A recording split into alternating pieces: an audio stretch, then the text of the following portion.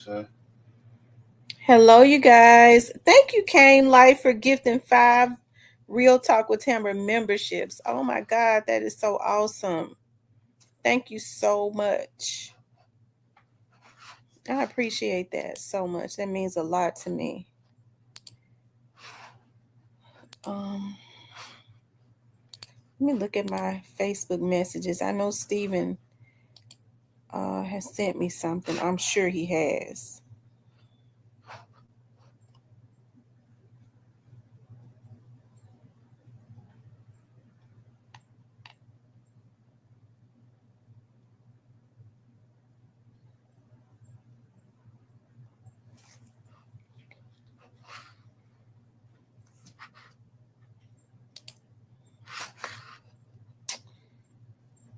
Um,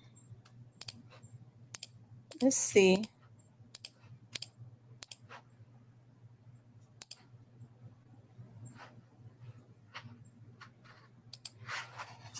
Thank you, Kane Life, for gifting 5 memberships. I don't know who Kane Life gifted, but definitely gifted 5 memberships. I appreciate that so much. Okay.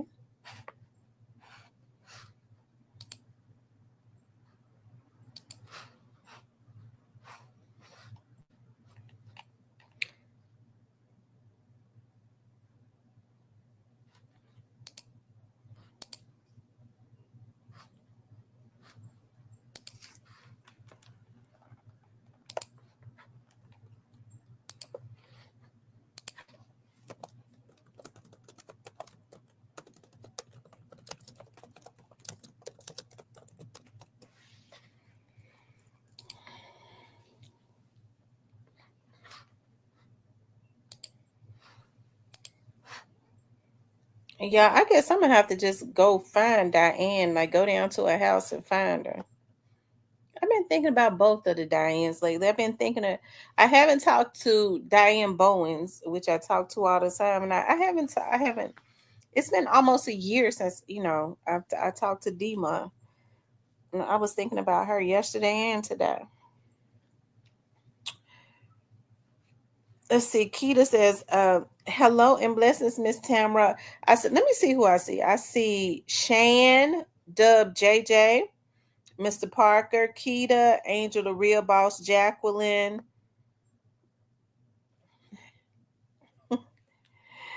How is everybody doing?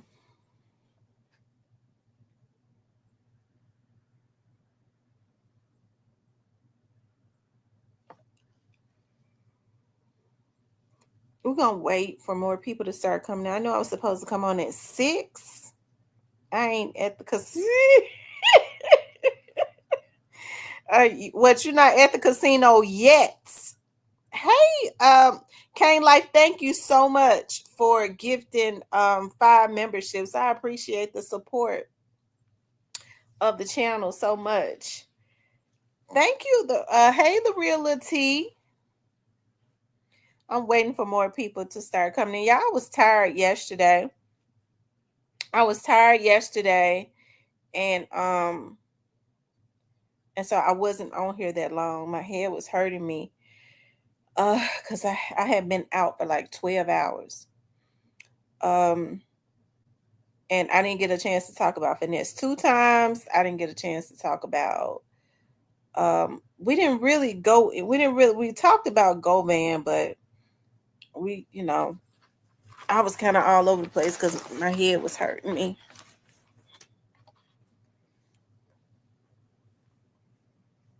Where y'all see Hitter at? I don't see him. Hey, fun with Granny Who.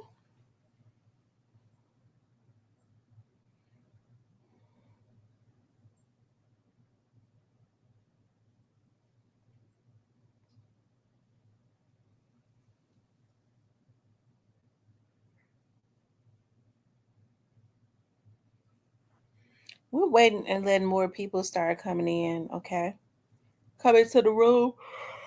I know I haven't talked much about the Tyre Nichols trial. Um, they said hi, Hitter. Where? How come I don't see Alabama hitter? Are y'all talking about Alabama hitter? How come I don't see him?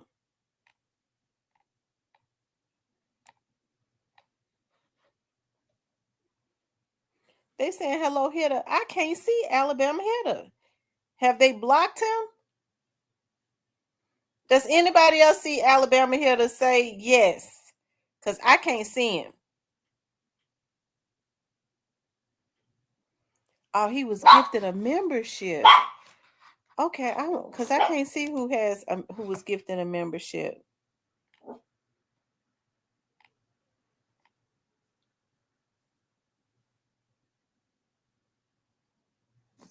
Oh, okay, Tamari and San. Okay.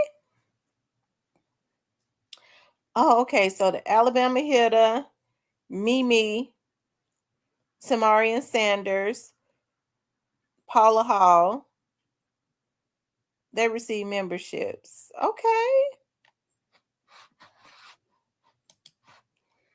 You all make sure y'all hit that like button. What's Stan G say? Hit the, what do you say? Hit the like button, hype. Hit the like button, get me hyped up. How does he say, y'all? I forgot. Hit the like button, get me hyped up. Yeah, I understand. G said, run the likes up. That's what he said. Run the likes up, get me hyped up. Hey, Miss Nelly. Okay, you guys. First, I want to talk about Tyre Nichols' family. Yeah, I haven't really been talking about the Tyre Nichols case. Okay, because as I said, I never talked about it because it was just one of really, because I just, the way that they did him was just heinous in nature, and it's just messed up. Okay, how they treated Tyre. But I do want to say pray for his family. It's just so I know that I have been looking at just in passing, looking at, I saw where his mother was on the stand one day. What's up, the site dog? I saw where his mother was on the stand one day, and I saw where and they was trying to, the defense lawyers. Hey, Rich Roof 72 Investment. I haven't seen you here in a long time. And over some years. And Tyre Nichols' mom, I think they was grilling her. They was trying to, the defense attorneys, they do what defense attorneys do, okay, which is try to make somebody else look bad and to try to vindicate their um client. That's what they're paid to do. But I had not really been following the case, okay. I just feel like those officers made all police officers all over the world that are good officers look bad. I do. And then to see how they beat him endlessly is very heinous. My stomach is weak. Okay, I can't, just stuff like that is just cruel. But it just so happened today I was leaving court, and when I got downstairs, I saw a lady walking real fast. I did. I saw a lady walking real fast. Looks like she was with, the guy was real big. It was either a lawyer, I believe it was a lawyer, or somebody. Um, Probably her lawyer, the mother, and a younger girl, because she called her mom. And I was looking, I was like, dog, that lady looks familiar. And I looked at her, I was like, wow, this Tyre Nichols' mom. And she was very upset. Okay. And so the young lady said to her, um, why don't you get in the elevator? He said, why don't you get in the elevator? She said, no, I'm gonna walk up the stairs. So she walked all the way up all those stairs. She didn't want to ride the elevator. That lady was so upset. Okay. And I know it's got to be devastating to be sitting in a courtroom where your child was looking at the people that beat your child to death and listening to the attorneys try to paint your child out to bring up his past, because everybody got a past. Everybody done did something, okay? But whatever he did in the past, whatever we do in the past, it don't mean that a police officer can pull you over and beat you to death. And that's exactly what they did. Whatever he's done in the past with whoever he did it with, they didn't have the right to pull him over and beat him to death, right? And so that's why I say pray for his family. His mother needs strength. That lady is stressed out. That lady was walking so fast and she was so mad that it was ridiculous. I'm sure sitting in the courtroom all day is long and grueling, and you're looking at your son's killers and them trying to get them off, and then trying to paint your child out to be probably something that he was not. Okay. So that's why I say pray for y'all. Just looking at her, I could tell in her face that the stress is taking a toll on her. Hey, it's sad. It really is. It's really sad. Okay. Also, they said Hitta and Tamarian not here, bruh. Okay. Also, you guys, I wanted to let's talk about finesse. We'll talk about Govan and them at the end, okay? But Finesse 2 times went and turned himself in. And I was intending to talk about this the other day, right? Because I really just think that it's really sad. Okay, it really is. It's really sad. Hold on one second.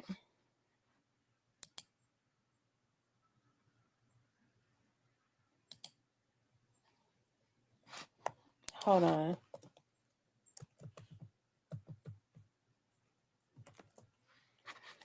I hate that for Finesse, because I do think that Finesse is talented.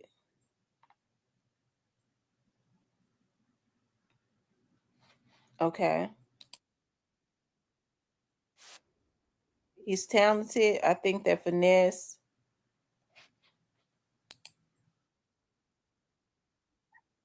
Yes.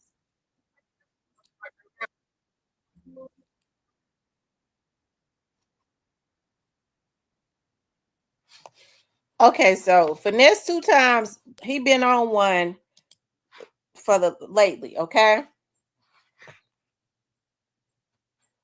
He's been on one lately. And let's see. He's been talking at somebody. Some bottles in the section. This was Yeah, I the know. other day. So don't play with me. Yeah, I'm really going to pick up that back end. I'm really going to get the. Ain't nothing faking about me on social media. Nothing. Yeah, if you want to really get down and dirty, let's talk about the motherfuckers who going to do free shows or making it look like they having some money. Y'all want to get personal? Y'all want to get real? Y'all want to get gangster? Y'all want me to start blemishing some images? You know what I'm saying? The shit eaters, the ones who faking and flogging like they having shows, but who like they going to shows every weekend, but they really the promoter ain't doing nothing but giving them. Okay, he was mad at somebody right there. Lord have mercy. Finesse was too emotional. Okay. He was too emotional. Hold on, y'all.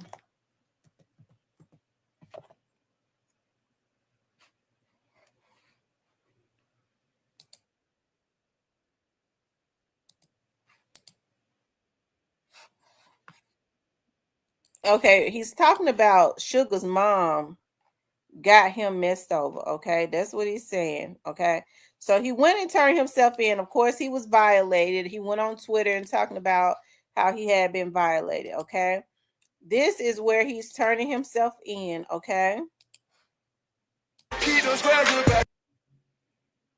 says he's turning himself in. He said he'll be back. He's showing his feet walking into, I guess, the probation station or something.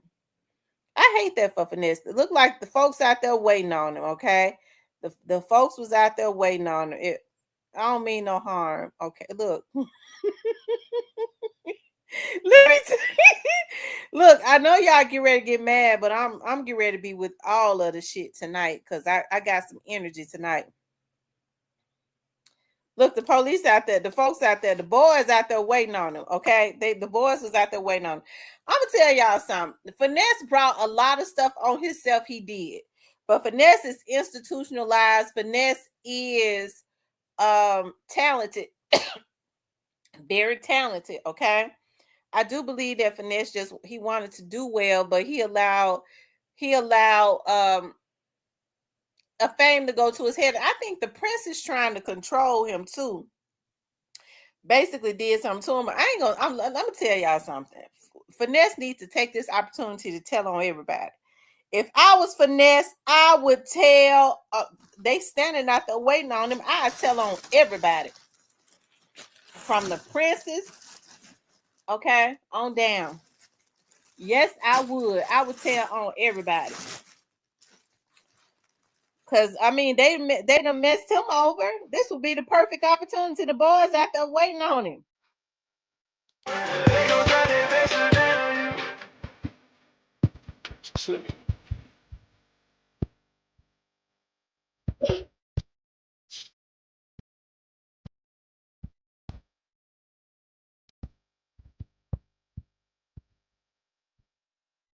Okay.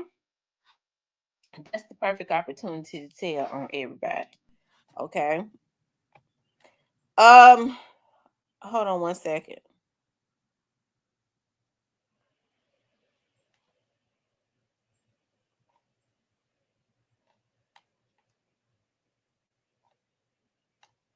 I want to show the video where Finesse is talking about him being violated, and Sugar Mama is the person that got him messed over. Okay. Now, that still ain't gonna stop your daughter from doing what the I tell her to do. Now, it's still my bitch. Now, I got her. And when all these niggas over with, we come and get them kids. So your old ass can sit on down and go on get your laughs off and now. But when this nigga over for us, cause your ass ain't gonna do nothing but put the police in the business. When this nigga over for us, we come to get them kids. Just know that, cause the old ass ain't got a pot to piss in the one to throw it out of. Oh, bitch. I'm dead wrong, man, putting the laws on me like that, man. I ain't never went did y'all no dirt, man. I ain't never did y'all nothing, man. I can't even really just sit up and blame King. He a real baby. He going off of around him. King don't know. He know. Yeah, he know, but I can't charge him like that, man. Yeah, I mean, the King the one, everybody know King know better. But in the same sentence, King don't understand moral and principle. He don't know what that means. King do not know the definition of principle. He don't even know how to spell. He don't know how to read. So he don't know the definition of principle and moral. So yes, he know what he doing, but in the same sense, he don't know that that's some that you don't do as a young man. Like, you don't do that and he don't know that part. He loyal to money, most definitely. He ain't loyal to nothing but money in a situation. That's it. Gotta go to jail now. I'm trying to help him. And then what they doing? Sit back laughing. This made their day. Come on, Jordan, man. Y'all dead wrong, man. Y'all dead wrong. Y'all sent a protector and a provider, man. A who protect his family, man, 24/7 and provide for his family 24/7. And then you ain't just go to 2 precincts. You went to 3 precincts to make sure that I went to jail, man. You made sure that them folks sent me to jail, man. You know what I'm saying? Thank you, but get what though? I don't know what you think gonna come behind this. I'll be back. And when I come back, I'm coming back even harder. I gave all them folks a chance. Folks like I done gave some folks multiple chances. They took a nigga kindness for weakness. And this be the outcome. And that is the outcome. This the things I get. This the things I get. I gotta go to jail now. And I ain't gonna tell them how this gonna turn out. It's all good though. It's all good. The feds ain't like everybody else, man. They have a I can't just go turn myself in. They have a time when they want you to surrender. You can't just turn yourself in the Fed. having a good heart, you know what I'm saying? Having a good heart got me up, you know what I'm saying? I allowed this woman in my house, and she was jealous, man. You know what I'm saying? She was jealous and envious of her daughter relationship with me, and that she couldn't get out of me what she wanted her daughter to get out of me. You know what I'm saying? I ain't no trick, cause like I ain't one of them. I ain't no nigga who just gonna give my money away. I don't give a how many millions I got. I'm not giving no $10 and $20 and $30,000. I don't care about what other doing. I don't care about what's the trend is buying Birkins and all. I don't do all that. I'm sorry. I sit up in the cell for years and years and years. Ain't nobody said me nothing. And I supposed to get out here, get my millions. And just because you a bad bitch and you look good and your ass fat and your head fat, I supposed to just shower you with gifts and shit. No, man. Hell no, I'm got to work for it. I work for everything I got. You know what I'm saying? So she mad because her daughter can't come into my life and shake me down. So the first time we have a situation, I put her out. I tell her, man, you know, you can get the on at my spot. I put her out. People always be want to speak on why the other kids ain't there, why the other kids ain't around, why the other kids woo woo. You finna learn today. Since y'all want to be in business, Sugar Mama is the real deal laws, the deal police type shit. The shit that she do shit to get you sent to jail or get you off. I didn't know that shit. I didn't know that about this lady. I didn't know that, you know, she came around me like an old sweet lady who want to help and beat her so we can go handle our business and make our money and do our shows and do our bookings, and like she just want to be a part of the situation. You know what I'm saying? That's how she came. And I gave this woman a way out. I told this lady, look, you can stay here free. You got your own room. The kids got their own room. Bunk beds, TVs, toys, clothes, all that shit still at my house right now. Right now. You see what I'm saying? So I offered this lady an opportunity. I said, hey, keep the place clean. You know what I'm saying? You know, I let this lady stay in my house, man, and this lady laid on me like a dirty rag, man. She watching me and Sugar business. She listening to everything me and Sugar got going on. I'm thinking that I'm hipping her mama. I'm not thinking that I'm hipping somebody who's sitting around mad and envious and jealous of me like that. So this woman just tricked me out of my freedom. And I'm going to tell you something. Sugar ain't got her kids because of her mama. Sugar mama will take the kids, run off with them, threaten to call the police and tell them, I'm going to call the police and tell them you selling dope. I'm going to call the police and tell them she buying guns. I'm going to call the police and tell them y'all got guns in the house. Because she know I'm on federal probation. So this the type of this the type of game that these women play. This the type of game that this woman playing with me. So I tell Sugar, I'm like, man, I ain't going to lie. Until we get this behind us, all this federal probation, let your mama keep the kids. Just make sure them kids straight. Go see them. Go make sure they healthy. Make sure they doing good in school and send them bacon. Whenever you get a chance to be with them, be with them. But the games your mama playing, I can't allow it around me because your mama is using these kids for bait. Your mama is using these kids for money. Your mama is you. So that's why. Like, so when King went over there though, that's when his daddy came and got him, and I never seen him again. 3 months later, King been with Joyce. Joyce got him over there using him for information. Joyce got him over there using him for his money, this old lady. Since he can't do what he want to around me no more, that's why he ran away with Joyce. He can sneak around Joyce. He can't sneak around me. I'm hip to all the little you want. King was ready to get away around me because I wasn't going no more. That's all. That's all it was. When I slowed down and I made him start earning the shit that he was getting, King was ready to get away around me. King used me. It's safe to say that he used me. He pulled a real Memphis move. He used me. That's what King did. He used me, and then after he used me, he earned me out. You know what I'm saying? He did a Memphis move. That's what Memphis do. That's how Memphis rock. That's a Memphis for you. Like, they gonna use you and abuse you, and then they gonna act like they ain't never did. You ain't never did shit for them. Joyce coming to get the baby. Man, you clever in a car seat at this time. Well, she a newborn baby at this time, like 2 months type shit, like 3 months. I'm sitting in the back of the shop. Sugar oldest daughter come in there. It was a dress-up day in school. She said, yeah, King dressed up too. I said, King dressed up? She said, yeah, King dressed up. I said, King been at school? Because I know he was in Daddy's with his daddy. Like, King in the car. King in the car? How the f*** is King in the car? Like, y'all ain't understanding what's going on. So I'm like, what? I tell King, come here. When King get in there, I said, God damn, my you just been bucking the shit out of me, ain't it? Man, sit your ass down, man. Like any other dad'll do. Like any other daddy who don't play that shit'll do. Hey, man, sit your ass down, man. So now I'm finna have to get him back to my mama house because we got a booking. We finna have to go out. I'm finna have to. He strike out running. Strike out running. Back to the truck to Joyce. The like, he just ran like King just. I said, let you, man, go get this bro. Go get King, bro. I don't know. This tripping. Let you go out there by himself. Now, this the charge. This the charge that this old lady done went and put on me, y'all. Let you go outside. Let you go outside. Sugar on the right side of the truck. Scrapping my baby in. Both on the right side. Let you stick his head in the truck and tell King, man, get your ass up out this truck, man. Come on back here and your ass and go to the house.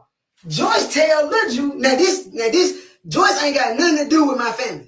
Joyce met King through me. She don't know King. She don't supposed to have King or none of this shit. Both of them on the same side of the truck. I'm looking at the camera. What's going on? Trying to see if King finna get his ass out the truck. Next thing I know, I see the truck start moving. All I know is my baby is halfway sticking out the truck. Cause Sugar trying to scrap my baby in. So I panic. I run outside. When I get outside, I'm telling Sugar and Lil Ju, man, let her go. Just get my baby. Like, let her go. Like, the old lady is literally sitting in the car arguing with Lil Ju about King. And Lil Ju telling her, like, this ain't even your child. Like, this not your child. When Lil Ju, I said, fuck it, bro. Just give my child. Let King stay in there. Like I said, because I already know what type of time Joyce on. Joyce on some straight police shit. How she want to have King like that? She can have King. Let me call King grandmama and dad and let them know my Joyce got King. Because all this is about, man. All this shit is about money. So the old lady stopped the truck. So I get the Jonesing on her. With your SpongeBob SquarePants looking ass, bitch, a boy egg with legs having looking ass, bitch. I get the going in on the bitch, yeah, bitch, upside down, oval looking ass, bitch. I get the check, I'm joning on her. So she leave. I'm thinking that that's just that.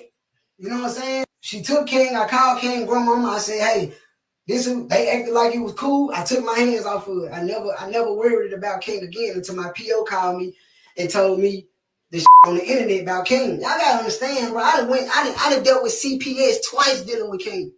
I done went through some dealing with this man. I went through it dealing with John. The lady went and put a charge on me, man. She went and put a misdemeanor on me, man. They charged Lil Ju. They charged me and Lil Ju. She got me and Lil Ju up. The only thing that got me up is one, because it's violent. They said, I'm saying, she went and told them that we told her that we'll shoot her in the face. I mean, what she said we said? I can't remember. It's in the affidavit, but she said something about what we'll do to her. She told the police that we said we'll shoot her in the face. Like, and that was my thing. I'm more hurt that a lied on us. I'm more hurt that a lied on me that I helped.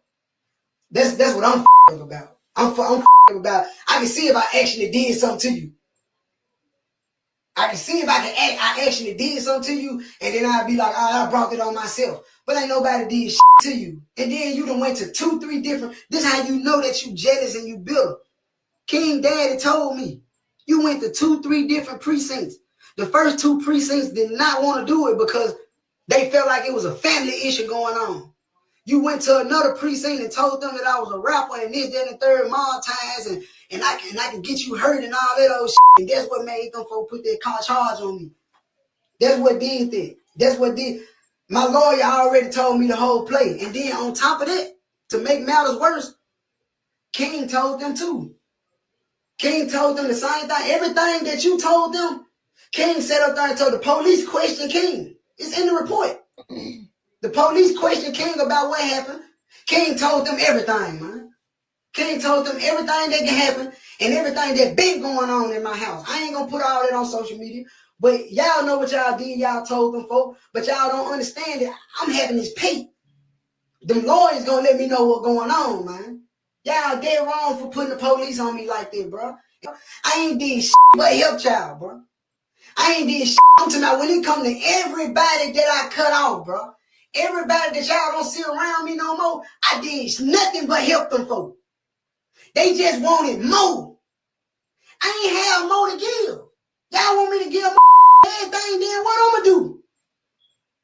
So now I ain't a real just because I cut them off because they greedy and they don't want to work. And before I go in, before I turn myself in, I'm gonna let it be known too. My Uncle Jerome, you a bitch ass too, bro. Real talk, bro. I'm earning everything out, bro. All shit I've been wanting to say, bro. Bro, you be going around talking about a bro, like I ain't your nephew, bro. You a bitch ass bro. Okay, y'all. So that's that on that. As Finesse was ranting on, I saw what Black Youngsta done posted. Child, I'm gonna have to go ahead and talk about Black Youngsta. I didn't put him in the thing. I wish I could pull him up. Pull, because I want to run this down. But let me just say this about Finesse. I know I done talked about, because see, when Finesse first got out, I was, put on to Finesse by another Memphis vlogger, right? Memphis vlogger was like, Finesse 2 times is hot or whatever. I started listening to Finesse, and we was really rooting for Finesse. We was bigging him up. Finesse 2 times has his own style. He's definitely talented. I saw, what's so hurtful to me is that I saw when Finesse got out, Finesse had been in jail all that time. You could tell he was institutionalized. I saw where Finesse had written all those songs, and it was very hurtful to me to see him, sign over all of those songs to the, all that work he did in jail, songs written from the heart for like a probably $1 million something, which was probably nothing compared to everything that he had written, was probably worth millions and millions of dollars. He was hungry. He had a drive. He let the princess ruin him. Okay. As far as King is concerned, I can remember when he first started dealing with King. I remember seeing on Instagram, Moneybag Yo, when he posted King, Moneybag Yo said to him, "You got your paperwork right. You signed him right." So Moneybag Yo kind of pushed him into signing King. I don't know if that was a setup, but he definitely did. Finesse 2 times is just stupid. Okay. I think Finesse 2 times started popping pills, but it does not take away from his talent. And I wanted to see Finesse win.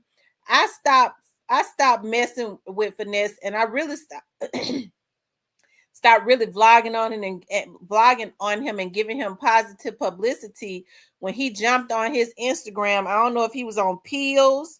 Okay. I don't know if he was on pills or what. When he got on there and said, "Why are these rappers taking out each other? Why don't they take out some of these vloggers, the very vloggers that have been bigging his damn ass up?" Okay. So I thought that was messed up to say. I think he wanted to try and backtrack and recant that. But once you speak words out, they out there. You can't take them back. Then my sister said to me one day, okay, she said, "You know who CC baby daddy is?" I said, "No, who?" She said, "You talk bad about Finesse 2 times. That's CC baby daddy." I said, "Our first cousin, CC." Everybody in Memphis know each other. I promise to God. Now I know CC's son had been all on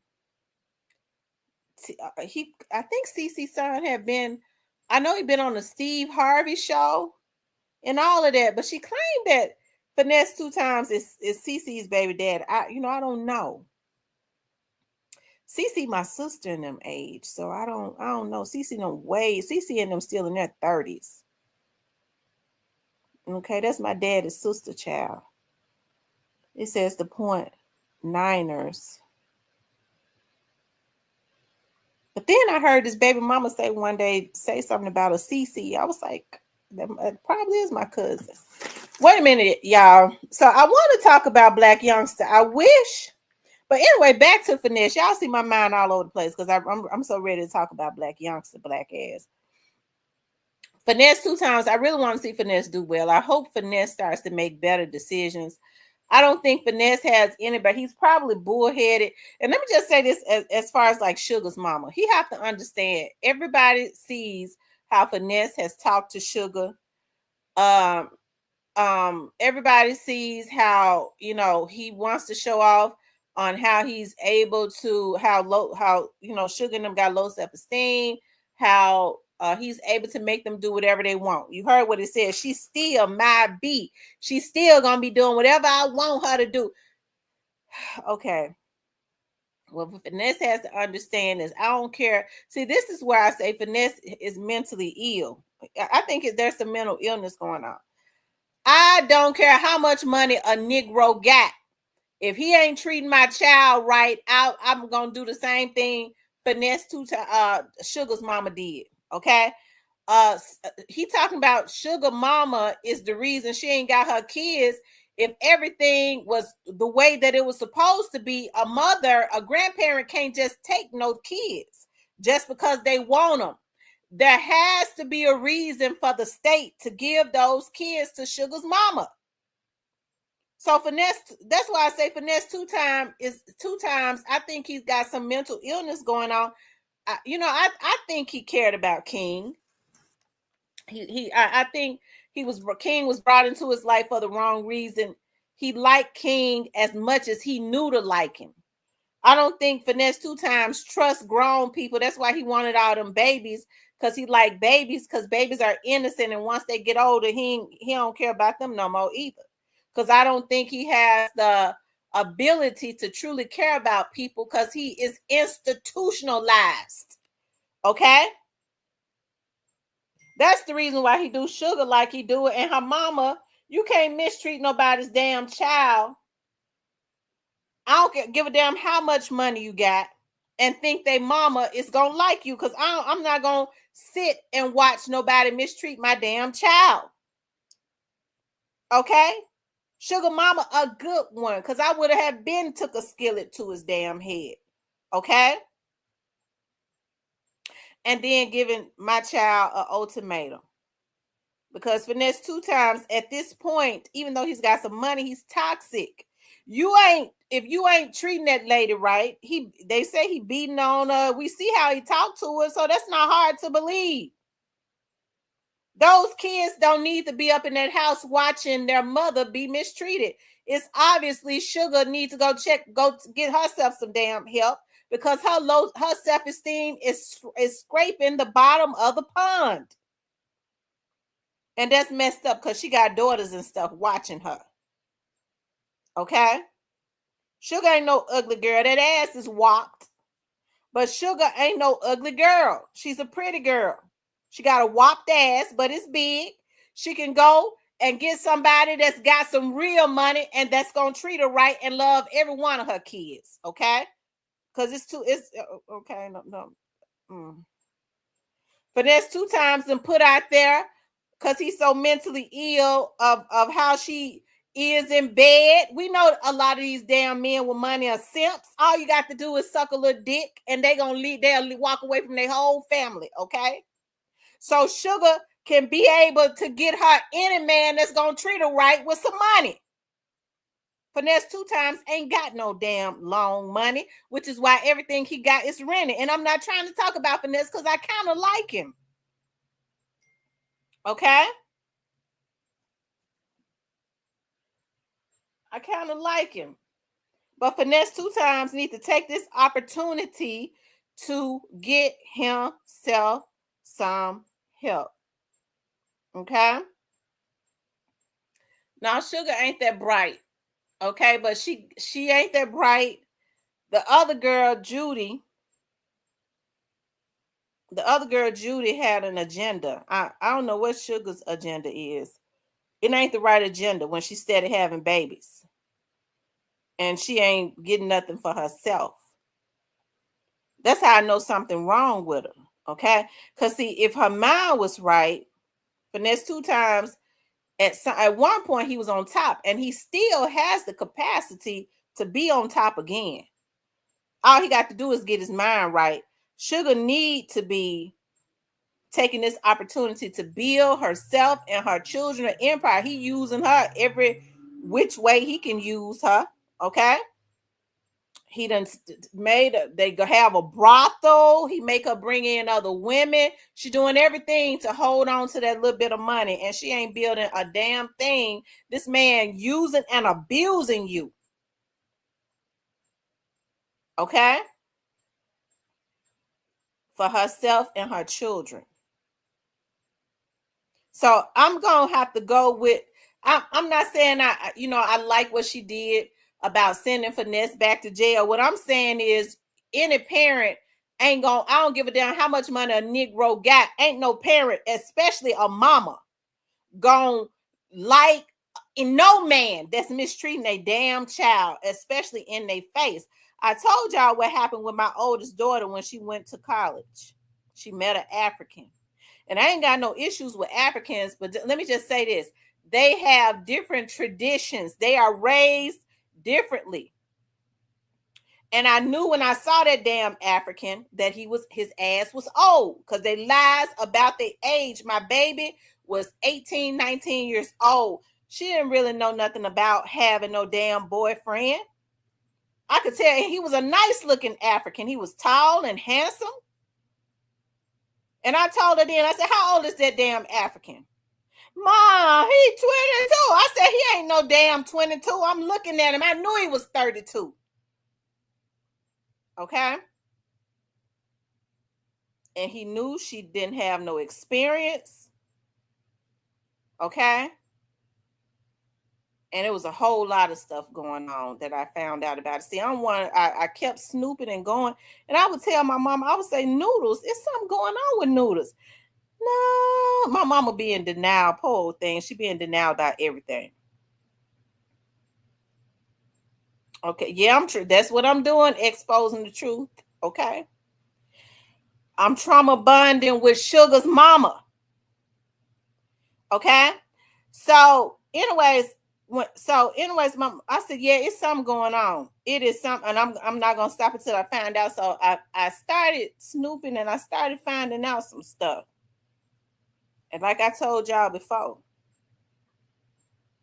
I had to go to the pits of hell and look the devil in the motherfucking eye and take my child back. I remember that African told me, I marry her. That's what he said. I marry her. I marry her because he probably was trying to be legal anyways.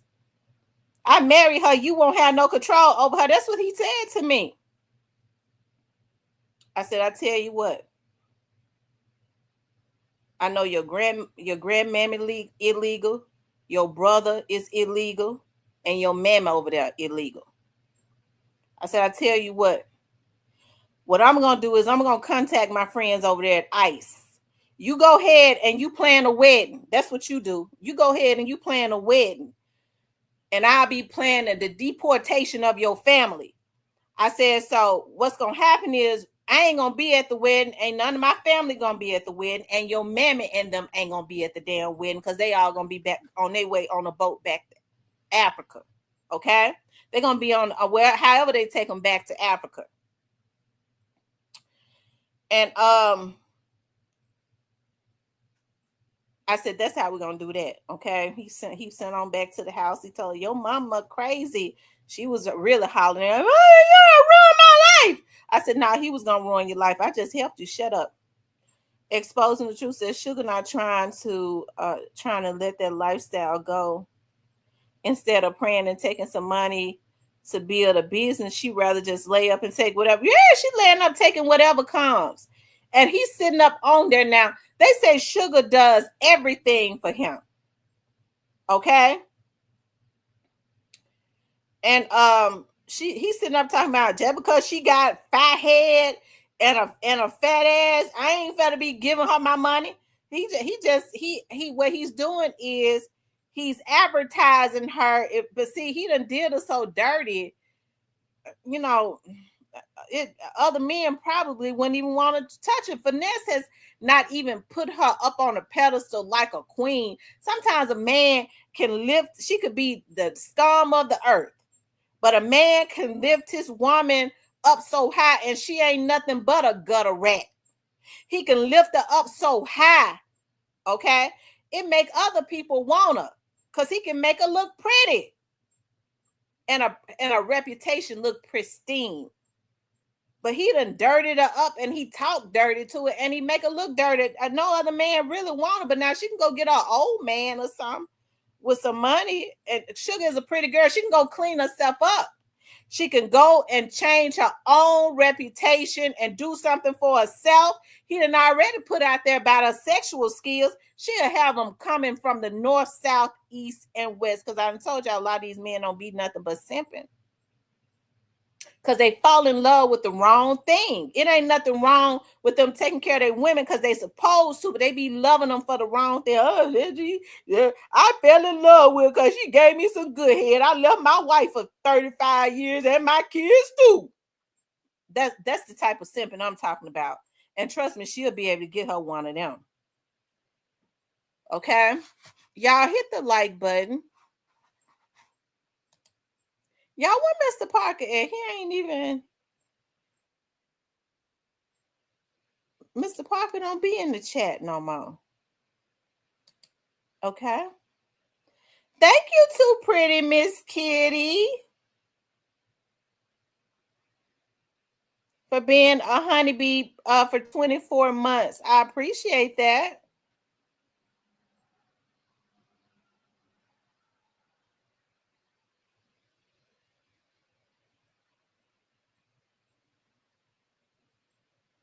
But I don't want to see Finesse go back to jail. I hate that. I want to see Finesse be successful. I want to see him constantly go up and get back to the basics of his mindset when he first got out. Okay. But he got some character flaws. Everybody do. But Finesse need to be trying to clean himself up. Okay. But Sugar Mama did what any mama would do. She wasn't he talking about she's secretly jealous. She wasn't secretly jealous of him. She was hating his ass for mistreating her daughter. Okay, because let me get back to that African. Okay, so the African told me, because see, I'm comparing the African to Finesse. But Finesse sitting up to my, yeah, she gonna be back doing what y'all listen. I want y'all listen to this. Now, y'all look, Finesse is stupid. You can't say that about somebody's damn child and think they're gonna. I would have did it too, but I hate she did it, but I'd have did it too. Listen, It still ain't gonna stop your daughter from doing what the I tell her to do. Now y'all heard what he said. That still ain't gonna stop your it's daughter. Still my bitch. You hear that? That still ain't gonna stop your daughter from doing what the F I want her to do, and she's still my B. Okay? That's what he said. She's still my B. So he putting out there, she gonna do whatever I want. I dog her out. And that's a mother. A father went to a father. If she had a real father, he probably would have drugged Finesse by now. Ain't no man gonna sit up. And that's the reason why when girls have fathers that are active in their life, when they have men that's mistreating them, they hide it from their daddy. Because they know a real man gonna, if he don't pop him, he gonna drag him. Okay?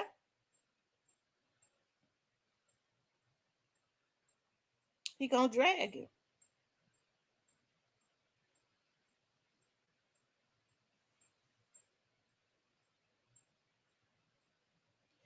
So exposing the truth, want to know how old my daughter is. I don't tell their ages, exposing the truth, because people is twisted. Okay.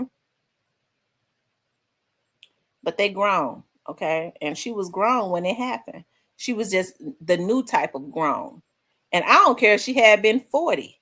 I ain't no damn African, no Negro born in the United States, Italy, France, or nowhere go ever come up and challenge me with my motherfucking child.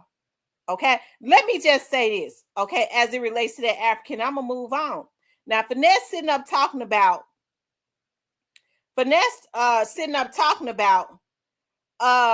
she's still gonna do what I say. I'm thinking about what the African said to me that my daughter was dating. He gonna sit up and say to me, I married her. I have papers on. I said, bitch, I got the original paperwork, motherfucker. I got the birth certificate, bitch. That don't change. That's my motherfucking daughter. She came out of my pussy. Lord, forgive me for going that far, but I'm having a flashback. That's my damn baby.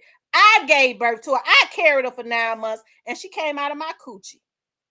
No paperwork he could ever get could compare to that. I got the original paperwork. And that's what Finesse need to understand. Ain't nobody gonna sit up and like you and you mistreating a damn child. Okay? Woo!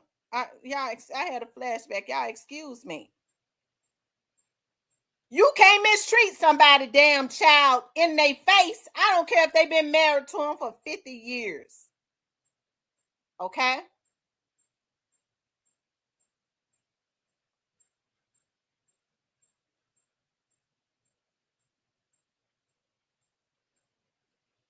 Woo. Anyways, y'all, let's move on. Because I don't want to get into that. Okay. I don't want to keep going back to that because I be getting upset. Now, so back to Finesse, okay? Finesse 2 times is stupid, okay? He's talented, but he's stupid. He ain't had the right type of people around him, okay? So Sugar Mama did what anybody mama should do. Somebody needs to let Finesse know because I know he looks at my show. Hey, Sugar Mama wasn't jealous, sitting watching you, jealous of you. She was sitting watching you, hating you more and more because you mistreating her damn daughter because she know her daughter's slow. And she probably mad at herself because she trying to figure out how did I raise a damn fool, okay?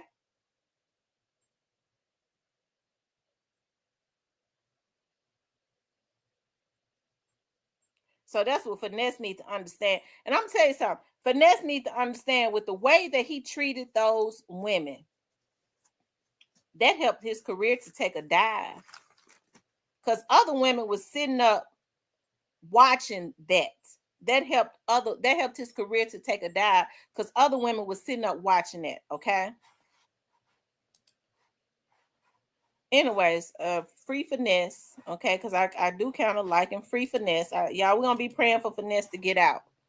Okay, hopefully he'll have the opportunity to reflect on all of the stupid stuff he did, get away from around the princess, but free Finesse, y'all. We praying for him to be free because I hate to see him in jail. I know I talk about him like a dog because he's stupid, but I don't want him to be in jail because Finesse is talented, okay?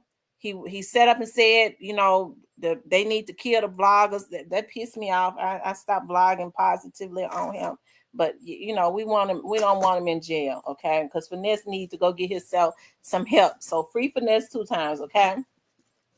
Then they say that's my first cousin, baby daddy, CC. So I be one little CC son, daddy to be out. Okay, y'all. Where my other phone at? Shit. There was something. Hold on, you guys. Here it is right here. Okay, y'all, we're gonna talk about Black Youngsta right quick. Now, as I was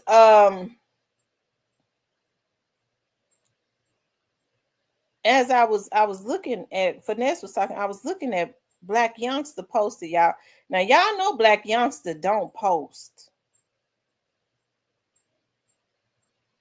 Y'all, he done posted within a now go Van asked for, and listen, I be hating to talk bad about Black Youngsta because I grew up around his family, okay? His cousin is my best friend, okay? I don't talk about him like I could or should. I do try not to, okay?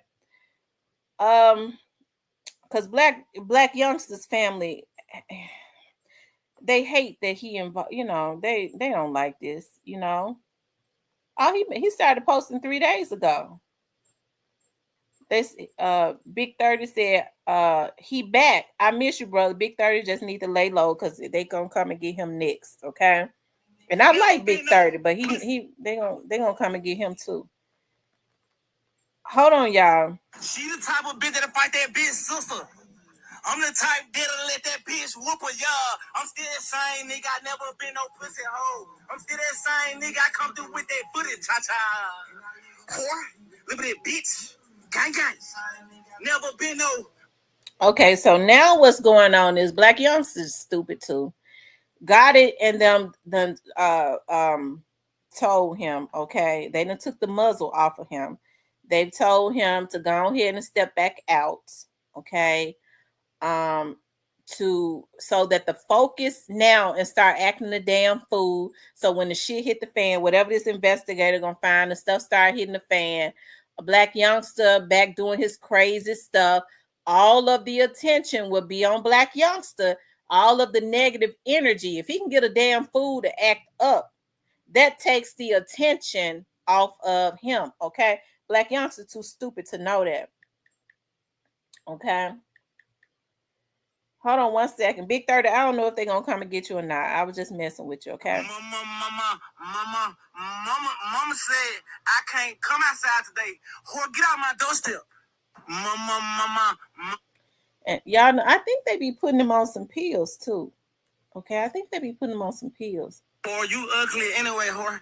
I'll try my best with you. But truthfully, you never were taking me serious, bitch. So that's why I did some unserious shit.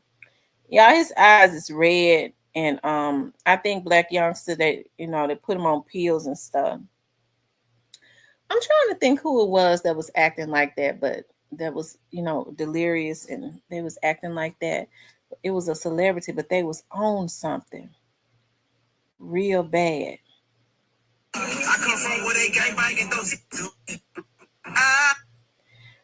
So, Black Youngsta, it's we have to watch, look at timing, right? Okay, so he started posting, it looks like about 3 days ago.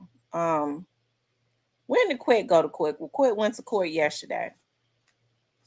So he started posting again yesterday. Okay. I don't know if they want to have Black Youngsta to start posting and acting a fool, posting subliminals to try to scare Quit. I'm gonna just tell you this. I was looking at Quit sitting in court. I don't really think it's much that can scare Quit because he looks like he a damn stone cold killer. Okay, so if anything, Black Youngsta probably ought to be scared of him. But let's look at this, y'all. It says, if I wasn't busy right now, but it's cool, definitely gonna fit you in my schedule. Keep you posted, little bitty B. PSA, as of now, tomorrow I'm waking up on BS. Stay positive, everyone. God bless you as well. Why all of a sudden he decided he want to wake up on BS? Now somebody went over there. Somebody posted on my since we see that Black Youngsta is, they let him back outside. Okay, they let Black Youngsta back outside. Somebody posted about Youngdolph being killed and tell him to get up and go do a show. They posted that today. I forgot to block them because I was too busy trying to figure out who it was.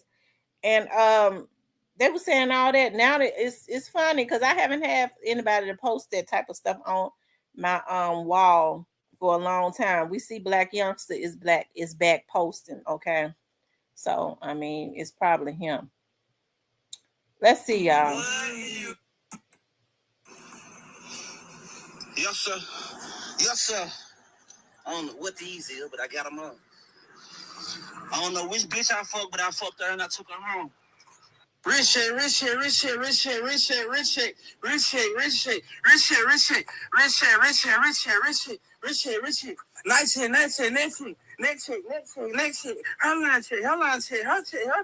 God good. God is good. God is great. God is great. America is good. America is great. I come from where they gang banging, throw shit something like what? You walk in. Hey, they know how.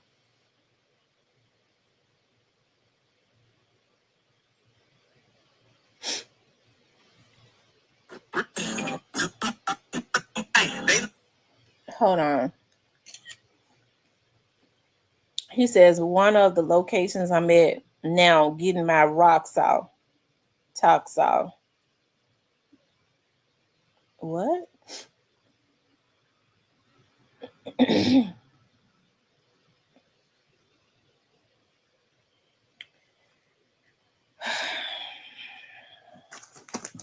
They pushing him out to act the damn fool this time. They've told him Black Youngster can't post when they tell him not to post.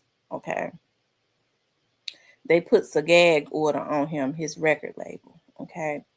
And then it takes that gag off of him when the pressure is on them and they need him as a decoy to keep all of them. They when all the negative shit they know get ready to hit the fan. They need Black Youngster to be out here making everybody mad, okay? So when the shots are fired, just like they did him when Youngdolph was first killed, okay? They had him out there performing. Weeks after Youngdolph was killed, they had him out there performing diss songs, doing videos, being down at the grave, and all of that. What they're trying to do now, they're going to mess around and get him taken out. Because if they using him to try and scare Govan, if I had to bet on anybody, if I probably would bet on Govan, okay? Because I just believe that it's an army behind him somewhere, probably in Texas or something, okay? It's probably an army of them in Texas. You know, they I think they comes from, they slides in from Texas and slides out. So I think Black Youngster live down there in Texas. Oops. I don't know where he live. Okay. I don't know where he lives. Scratch that. I don't know nothing about Black Youngster. Okay. Y'all hit the like button for me. Okay. Like, share, and subscribe. Okay. Like, share, and subscribe. But yeah, y'all, when he started acting a fool, okay? When he starts to act a fool, you better know they've taken that gag order off of him and giving him permission to do it. But see, I don't want Black Youngster to see. Black Youngster is going to have to go on and do his time. But on the strength of me being his cousin's best friend, I don't want to see them get him killed, okay?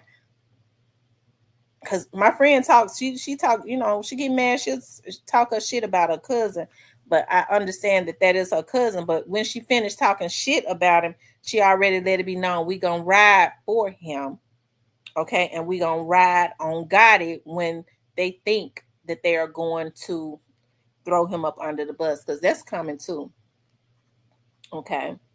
They're not loyal to him now. I think that's probably why he probably stays so high. Black Youngster look like he on pills and stuff. Okay. He going to go out sad. I used to love. Yeah. I mean, had a very personable personality, jovial personality. If he could have just kept it like that, I could have seen Black Youngster being in comedy movies, and people weren't necessarily, they like some of his songs. And even in some of his songs, they liked him because of how playful he was in the videos. And then what Gotti did was, Gotti was so obsessed with Youngdolph, he started having him to target Youngdolph in his songs and videos, and made him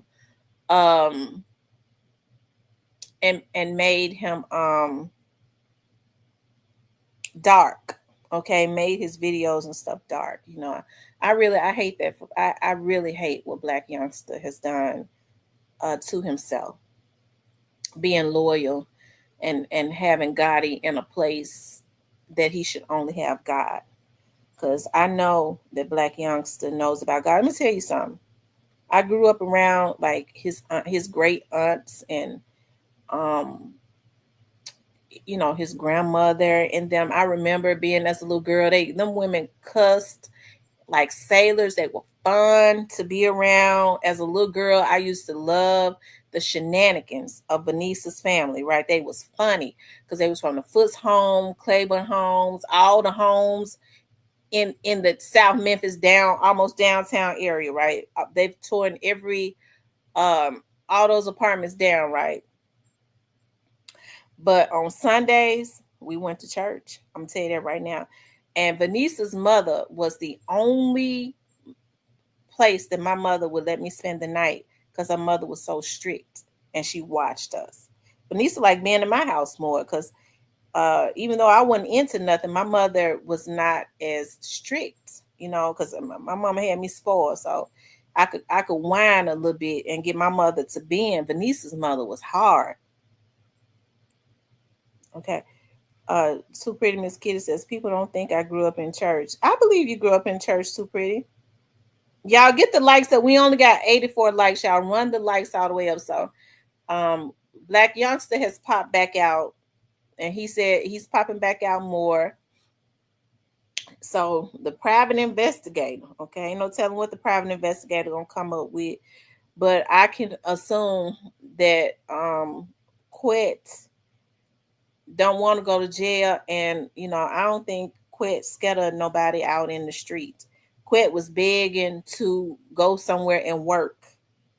Why in the hell would he want to go do that? Okay, it was because you know he wasn't scared of nobody in the street. Okay, so I don't know. I don't know what the rapport is with these group of people, but I can imagine that it's gonna get bad because that group of people that everybody is trying to protect is the group of people that masterminded this murder for Youngdolph. They're the ones that called the hits, paid for it, and wanted them gone.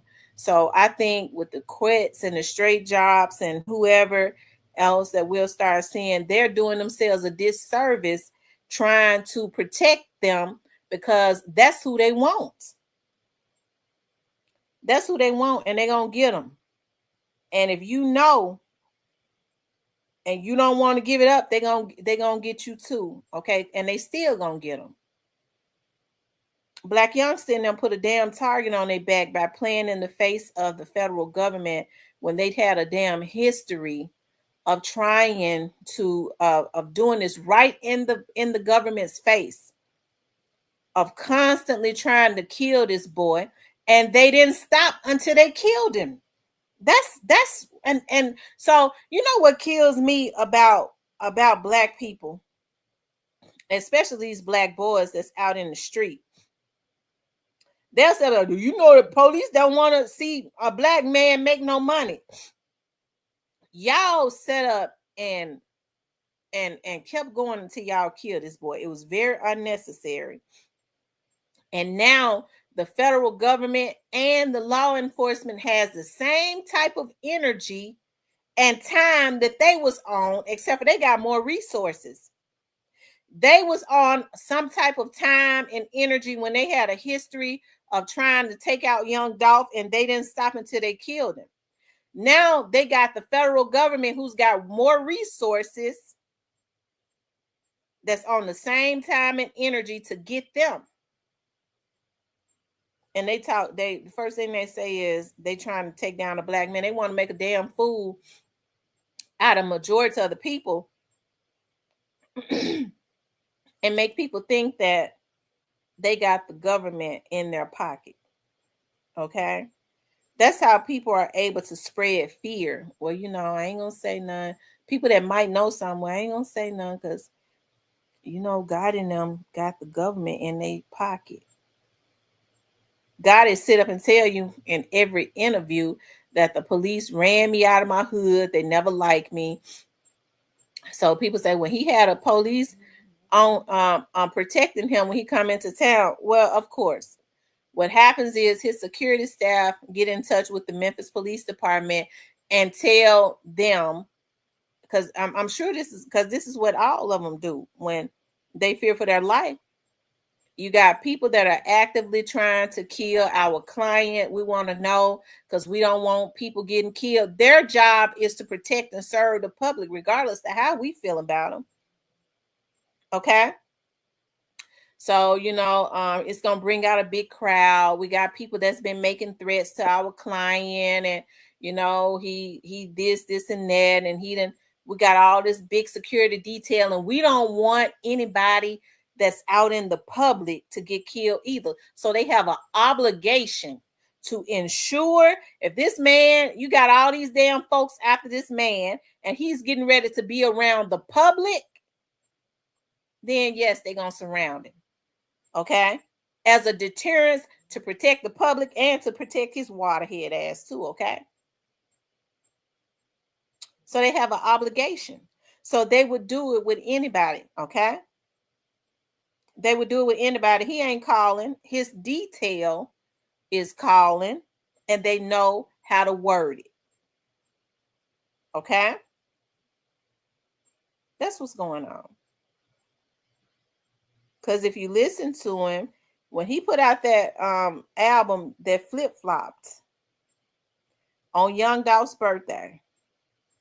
Thank you, Miss Paula, for the $10 super sticker. He put out that somebody told me that the album that he put out on Youngdolph's birthday was put out with messages in it to go, man. Now that's what another vlogger said. Okay. That's what another vlogger got on my panel and said that album that he put out on Youngdolph's birthday, either last year or the year before, was allegedly put out with a lot of subliminals in it to go van. Okay. I remember that. Okay.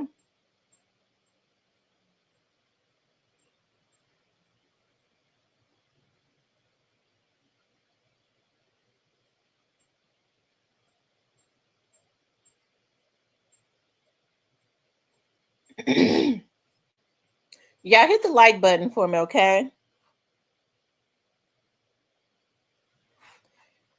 Y'all, let me see how many likes we got.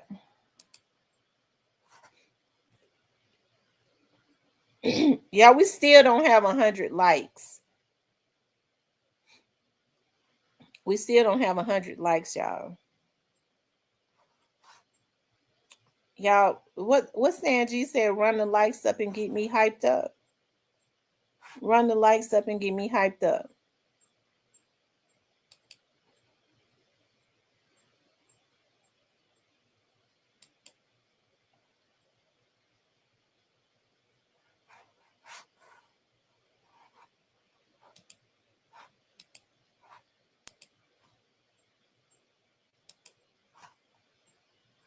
Y'all run the likes up and get me hyped up.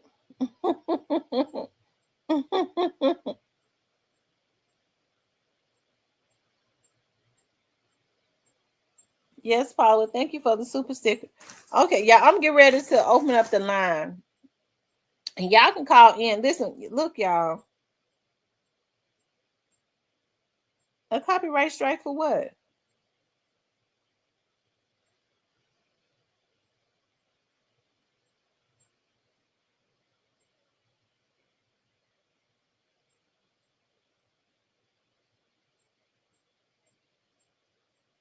A copyright strike for what?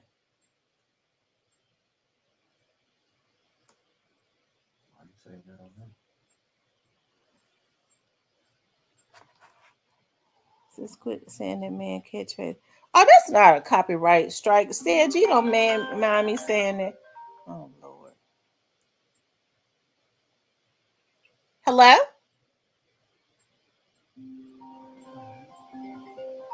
Yes, hello? Who is this? I was trying to call the speaker for Tamara. Rich Rule 72. What's up, Rich Rule 72? You have to identify yourself. I have to make sure you ain't no freak calling in. Well, I've been through a lot of stuff. My sister, Stephanie Montague, she was killed by MPD. She was killed by MPD, and So what happened with that? It was on range line. He doing 115 and a 35,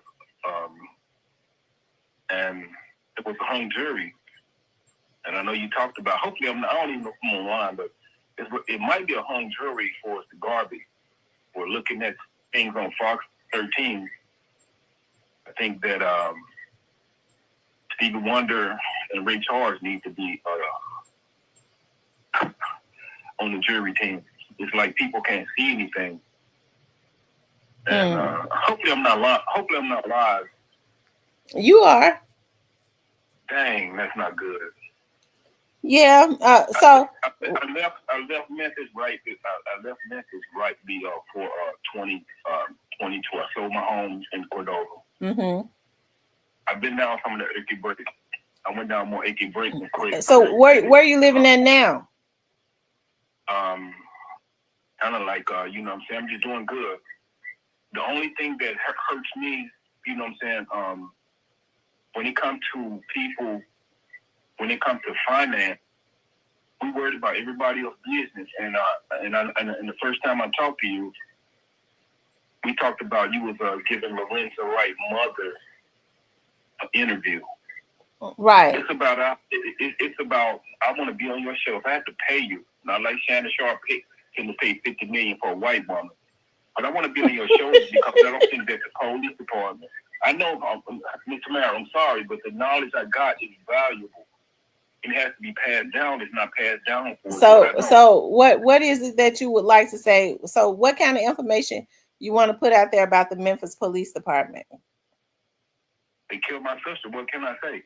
Okay, what's your sister's name? Because see, what I'm gonna do is, me and you can talk about that. Send me an email. And send me an email, realtalkwithtamara@gmail.com. Let me know. What's your sister's name again? Stephanie. Stephanie what? Monica. Hold on for a minute. Some people in Hyde Park on the chat. Spell the last name for me. Huh? Spell her last name. Montauque. Montagne.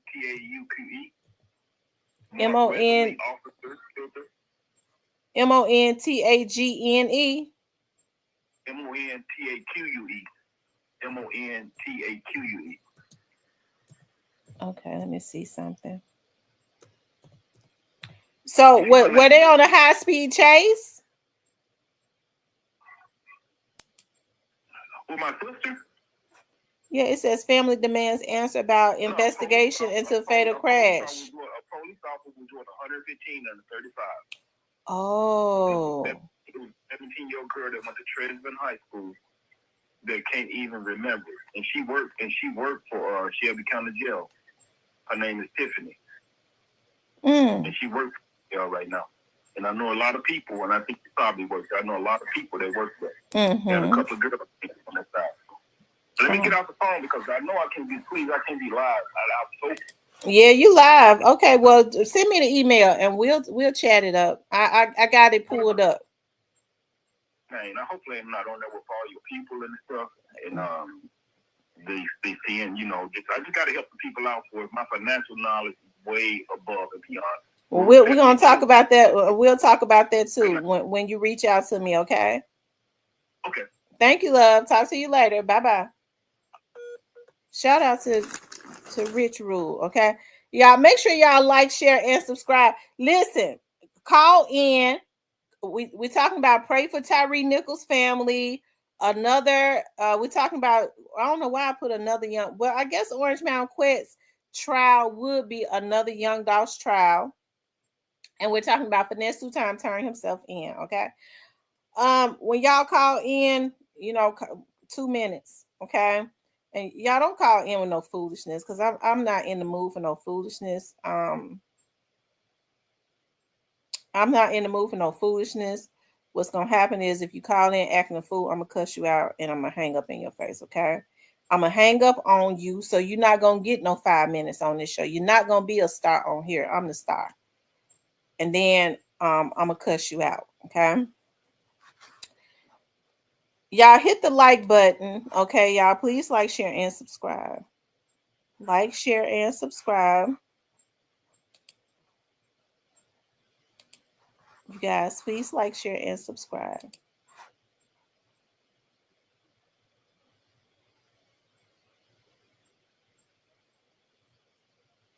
Y'all, the phone number is up 901-667-0119. Y'all want to call in and talk about Orange Mound quit getting a see, I think that's what's got Black Youngsta upset. Black Youngsta, listen, Black Youngsta don't need to worry about.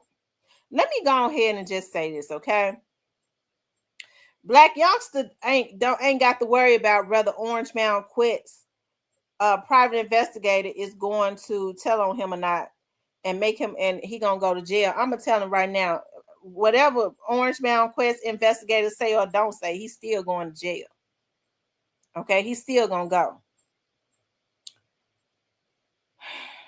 Okay, he's still going to jail because they took part in Youngdolph's unaliving.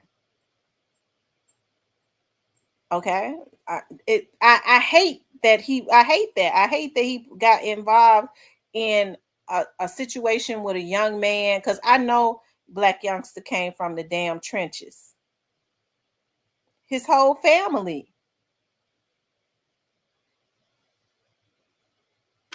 So it would have been so good if he could have been the first one in his family to be a millionaire, making everybody proud, had his head right. Instead, he come up and now he gonna have to go in.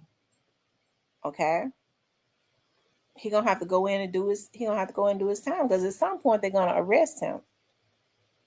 I'm not saying that because I want it to happen, because I wish that it didn't. But Youngdolph's family and his children and all, and they got to get family. They got to get.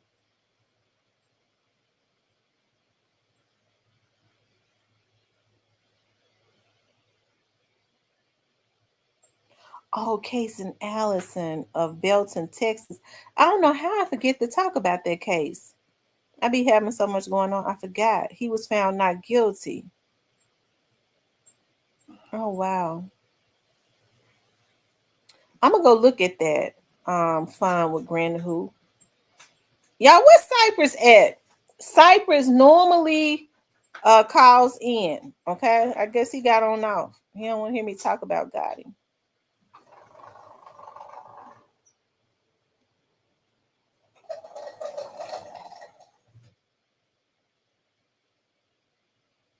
Y'all run the likes up, okay? Y'all hit the like button.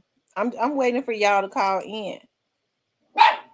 What they said, get them likes up, run them likes up and get me hyped up. That's what Sanji said. Run the likes up, get me hyped up. Yeah, I wish I could, because I'm not logged in on my computer to Instagram, so that I could show y'all. I don't know if Black Youngsta is high. Somebody else was acting like Black Youngsta. That was a celebrity. I really think that Black Youngsta is high. He's stressed out. I bet, because I'm willing to bet he was in that meeting. Who is calling me? Lord have mercy. Cypress.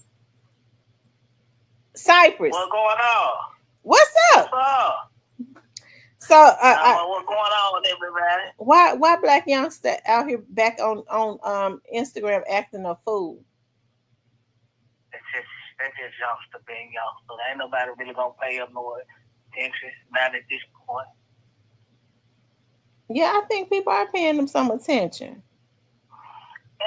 Yeah, people who need, people who gonna benefit off of it, but regular people with sense ain't gonna pay Youngsta no attention. Well, now people that's, because ain't nobody benefiting off of them.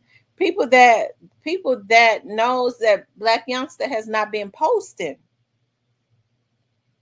Yeah. It's almost like they had his label had a gag order on him, and we know he don't start back, posting and stuff like that until they tell him to. He said he back outside. Why all of a sudden after Orange Mountain Quet trial is getting ready to start? See, I guess they think Youngsta now. I guess he the muscle. I don't think Orange Mountain Quet would be. Do you think Quet would be scared of Black Youngsta? No, Quet's not go kill it.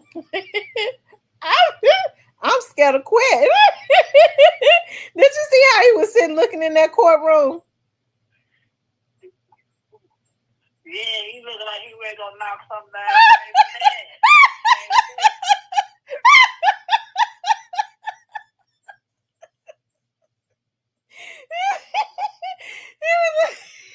Y'all better pay attention. Y'all better pay attention. So that man got out of jail, everybody started y'all better do y'all research. I know a killer when I see one.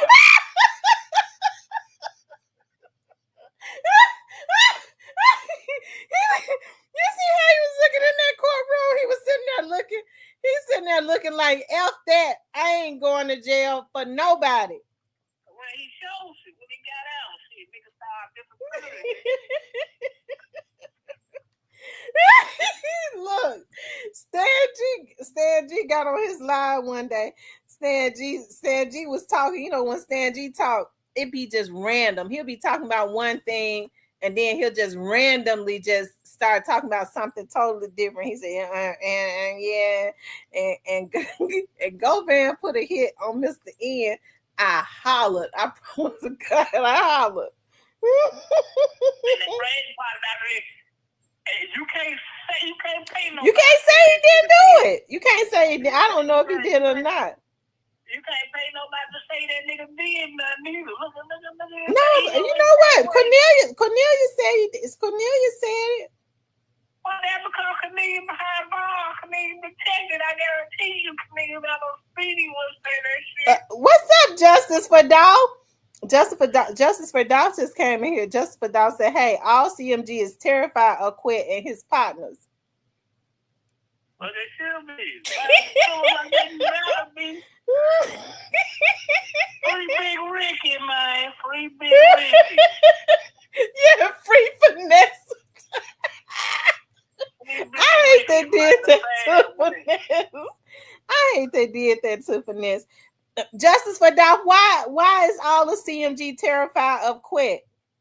Because that nigga knows he gonna tell his other niggas he gonna fold. That's why. But my thing is, if they thought he was gonna tell on him, they tried to take out everybody else. Quet was trying to be outside all day. Why they wasn't taking him out? Who, Quet? Yeah, if they was scared of him, got some money. It's kind of hard to touch a nigga that the fans protect me. Come on, man. You know that. Anytime that the fans protect, it's hard to be close to them type of niggas. And they stone cold killers. Hey, man, them the niggas you cross the street with. Them niggas stone cold killers. You know, I thought that guy Stanley was Quet's brother.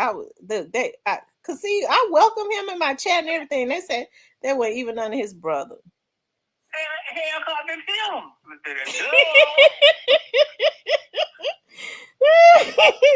Justice Vidal says they are scared because Quet is no joke. Half of Memphis scared of him and his crew. Them people work with guys like L.A. Barbie. Who is L.A. Barbie? L.A. Barbie? If you talking about the Barbie that was with Craig Pettis, he can't tell me. He's going to get out. The Barbie going to get out. Is he from Memphis? No, he's the head of the cartel in Mexico. Oh. Yeah, the Barbie was the head of the cartel over there in Mexico. Craig was over there with the Barbie. Yeah. Free Craig Petty, free Big Ricky, man. Why everybody mad at Finesse, though? I don't know. Finesse stupid, but I ain't mad at him. I don't want him to be in jail now. I hate that. No, free Big Ricky. Justice for Dolph says L.A. Barbie is. He said L.A. Barbie is Texas dude. Quit killing while in Fed protection. So why they can't do what they me to do to him? CMG must be scared to touch him. It said Mr. Cole introduced L.A. Barbie to Craig. Yep. He talking about. He would be talking about Bobby, would he? I don't know. He said L.A. Barbie. He said Mr. Cole. I'm trying to see if he's talking about Bobby Cole. He said Mr. Cold. The last name, his last name spelled C-O-L-D. Oh no, I don't know him. I thought he was talking about Bobby. Bobby, that's Craig's best friend.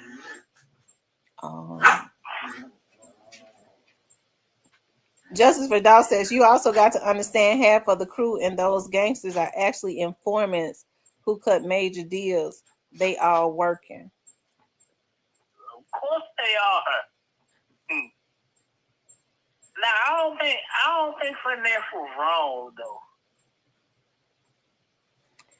What finesse is a damn fool, because how you gonna mistreat somebody's child in front of them and think they're gonna like you? I don't care how much money you got. Sugar mama needs to mind her business. There's no whole household with your daughter like man. If the man is strong enough to get your daughter to do what he tell her, if she like it, goddamn it, she needs to love it. It's just that simple. He ain't got no business mistreating nobody's daughter. Justice for you said what? Cypress. Ain't pretty much she accepted me. Well, that's because she ain't got the mind. Her mind weak. Justice for Dolph says they all face 40 years. All of a sudden, they are running around free, and Craig took the whole fall. Sure did, because somebody say Craig got a facelift when he was on the run. Well, Craig got the facelift over in Mexico. Yeah, they say he got a facelift, but you know when they pulled him off the plane, he looked like the same person. So I wonder. I mean, he looked the same. Well, that's because Mexico gave an ass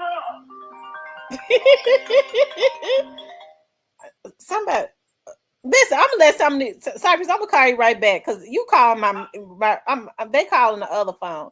I'm gonna talk to some of them. All right. Hey, this is Tamara. How you doing? This is me.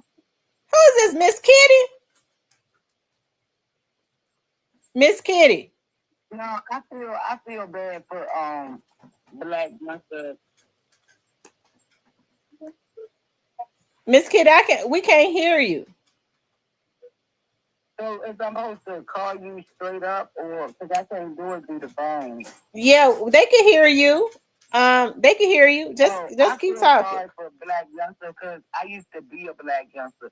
He's not doing nothing bad.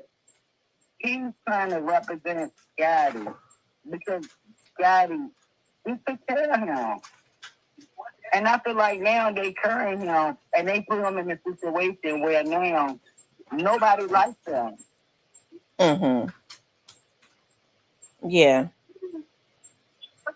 Well, unfortunately, Black Youngsta, he put himself in that position trying to appease Gotti, you know. If I can't hear myself, I can just hear him talking. You said you said what now, Miss Kitty? Miss Kitty, can you hear me? I feel bad because I used to be a Black Youngster. I felt like if you take care of me, I had to take care of you. Mm-hmm. Yeah, exactly. Mm-hmm. Miss Kitty, listen to me in the phone. I think you listening. I think you had two facelifts. Miss Kitty, I think you listening to your computer and it's giving you a delay. So I can't even hear you. Okay, well, hang up and call back. I'm gonna take another call and then I'm gonna call you back. All right. Somebody called in. I'm getting ready to call them back. They called from out of Memphis. I'm getting ready to call them back. I hope I don't regret it. Ooh, some of these folks is crazy. What up, Tamara? What's up? Who is this? It's me, Stan. Stanley. You know, I already know I'm upset. They say you're not his brother. I was calling to tell you stop listening to these folks in the chat. Ask Mr. N. You know who I am. I'm his brother. Who's Mr. Ed? Man, I don't give justice for Dolph and all them other motherfuckers. Do not listen to them. He don't know me. Who is Mr. Ed? Huh? You said ask Mr. Ed. Who is he? Mr. N. Oh, Mr. He N. was saying G. Yeah, Mr. N. Okay. Not Mr. Ed, Mr. N. Oh, Mr. N. Okay. I think Mr. N be listening to the channel sometimes. Yeah. And Cyber think I'm him, but I'm not. You know what I'm saying? Y'all got another brother too? No, we don't. So it's just you and him. It's just me and him.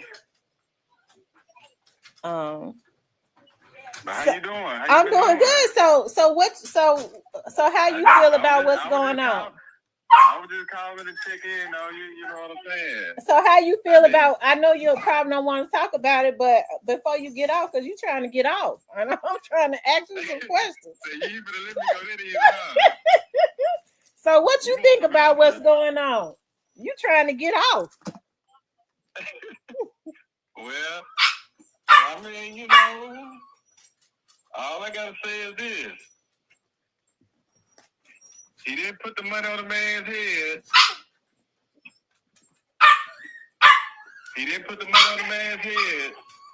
He wasn't at the scene of the crime. He didn't pull the trigger.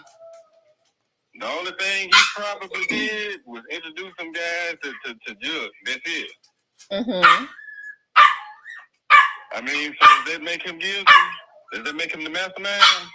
I'm just asking. It depends. It would depend on if he introduced them to Jug. It would depend on why he introduced them to Jug. He was straight drop manager. Mm-hmm.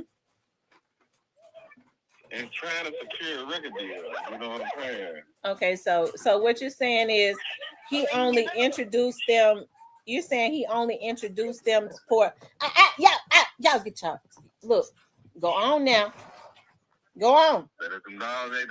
Uh-huh. Go on. So you're saying that he only introduced them so that they could them dogs made me lose my train of thought. Get a deal. So they could get a deal. That's what you're saying? Yeah. Mm-hmm. And it's like it wasn't money motivated. You think this man gonna take $10,000? This man is not a sit out. He's not a junkie. The man has always had a hustler's ambition and got his own money. You know what I'm saying? The man just started a trucking company. Mm-hmm. You think he can do that with that small amount of his money? This shit takes money. Mm-hmm. He paid for his own lawyers. He didn't need no crumbs from Big Junkie or anybody else to do some stupid ass shit like that. You know what I'm saying? Mm-hmm. Justice for Dolph says, if you are Quit's brother, what's the name of your nephew? Shamar? You said Jamar? Shamar. He said his nephew named Shamar. And we grew up on Bradley, off of Barry.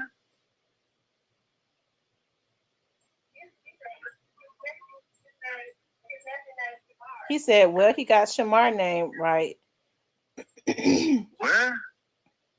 He said that's correct. Nigga. lie for, nigga? He said, but Quet ain't got no brother named Stanley. Them folks don't know what they talking about. I see, I ain't, you know what I'm saying? See, I'm from the streets, but I ain't never been in the streets, you know what I'm saying? I chose a different lifestyle. Because I was gonna say, I said, you heard me talk about you. I said, I'm pissed off because I welcomed him in my chat and I liked him and he tell me a story. Yeah, I like you too, Tammy, you know what I'm saying? I do, that's why, but I had to stay away for a little bit because the people in the chat was you know what I'm saying, they too confrontational, you know what I'm saying, and you know, asking me questions that they should be asking him, you know what I'm saying? I mean, he knows, he can tell you better than I can. Yeah, like they scared to talk to the man. Who? But Cypress said line it up. But they be all in the chat talking shit about him. But if they saw him in person, they wouldn't say that shit. Cypress told you to line the interview up. But see, he got access to his page. And I know he does. You see what I'm saying? So are you saying that for them why can't he do it? What I'm saying is, so you're saying that people that want to ask some questions can reach out to him on his page and he'll respond? Yeah. He's personable and social, you know what I'm saying? If he you know what I'm saying, you know. But you know what I'm saying? He ain't the type of person that like to talk over the phone. He like to, you know what I'm saying? Let's talk face to face. And you can ask me whatever you want, and you can say whatever it is you want to say. I don't think nobody gonna meet him face to face. I mean, in a public place, I mean, and y'all can have a sit down and y'all can talk to them. The people in the chat, the people that be saying, the ranting and raving and saying they little shit, they can, you know what I'm saying? Well, I mean, I think Justice for Dolph want to interview him. Who want to? Justice for Dolph. Well, he can reach out to him.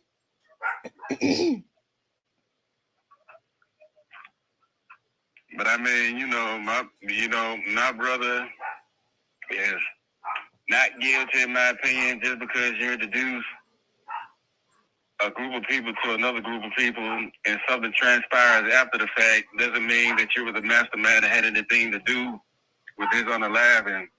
Like I said, it's unfortunate for Youngdolph.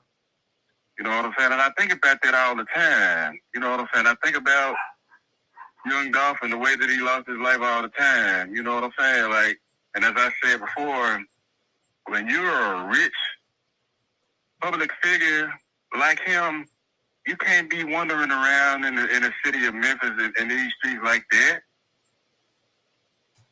You just can't do it. I mean, he should have been able to do it, but the reality is that you couldn't, and you can't.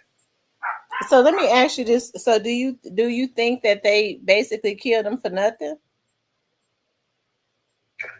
I'm gonna tell you something. In my personal opinion, have you ever heard this song "Play with Your Bitch"? Yeah. There you go. Sometimes a wise man told me once, sometimes the best response is no response at all. You ain't got to respond to everything that somebody's saying or doing. You know what I'm saying? But this song was so humiliating. I mean, he laid their asses out on the table. He exposed everything. Mm-hmm. Justice for Dolph says he don't want to. He's not in. Stop. Stop. Go on now. Go on. So here's the thing about that though. You know, he did, but I think Youngdolph was frustrated. Youngdolph was frustrated because of how, you know, when you got, you know. Oh, so if you're I don't know if you're a businessman or not. Hello? I don't know if you're a businessman or not. Yeah. Get down. But you know, if you put your money, most people when they're building businesses, they have to work jobs so that they can save up their money to put into their business, right? So you trying to build your own business. Youngdolph was trying to build his label, his rap career. I think anybody would have the same sentiments that he would have. You would be frustrated if all you trying to do is be one of the big people to come up in Memphis, because the United States print up their own money. It's enough money for everybody. Exactly. So you would be frustrated if somebody was going behind your back, trying to block other people from doing business with you, trying to block your success. And that is what was going on with Youngdolph. They was trying to block his success. No matter what, because he was so talented, despite their best efforts, they couldn't stop it. You see what I'm saying? Mm-hmm. So in my opinion, the best thing that he, sometimes, and I'm going to just say it, and I don't mean to sound harsh, sometimes your mouth can write a check that your ass can cash. There's certain things, like with the Tupac and Biggie situation, it kind of reminds me of that, you know what I'm saying? Going all the way back to 96 and 97, you know what I'm saying, when I was a kid and shit. That shit is not worth it. I mean, you just got to ignore shit sometimes. And ignore people and what they think about you. And whatever God got for you, you know what I'm saying, can't nobody block it. Well, I think they did him dirty. And so they did him dirty. And what's so hurtful is they went and lured, they went and got somebody like Straight Drop, who they knew was hungry, wanted to be successful. If he was talented, why wouldn't they just sign him? Why would they dangle success? Because he was never going to get the success, because it just, when you think you're going to come up off of the back of somebody else, like I always say, that's building a sand castle. It can't last. It's not a solid foundation. So they go and get somebody who already misguided, like Straight Drop, okay, to go and kill Youngdolph.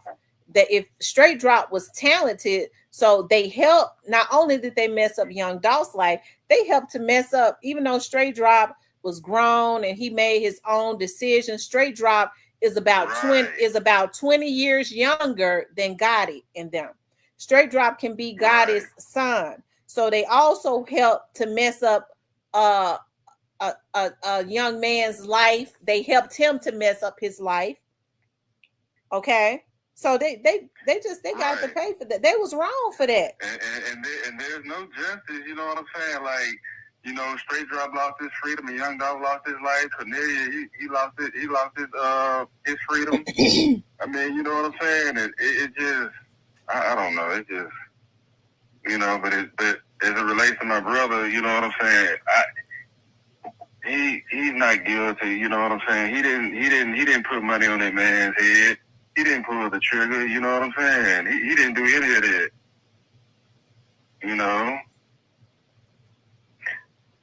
Like Cypher said, do your research. And that's my brother, you know what I'm saying? And I'm a ride with him, you know what I'm saying? And But Hold on, I'm missing some comments. Justice for Dolph posted a comment. He says, Youngdolph's family saw it. Hold on, my comment's moving fast.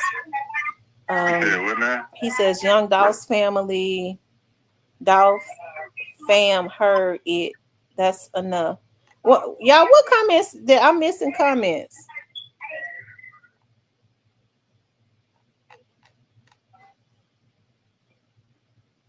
Heard what? Okay.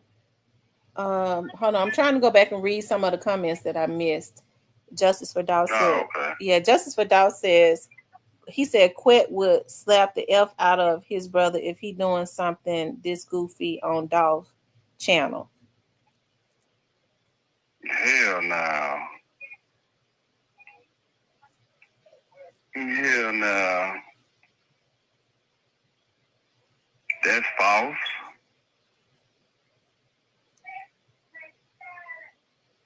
That's false. So how would you say that your brother's how would you say that he's I guess the morale is with him at this point? To be honest, I hadn't talked to him in a minute because, you know, he's been doing his thing, I've been doing my thing, you know, and we just hadn't, you know, talked in a minute, so, you know, but, you know, but it's been a while, so I really don't know, but, you know, when I did talk to him the last, you know, he was in good spirits, you know, he was holding up, you know, doing good, and like I said, you know, with his business and all that kind of stuff, so, you know. But yeah, you know. So do you think he'll be acquitted? Yeah. Yeah. And about Black Youngsta, I didn't hear nothing about him, you know what I'm saying? Like, what they gonna charge him with? Black Youngsta participated in this in Youngdolph's unaliving. Oh, okay. Yeah. Yeah, you know better than I do, cause, you know, like I said, I hadn't, you know, but I just wanted to call and, you know what I'm saying, check in with you, you know what I'm saying? I hadn't called in a while and just been kind of staying low key and out the way. And you said, for returning my call. Okay, well, I know I said that's a Memphis call when Cypress was on the line. Cypress had called another phone of mine, and this phone had started ringing.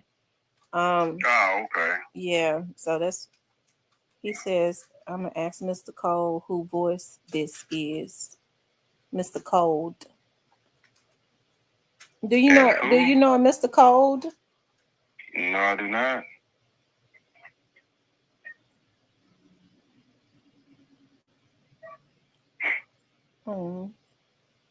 And tell whoever said what they said that my brother only calls bodily harm for defending him.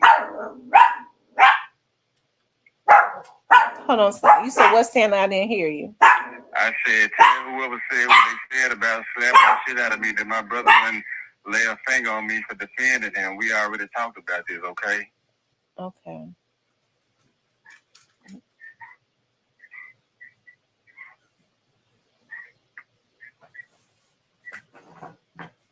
Okay. With defend, you know what I'm saying? I'm sorry, I'm trying to read the comments. Oh, yeah, you good. Yeah. Because I missed a whole lot of comments. I'm trying to catch up on them. But what I was getting ready to say. I know they flooding. Yeah, and they be moving fast too. I had to go all the way back up. Yeah. But it's always good talking to you, though. You know. Yeah. So I was getting ready to ask you something. You be trying to get off quick. I'm thinking about some questions now. You thinking? You an interview? I ain't come to stay long. You know what I'm saying? I just, like I said, I like, you know what I'm saying. I like the show. You always been cool, respectful, and stuff like that. You know. Yeah. You think your brother be looking at the show? Nah.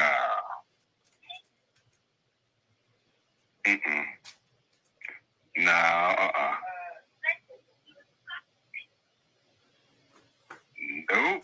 Oh, so this is what I want. So let me ask you. So why do you think that your brother got a private investigator? I cannot answer that question. Okay. I really can't. Okay. I have no earthly idea.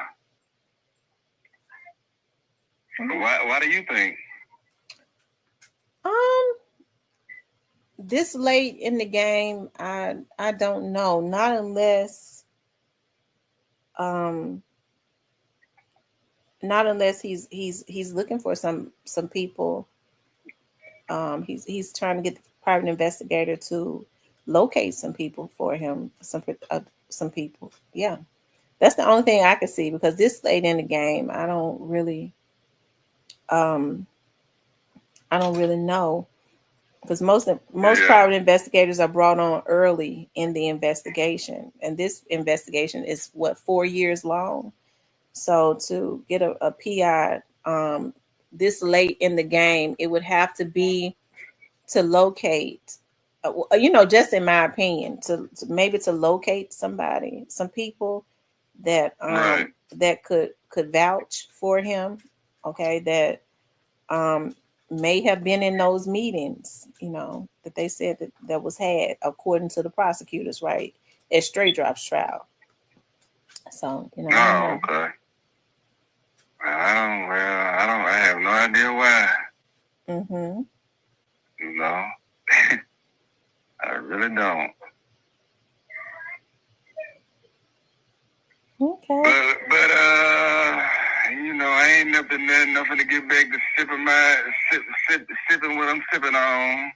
Okay. And finish listening to the show. All right. Well, I appreciate you calling in.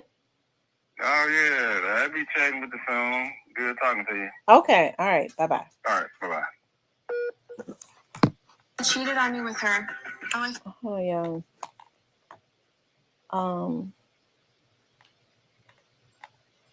I'm looking for Justice for Dolph's comments.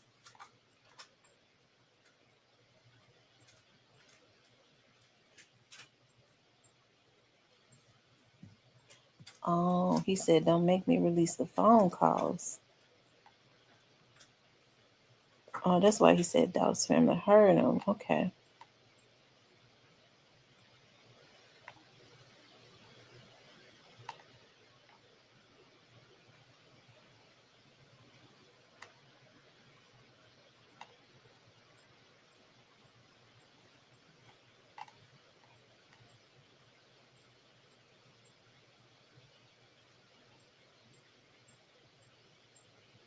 He says, I said I got recordings of Quet's phone calls talking about Dolph offering his services. Talked about Dolph for years. Oh, wow. Every time Dolph did Scotty. Oh, wow.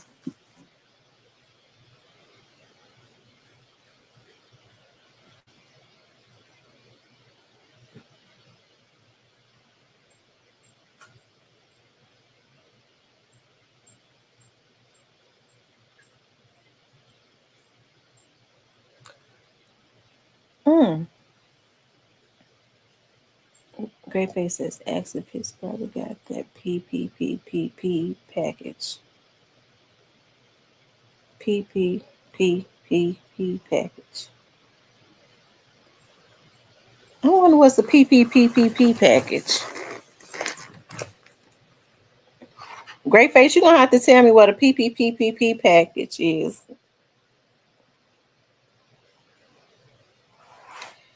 Y'all, make sure y'all hit the like button for me, okay? Make sure you guys please like, share, and subscribe, okay? Please like, share, and subscribe, okay?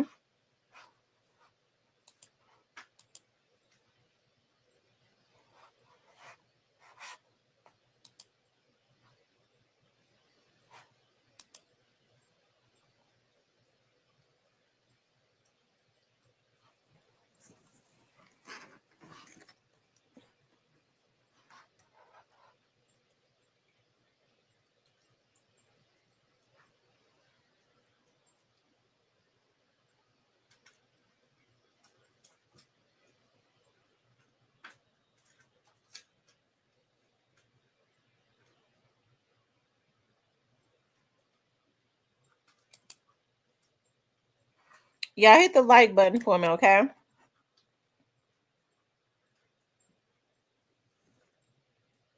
He said you got to stutter while you saying it.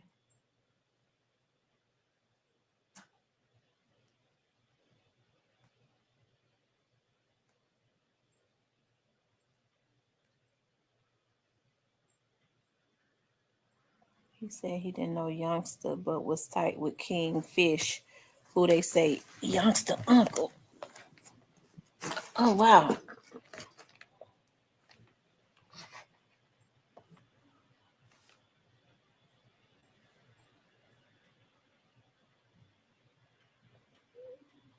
He says, I'm telling y'all, this to play whoever Stanley is, directly sent by Quet, not the first, probably not the last. Hey,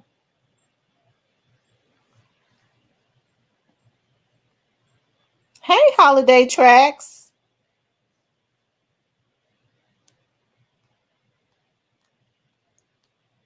Kingfish.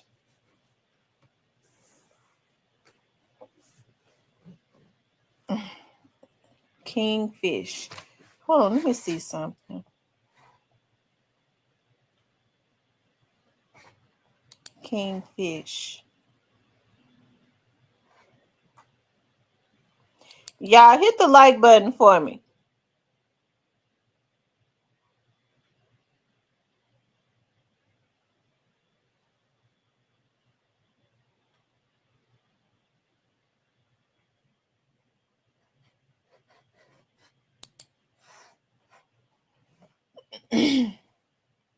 I tell you. Well, one thing we do know, if it's gonna be a trial, it's gonna be an interesting trial. I'm interested myself in seeing everything that's going to come out. I'm interested myself in seeing what's going to come out. And I'm pretty sure that this trial is going to be live streamed too. Now, I haven't heard anything about the media being let in, but she allowed the media to come into the courtroom the first time. So there was now, I think they got the first time they got phone threats for like the first day, but then nothing happened. Now, I would say that Quet's trial probably would be more dangerous than Cornelius. I'm going to tell y'all why Quet's trial would be more dangerous. Quet is out. So he's got to come in. He's got to come to court every single day. He's got to come to court every single day, which means, that could be dangerous because they could have somebody to be sitting out there waiting on him. And we know people don't have issues with doing stuff in front of a courthouse. This would be a place that they know he's got to be at. I hope that wouldn't happen, but that's what I'm saying though, So with him actually coming in every day and not being controlled by the jails and by, a jail facility where they're coming in through the tunnels and stuff like that to the courts, because they come in through the transportation, bring them in, I think, through the tunnels to the jail, to the courts. So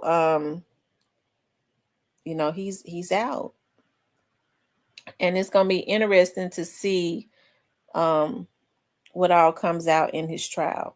Okay, it'll be interesting to see what all comes out in his trial. So I'm sure a lot of people would be scared of what's going to come out in his trial. So that's why I say Straight Drop was already in jail. Straight Drop was already in jail.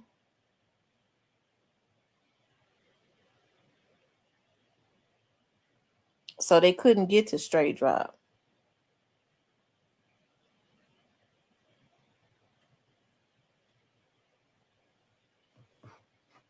He said Govan had Straight Drop in the studio with Youngsta on that Assuming song. You can hear the humming in it. Straight Drop was doing the same hum on the live the night after he hit Dolph.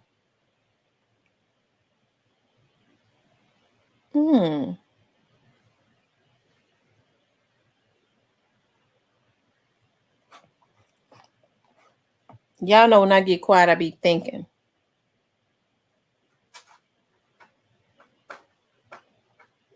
I be thinking, trying to figure some stuff out.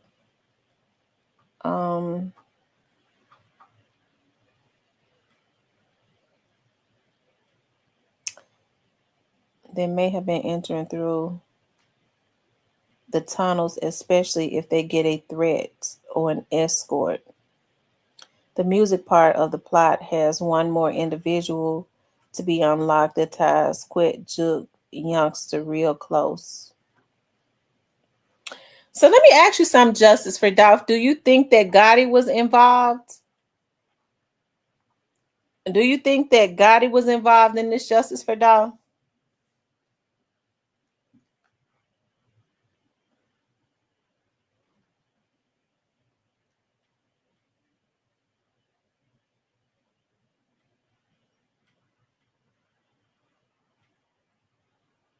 Okay.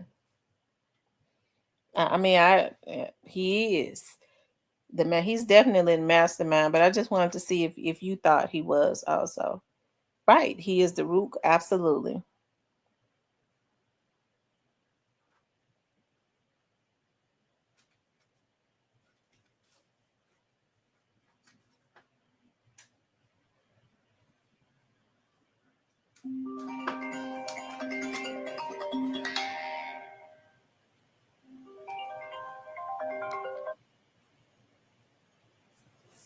His own camp told on him too. Mr. Parker said that's a lot of mind. Whose own camp told on who? Justice for Dolph. Are you talking about Gotti?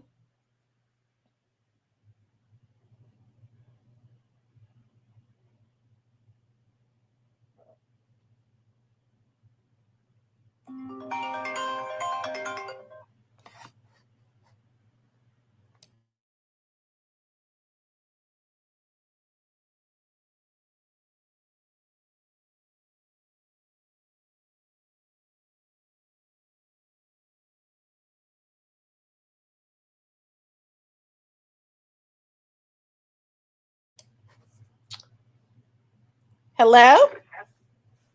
Yes, I'm trying to get up there, but I don't know how. Now, well, you calling in? They can hear you. You're on the phone. Oh, I just wanted to say, I understand Black Youngster because I used to be him. He's not a bad person. He feel like Gotti got him out of a situation. He's a loyal motherfucker. That's what he is. Mm-hmm. So when Gotti, he can't no beef with no damn Dolph. Dolph don't even know who the hell Black Youngster is. But he was trying to keep it real with Gotti. But Gotti is using young Black, whatever the fuck that nigga. I used to love him. I used to think he was so funny and cheerful, and I used to love looking at him. I used to love listening. He made me laugh. You little itty bitty bitch. I was walking around saying that shit. But Gotti put him in a position that he had to choose. And he chose the man that put money in his fucking pocket. And I understand that what he did is wrong. Mm-hmm. I'm looking at these little boys like my son. I have a 16-year-old son, 6'1". He looks like a grown-ass man, and people be trying to come at him as a grown-ass man. That's when my grown-ass man got to step out there and let you know, not this one. Mm-hmm. I will fuck up what my daddy told me when I was young. I will fuck up a brick and put a rock in the hospital over y'all. Right. You know, we can't use the F-bombs. Oh, I'm sorry. But my thing is, I really like Black Youngster, but I feel like he deserved whatever he get because he's not stupid. But at the same time, he was trying to be loyal. Mm-hmm. He was trying to be loyal to God. That man ain't forgot about God. I can tell he did.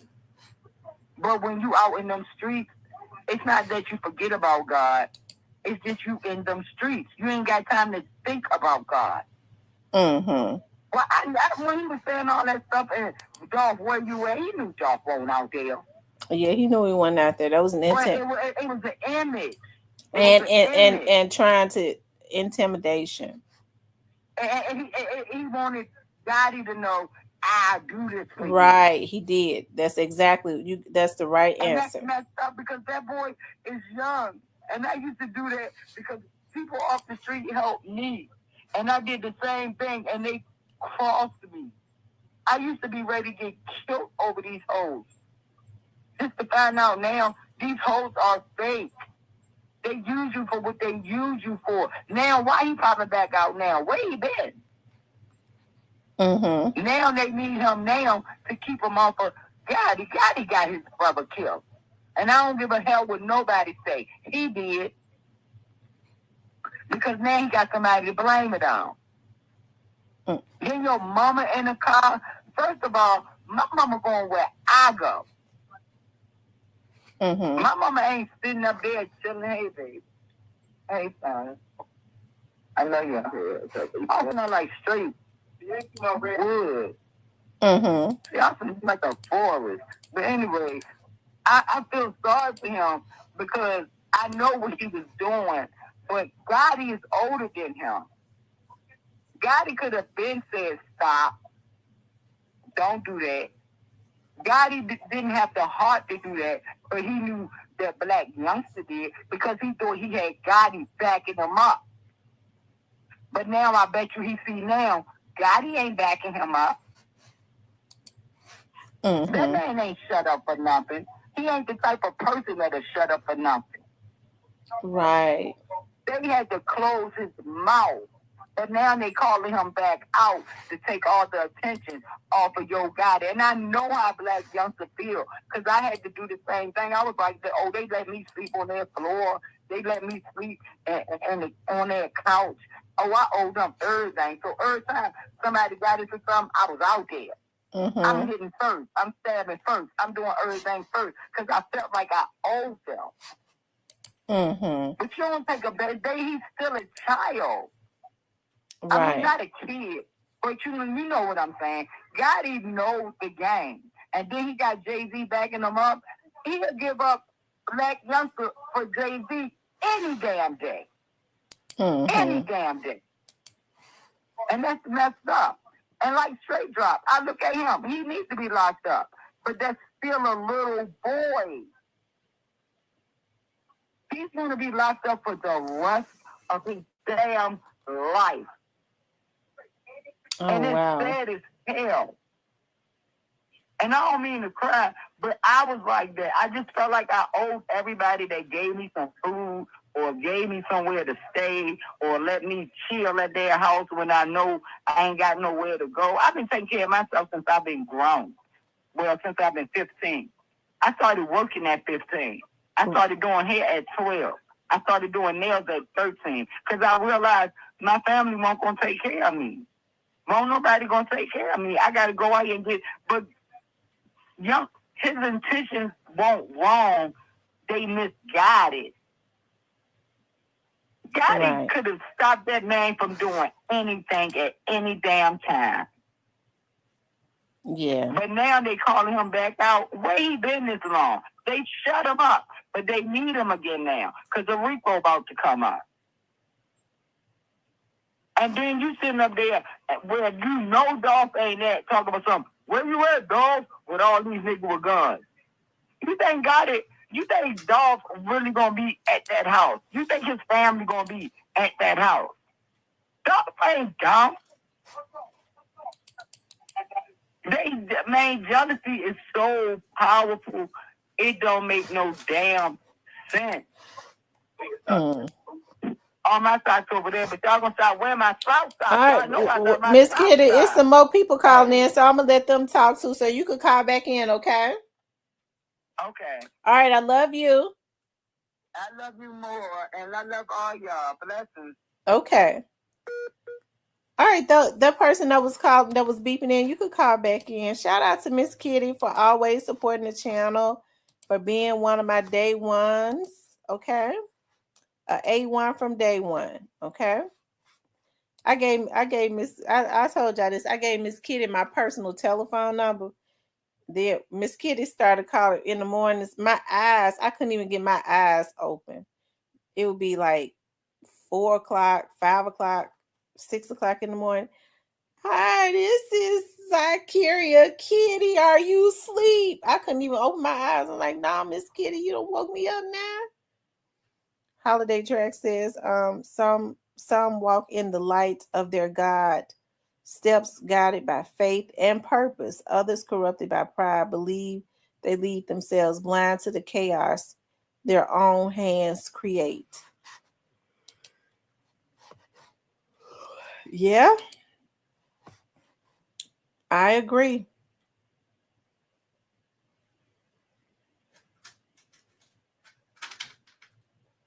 Wow.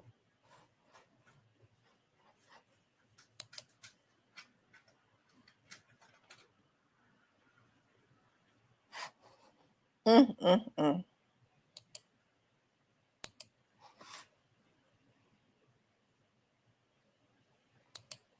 Yeah, hit the like button for me.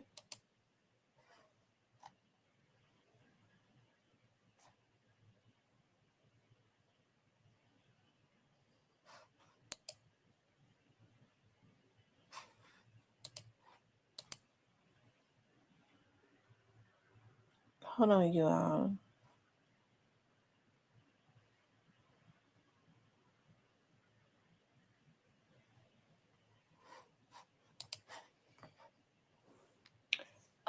Greyface says, "Why Straight Drop Facebook page named after Jerome White? Is he family to him?" Hold on, let me look at that. Straight.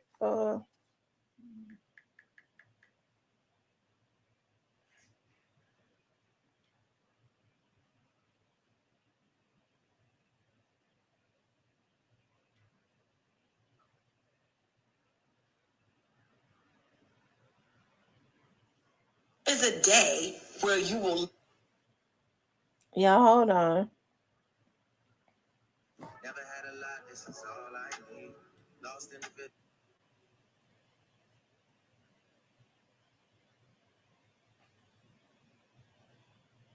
Yeah, hold on.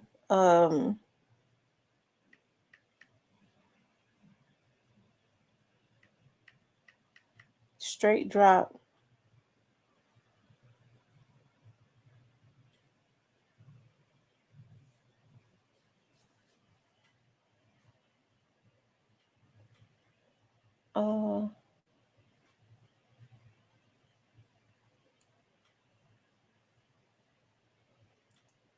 You said his page is named after Jerome White?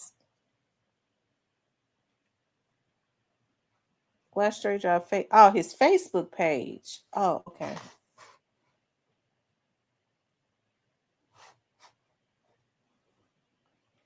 Greyface, it could be honoring J Money.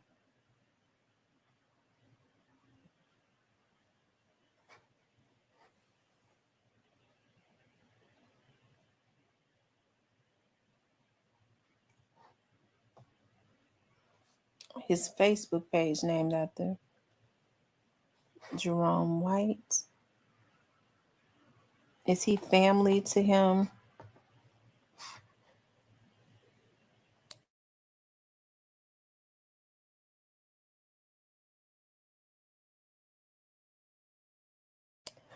Says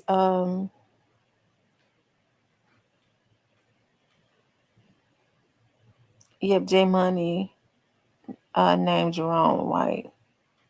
Oh, okay.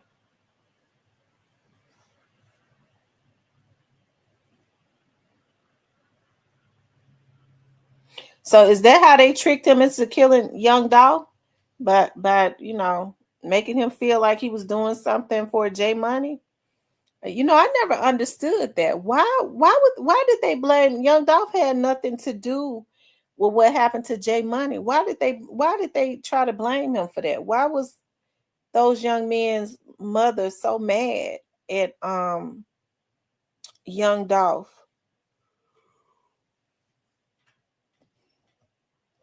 J Money was over Trula.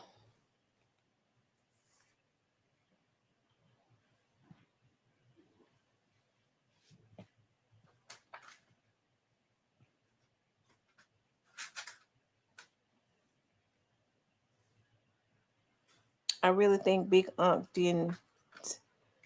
They said that Big Unc didn't do that to D Money. It's been a lot of people. Rest in peace, Young Dolph even said that. He said that rest in peace, Young Dolph don't come in here no more. He ain't been in here in months. But he said that like early on, he says that Big Unc didn't do that to D Money. You know, maybe some of the dudes around him did, and they blamed him for it, and Big Unc just didn't say anything, and then he got off.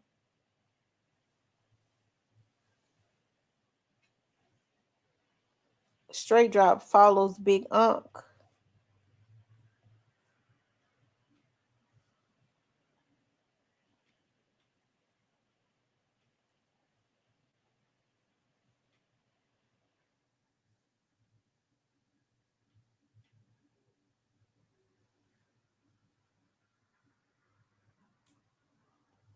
Justice for Dow says, he says Straight Drop follows Big Unc. Tamarian says he said he didn't. It was another dude they tried to rob or something.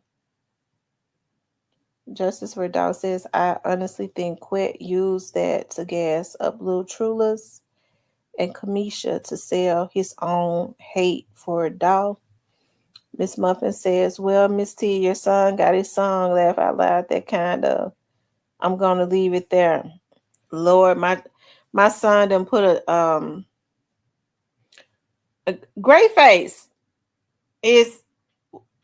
Gray face, what's going on? How, is he out making music, Gray face? Has he put out a song lately? My little son. Holiday Track says, I don't walk alone. God is the lead. While they chase crowns made of rust and creed, they think they kings, but they puppets on strings. Pride got them loud, but it don't make them freed. I like that, Holiday Tracks. Long live Dolph. Long live Dolph, the paper route boss. D Money passed after going on a hit by himself to spin on RR. Oh.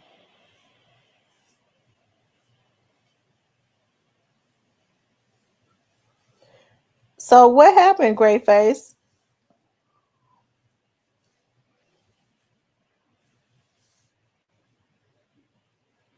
Oh, wow.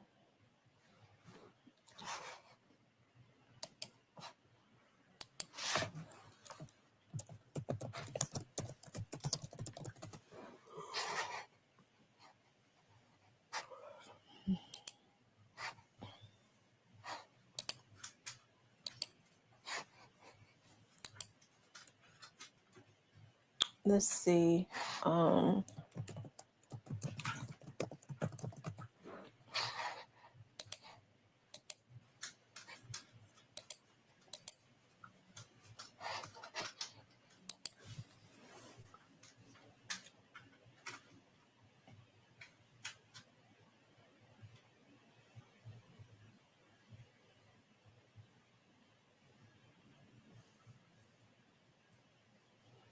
Says his car hit a pole when he was trying to get away. Died days later. So he was not shot or anything. He ran into a pole.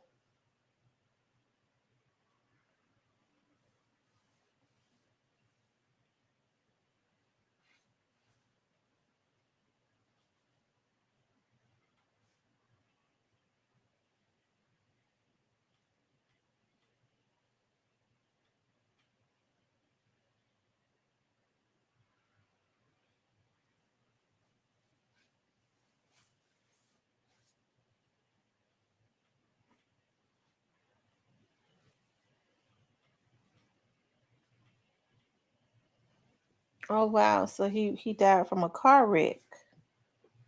Unfortunately.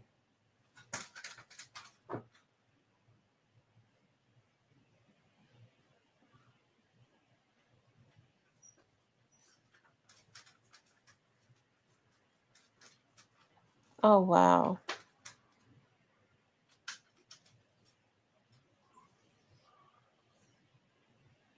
Moneybag is related to those two guys. J Money and D Money, isn't he?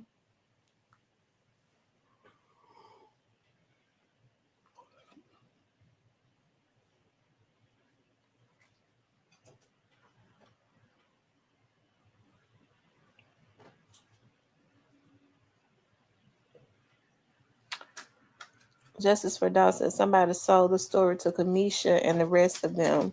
See, Dolph brought J Money and D Money around all the rappers. CMG didn't do a thing for them. Rayface says Kamisha gone under the chat if we keep speaking on the truth. Oh, she gonna enter the chat. Well, if she as long as she entered with respect.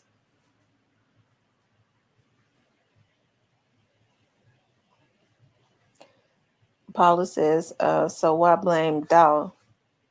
Justice for Dolph says Kamisha acting like Dolph never did none for her sons. He was the only one who put them on.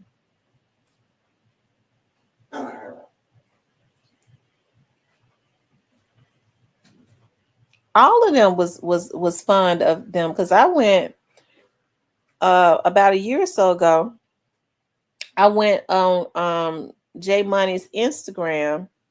That's the short one that was the dark skinned short one. And after he passed away, Key Glock and all of them was going and posting on his Instagram. Key Glock posted one time right after he passed away. I came to your page, I've been thinking about you. So all of them, I'm trying to figure out where the hate come from because they seem to all have had a good relationship.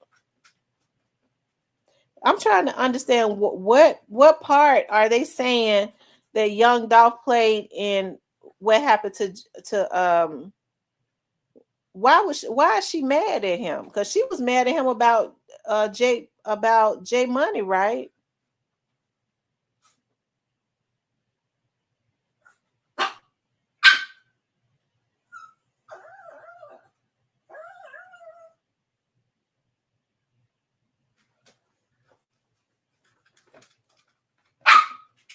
Okay. Oh, so J Money passed in 16. Okay. Oh wow. He been gone for a while now.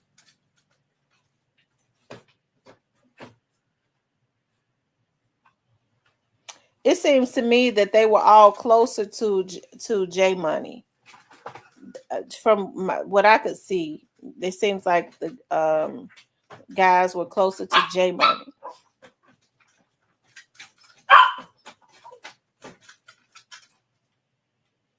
Okay, she said I don't think D Money hung with Dolph.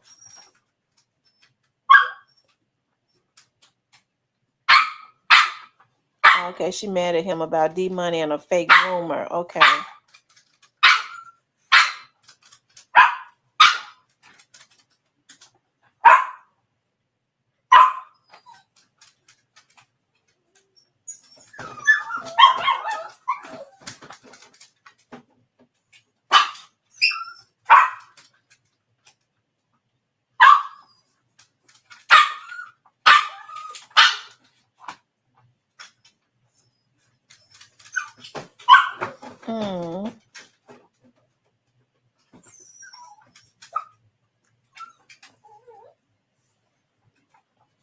She said, yeah, everyone was closer to J Money. Yeah, D Money was around Dolph a lot, just like the rest of them. Truly, Funky 2 stayed around Dolph the longest. At one point, she was saying Dolph gave her $500 towards his funeral or something. Yeah, I remember somebody coming into the chat saying that supposedly she was mad because allegedly that he only gave her $500 towards the funeral.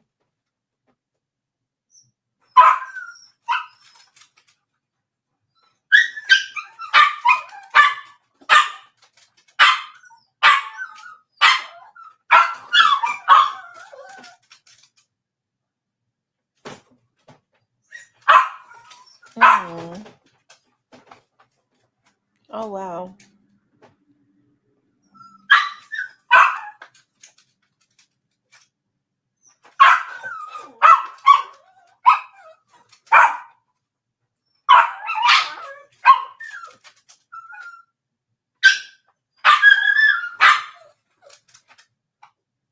Mm.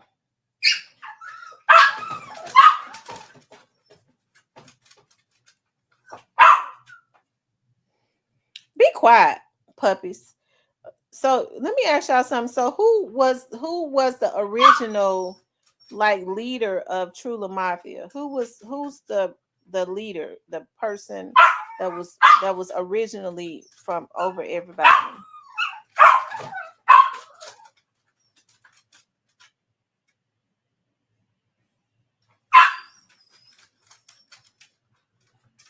Hmm.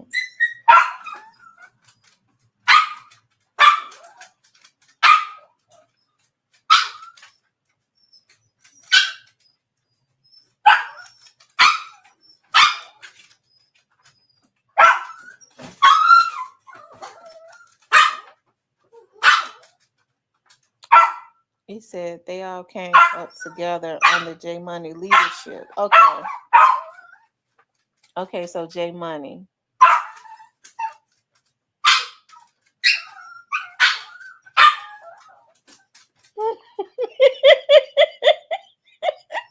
And Justice for Dawson and Govan was their OG. Oh my God, Justice for Dolph ain't gonna forget to add Govan, I tell you. Justice for Dolph be on it. He ain't gonna forget. Justice for Dolph says not just Govan, all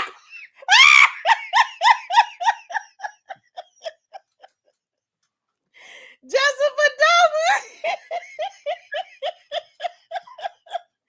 Justice for Dolph ain't gonna forget to add Govan. Lord have mercy. Lord have mercy. Black Money says, yeah, but Dolph's time Big Unc was the problem. But if Big Unc was if Big Unc wasn't the person that did this, why was they mad at him?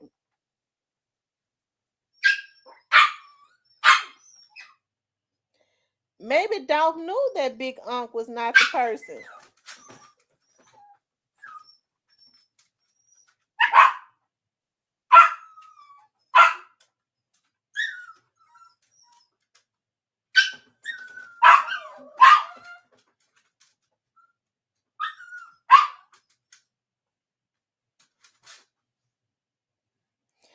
But I mean, but Greyface just said that D Money was not shot. He wasn't shot or nothing. He ran into a pole.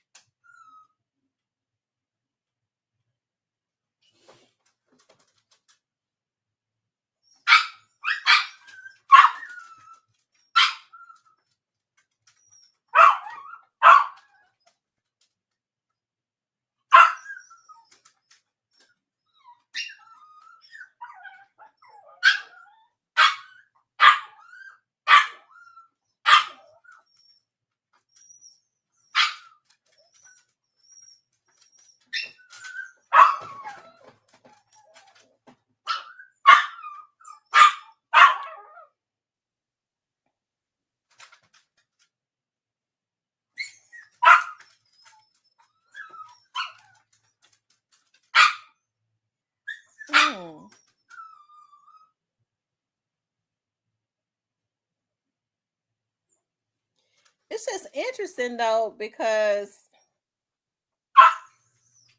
I don't know. Like I said, I actually thought that D Money had actually been shot.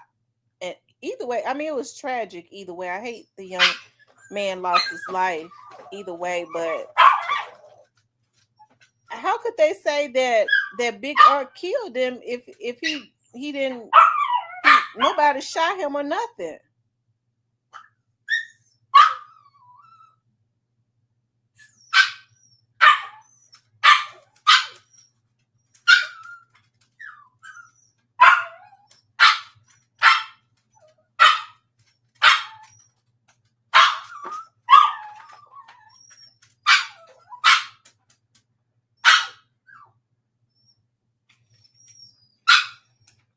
Kamisha and Quet was going together.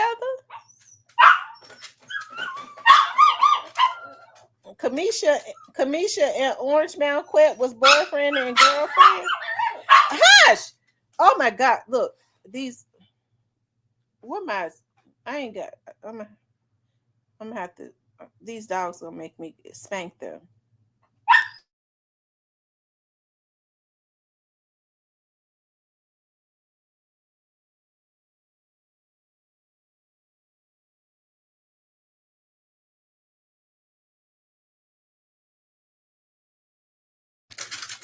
Says a big unk was around Brett game. So y'all saying Orange Mound Quet and Kamisha was boyfriend and girlfriend? Ain't Kamisha about how much? Ain't Kamisha a lot older than Quet?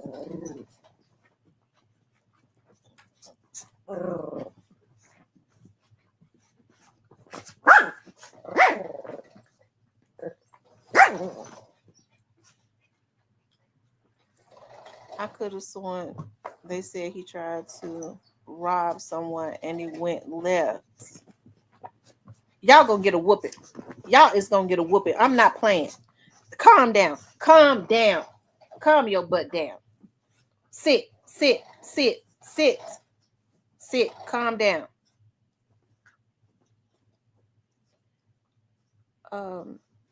Maybe in the drug trafficking he is innocent. All that make believe God about the cocaine. Big Unc and Brett Gang Tavo best friends. Isn't Brett Gang Tavo the one that was arguing with wasn't Brett Gang Tavo arguing with the one that left Moneybag, that left the group or something?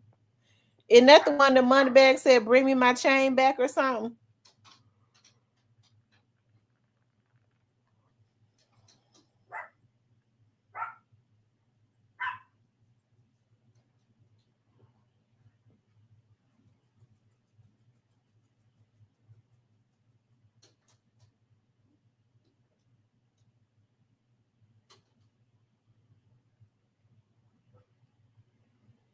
Said Tavo was at Gotti's birthday party with Mob Shad.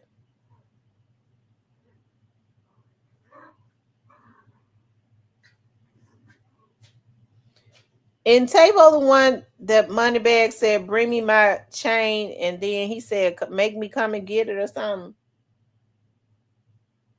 He said, give me back that Brett Gang chain, and he said, come and get it or something like that.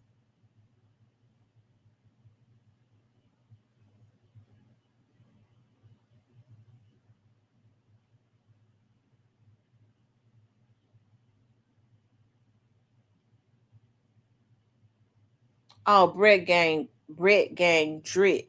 Okay. Brett Gang Drick.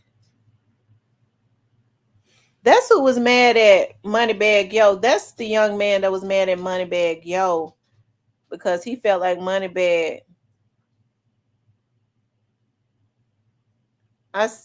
He was mad at Moneybag because he felt like Moneybag was not being loyal to Straight Drop.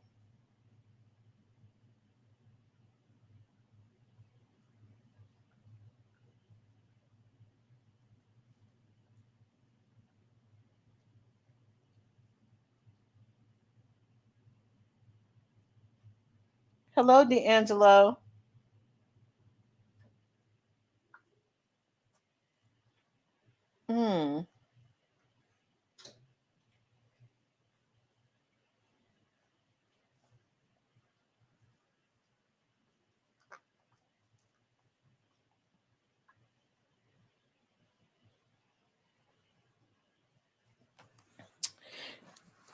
Y'all, I had to go on a case yesterday, and the case was in like the heart of South Memphis.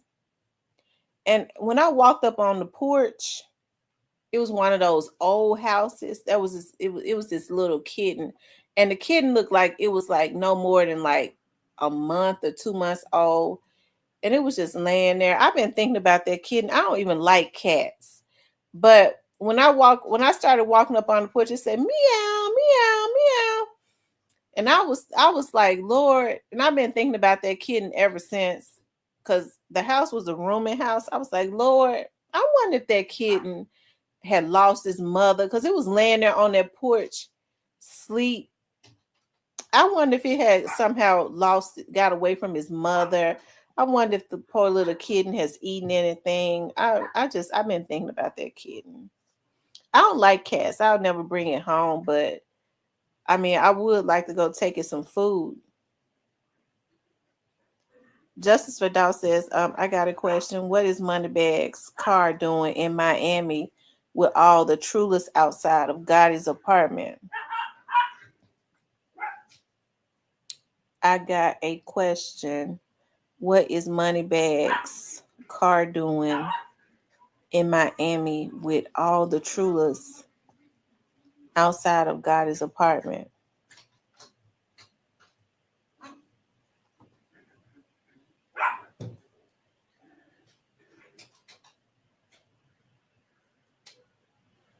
Oh, wow.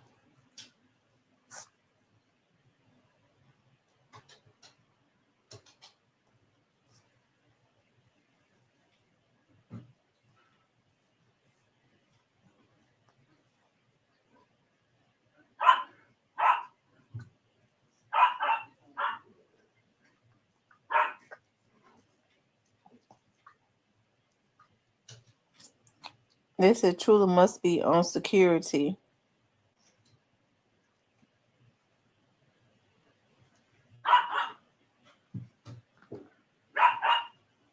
Did they ever find out who killed the dude in the army that was part of Brett gang?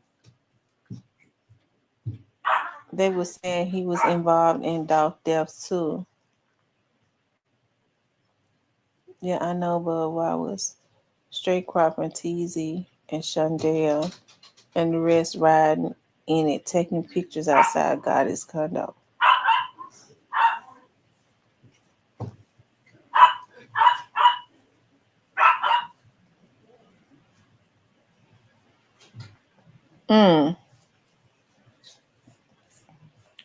He said round table full of bosses.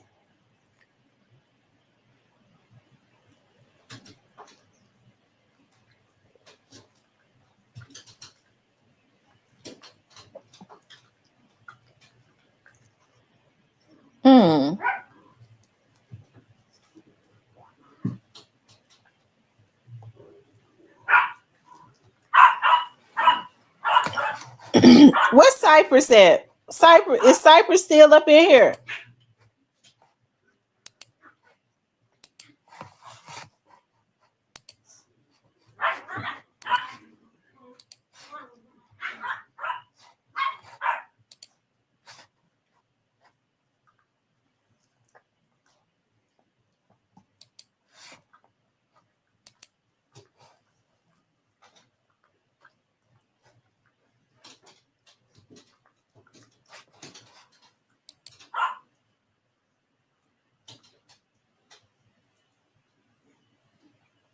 It says TZ told almost everything.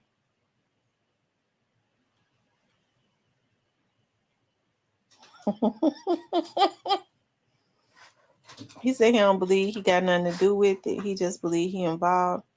He just believe he knows who's involved.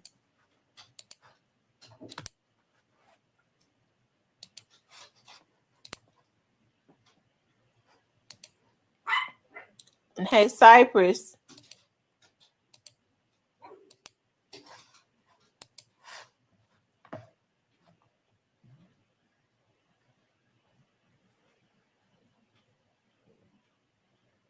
So why was Moneybag people, his guys that like Straight Drop, why was they so mad at him for turning his back? They felt like he turned his back on Straight Drop. Was it because he was one of the ones egging them on?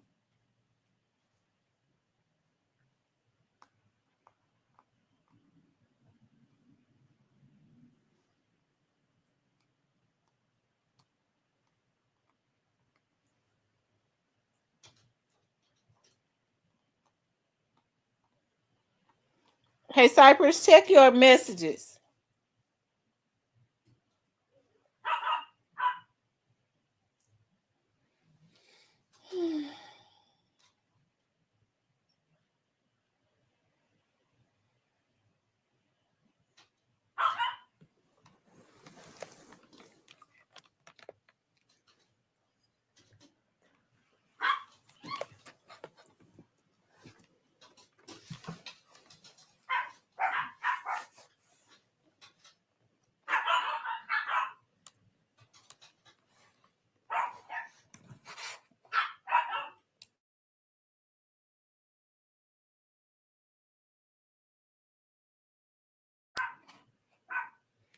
It says Teasy was the masked man that pulled up and paid Cornelius' girlfriend. And, probably because Teasy had started riding around with a mask on.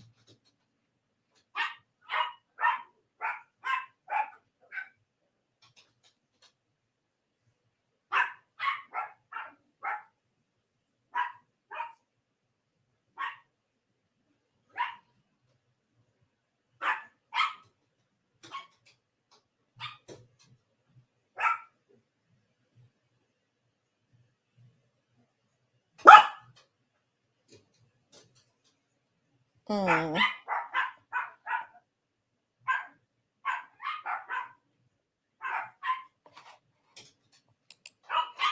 What's up, Cypress? What's going on? What happened? Nothing much. What up? So you saw Stanley Govan came up today. He said if you want that interview with Quet, all you got to do is reach out to. You can meet him in person. Meet him perfectly. He said all you got to do is meet him in person, and he'll give you an interview. Meet him in person to do what? You said you wanted to do an interview with him. Yeah, I will. Yeah, what's going on, everybody? Why do I call him Low Boy Drop? You said what now? Why do they call him Low Boy Drop? Yeah, that's what they was calling him, Loaf Boy. Somebody called him Loaf Boy Drop. Y'all be listening hard though. Yeah, man. Yeah. Now, I don't meet Stone Cold Killers in person. He said he'll do the interview with you in person. No, I don't meet Stone Cold Killers in person. You think Quet a Stone Cold Killer? Hell yeah, ain't nobody that tried with some shit like that. Hell yeah. He sure don't be looking scared sitting up in that courtroom, do he? Hell no. Them type of niggas, you stay way from.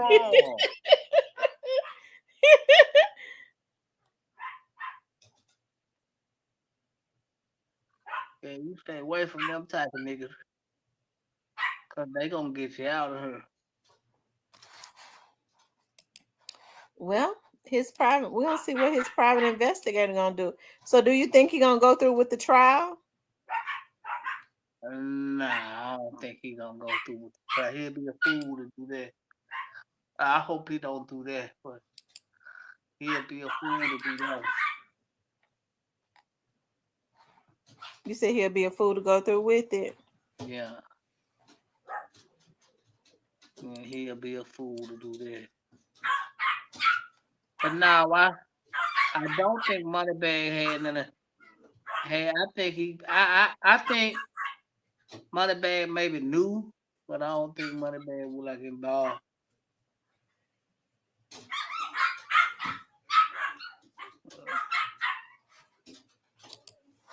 Same way how I feel about Gotti. I think Gotti knew, but I don't think Gotti was involved. Now listen to me, y'all. Now that initial planning and putting it together, I don't think God was involved in that.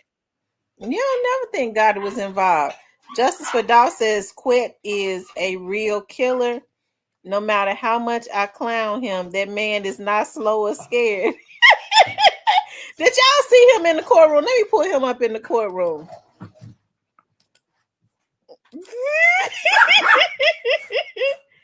I'm telling y'all, look. Stop. Calm down.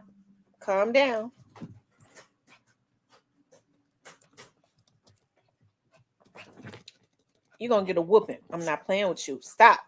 Calm down. Rainbow, stop. Hold on, y'all. Look, y'all,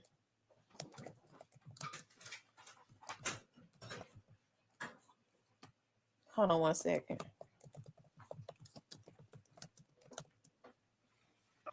McNair said if he knew he could have stopped it, no, he couldn't have, man. Them folks were gonna go with their move regardless. There wasn't nothing they can do, man. Them folks were gonna go with their move, McNair. Wasn't nothing nobody can do about that. They was doing it for him. True Aquarius. What up? Free home in your neighborhood with Homes.com's full inventory search. Quickly access property insights for sale, rental, sold, and yes, even off-market properties. Our maps feature detailed data layers showing you the status of all the homes in your area, easily and all in one place. Whether you're hunting for a new home or just love knowing all the neighborhood tea, we got you. Start exploring now with Homes.com. The man accused of orchestrating Youngdolph's murder will go to trial this summer. Hernandez-Govan was back in court this morning. Now, this was the last hearing before his trial. Fox 13's Sheila O'Connor explains the interesting request his attorney made today.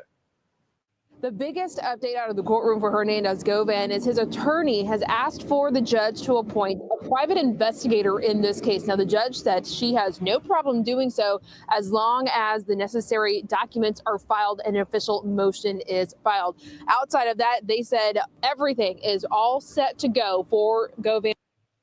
And July 28th trial date. The judge did say she will not set any more status updates, hearing, and everything else will be handled on the day of the trial, which is, again, July 28th. The DA's office, of course, says Govan was the one who introduced the two shooters to Big Jook, who they say put a $100,000 hit on Youngdolph's life. Govan is facing... I don't know why they putting black youngsters. Got to be a damn fool.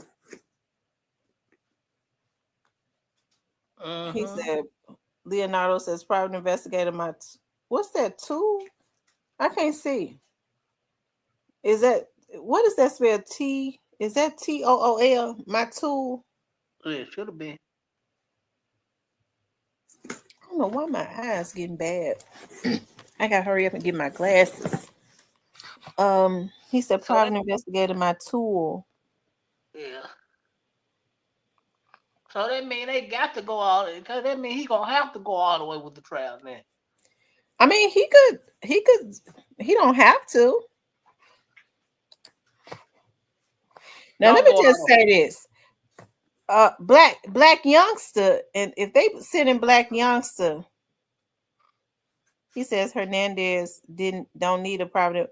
Why you say he don't need a investigator, Leonardo?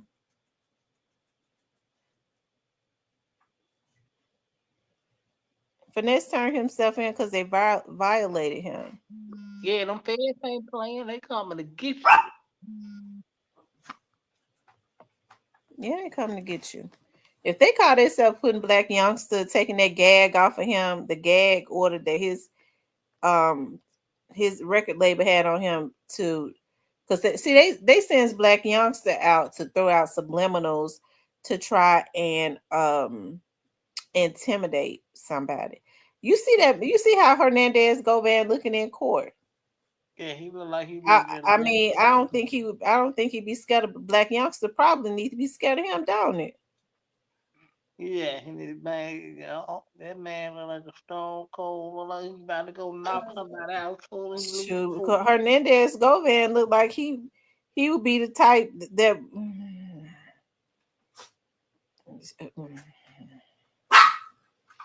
I am she. What's up?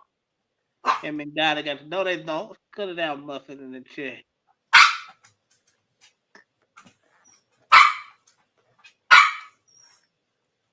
This is him and Gotti got the same look. No, they don't. Cut it out, Muffin. And Cypress be trying to protect. Did I see Hitta in here early? Was Hitta in here?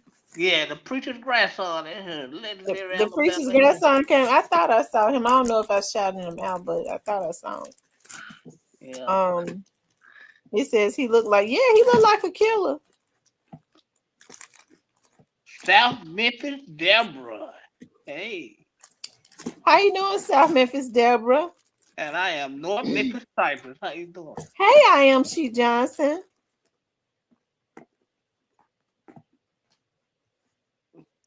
But I think if he go to trial, this gonna expose a lot of stuff that didn't nobody really expect. Y'all gonna hear some stuff nobody never expected, y'all, if he go all the way with it. Which I hope he don't for his sake. But if he go all the way with it, y'all gonna hear a lot of stuff. He's probably gonna make y'all jaws drop.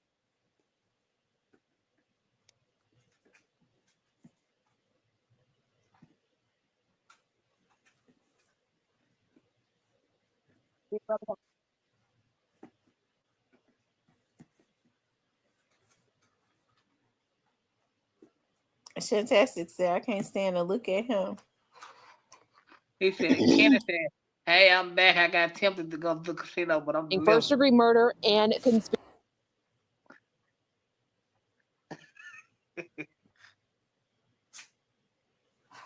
I like to study people's eyes. I like to watch people's eyes. You can tell you ain't got to study this nigga eyes to know he a killer.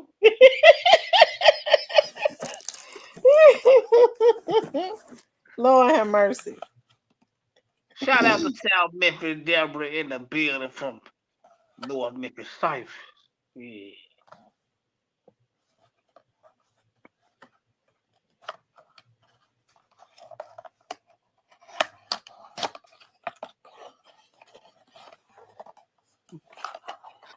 You know what? That nigga eyes look like he got 5 bodies all over right now.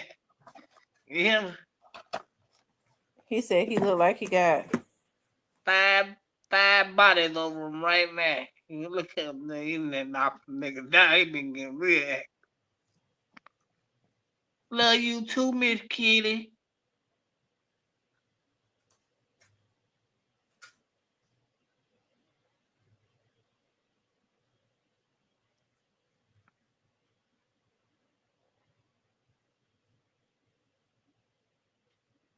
I think he gonna try to go to trial to get that try to put that mastermind jacket on somebody else, y'all. That's what I do believe.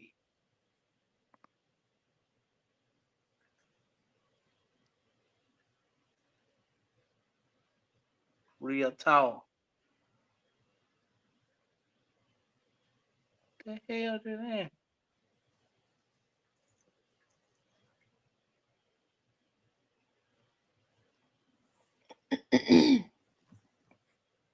Hold on, you guys. Conspiracy charges. Stick with Fox 13. We will keep you updated every step of the way of this case, especially as that trial starts at the end of July. Reporting outside of. So, Cypress, do you think that his trial is going to be bigger than Straight Drop's trial? Yeah, because they gonna have to unseal everything and tell everything, and it's gonna be some stuff in there y'all gonna hear. It's gonna have y'all jaws on the ground and people involved in this. And that's how deep this is, y'all. Which me personally, I hope he don't go to trial for his own good. But if he go and they unseal, they gotta unseal all them unsealed documents and proffer agreement. Everything gonna come out. Y'all gonna be looking at some people sideways.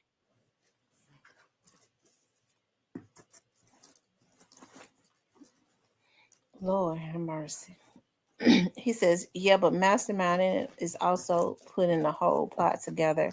Gotti is the mastermind, Juke the enforcer, and Govan organizer who mastermind the details of the plot.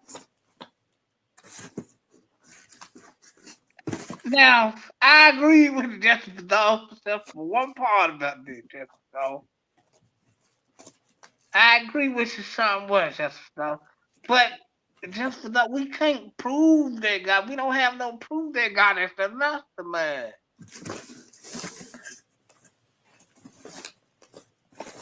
Oh, wow.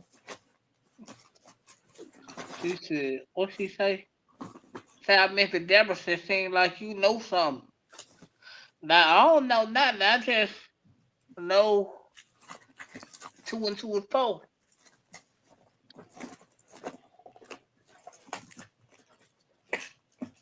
But I do know he probably.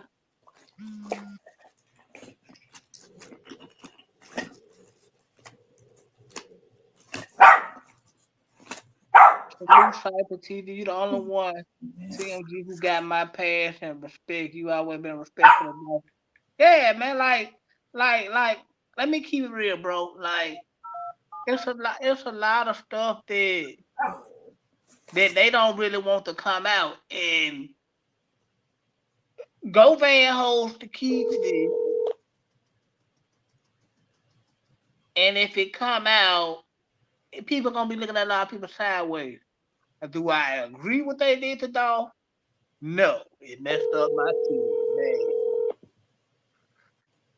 man. Do I like the way they went about doing it? In the car. No. But I don't think Gotti got the pull enough in the streets to do that. And of course, he got the money to do what he wants, but he don't have the pull in the streets to pull it off. Mm-hmm. So I don't see him masterminding it. That's what I'm saying. Because yeah, he got the money. I agree. And he ain't got the respect in the streets to do that. Now, could he? Did he know? Yeah. Did Moneybag know? Yeah. They all knew. But you gotta be able to prove he was the mastermind of y'all. And I think unless Quet go to trial, unless Quet go to trial, gotta walk it, man. As far as like the plotting and the mastermind and all that. The feds still gonna want to know why that money came out of this CMG account.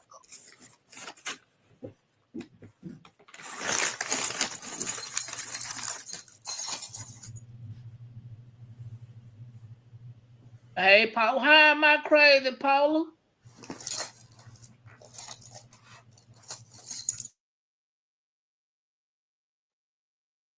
No, Gotti wasn't no street nigga. He just rapped about this shit, man.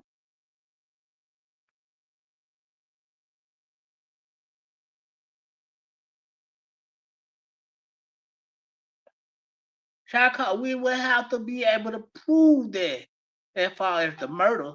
Man, Gotti gonna get a visit, man, cause them feds wanna know how this money come out of the bank account. Now, if Gotti can be able to prove to them that more than him got access to this bank account, then we gonna have a different story.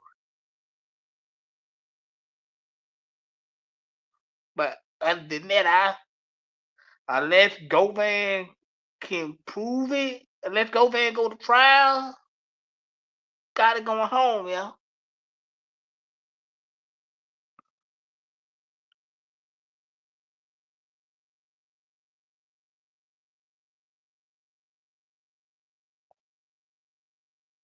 No, you have to call it how it is.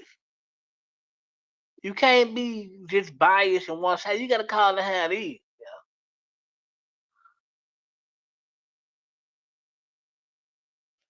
You always picking up a gun.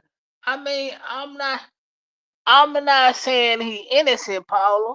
I'm saying it's gonna be hard to prove that he masterminded this. because they ain't got no, when he around these people like that, they ain't got no, unless Govan goes to trial, got it walking as far as like the plot and plan, the mastermind, and the shot call and shit, but he might get some racketeering or something because the money coming out of the bank. That's about it. That's about it, y'all. But Govan don't go to trial, this a wrap. We can't hang it up. That's the only, from the way this going, from how I'm seeing it, that's the only shot. And Govan got to go to trial.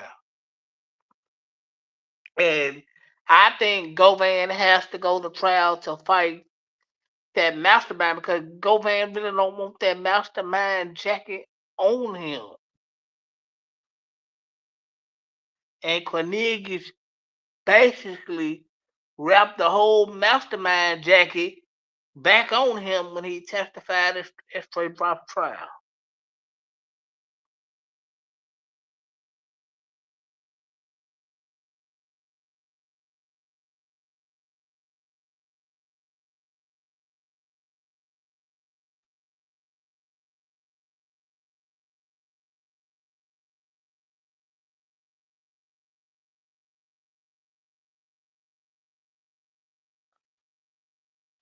That's why I said Quet would have to go to trial.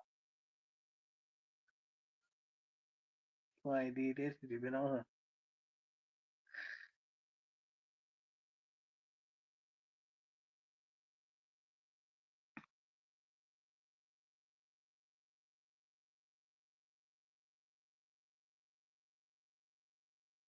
Nobody knows. I didn't never say what the feds got. I'm talking about far as Quet going to trial, and I'm not talking about the feds, y'all. I'm saying like Quet, but the feds is gonna come anyway. But I don't think they're gonna come and got it about no murder. It's gonna be about their bank account, about their money coming out the business account. The feds don't care nothing about no dead rappers. The feds chasing the money. The feds don't give a damn about no dead rapper.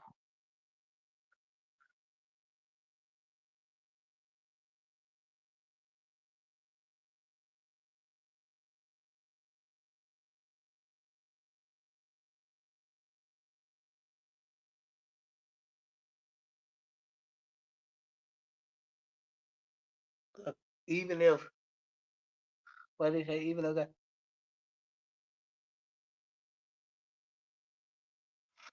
yeah, I ain't forget about them falls. But even if a guy that get off on the murder, uh, yeah, yeah, great faith. But I think Gotti can walk on that if he. All you gotta do is have a good lawyer. I think Gotti be able to walk on that. And as far as the money trail and about that money coming from them accounts, I think that's gonna be his only problem if he's able to walk on that murder, depending on whether Govan goes to trial or not. Because Govan really don't want that mastermind jacket on him. That's why he want to go to trial and fight it.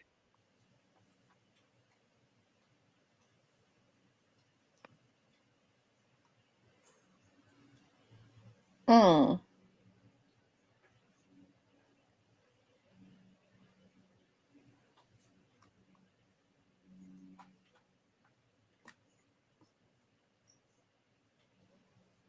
The Cypress TV, even if Gotti don't get off on this murder, he still gotta answer for all the other attempts.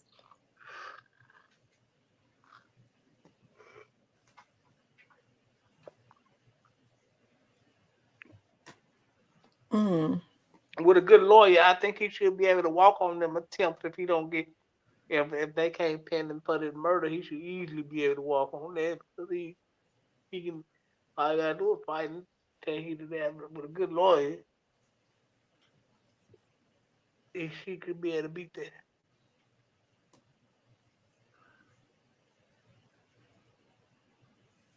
Y'all gotta understand, most of these niggas are convicted felons.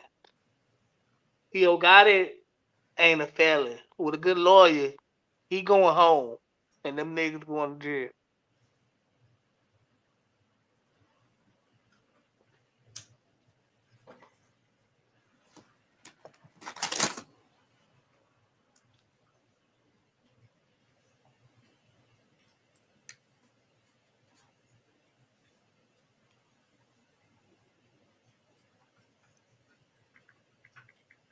Well, quit talking anyway.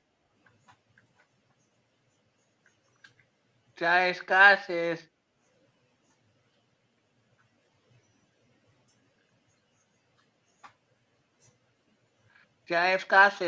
they got to prove CMG paid the lawyer. Well, they proved CMG paid the lawyer, Giant Scott. I'm a CMG guy, but I got to call ball, strike. They proved that they paid for them lawyers, and it came out of them CMG business account. So who owns CMG, Cypress? I'm just trying to figure out who owns CMG. Got it. Okay, why money coming out of his accounts for hits? Well, this is the thing. See, this is what a hang up for the company in there. I don't think he that dumb neither, Kenny. This is the thing. Oh, okay, I'm reading the comment. This is the thing. See, more than just Gotti can go in them accounts. Now, what Gotti gonna have to? Now, what Gotti gonna tell the feds the reason why Juke was going there to go get that money? I don't know, y'all. That remains to be seen. I don't know. I don't know how he gonna cook that one up. I don't know.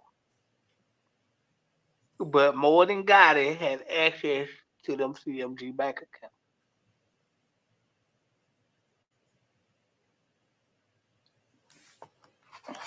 I don't believe that.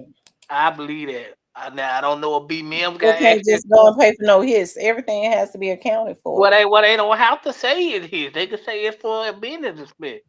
Now I don't know if B Mims got access to the account. He running it. Why wouldn't he? I said B Mims. B Mims is manager. I don't know if he got access to Well, it. he running CMG now. He's the CEO. Who B Mims? Yeah. Oh, well, he got access. Okay, well, he got access to the accounts. I know Gotti got access to them. Juke had access to the business account. Robert Chanel had access to the business account. Grip had access to the account. And now y'all just said B Mims got access to the business account.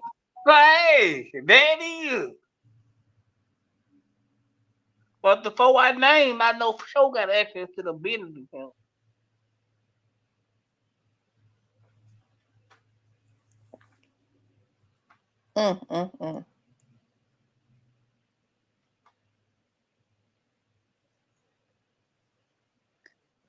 He still look guilty? Yeah, looking guilty and proving it in court is two different things.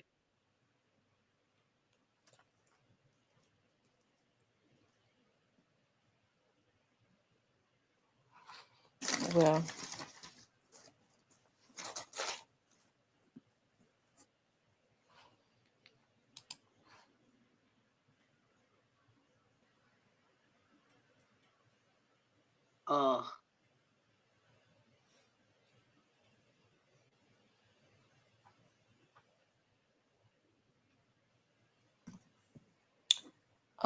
Nola Girl says, how Cypress know that? Come on, man. Says they shot a music video with Teasy and Straight Drop on the way back from Miami.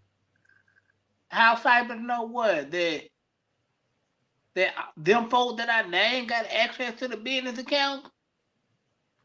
Because they been there since day one.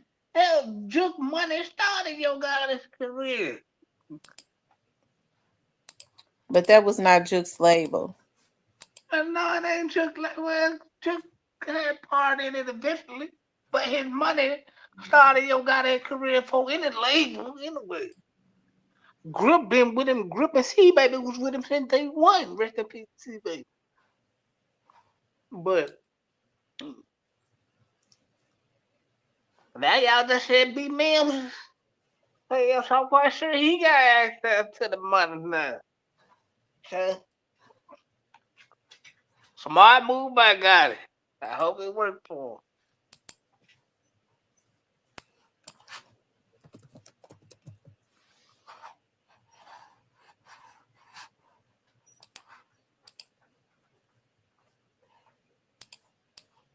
No, you girl. So how Cypress know that?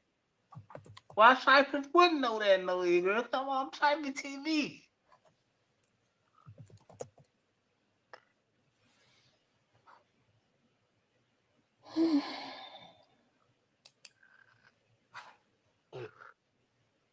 So y'all feel like.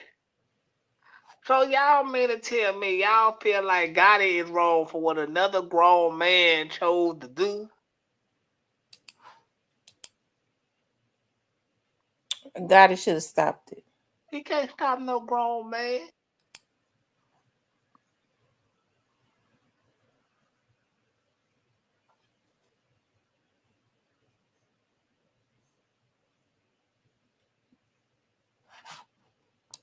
He couldn't stop no grown man from doing what he want to do. That man grown. He ain't signed to him. So really,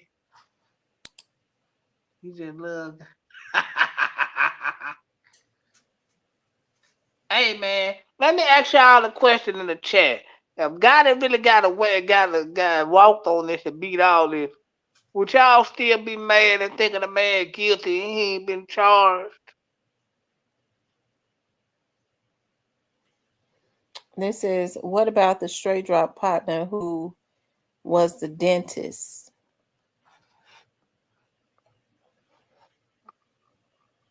Y'all, let me ask y'all something. Especially you, Jessica Dolph. I'm quite sure you know that. Will they ever solve Howard Barnett case?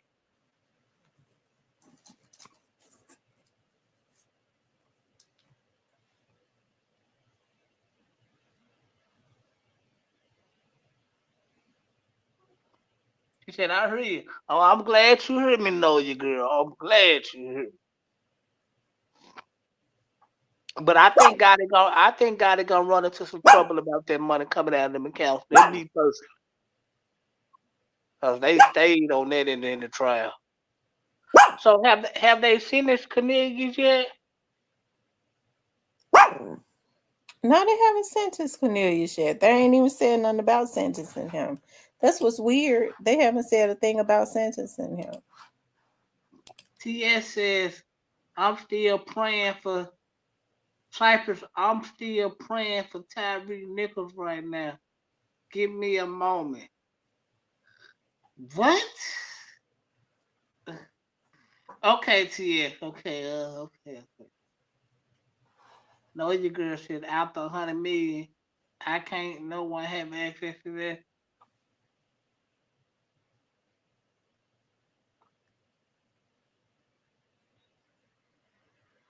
I doubt. Never mind.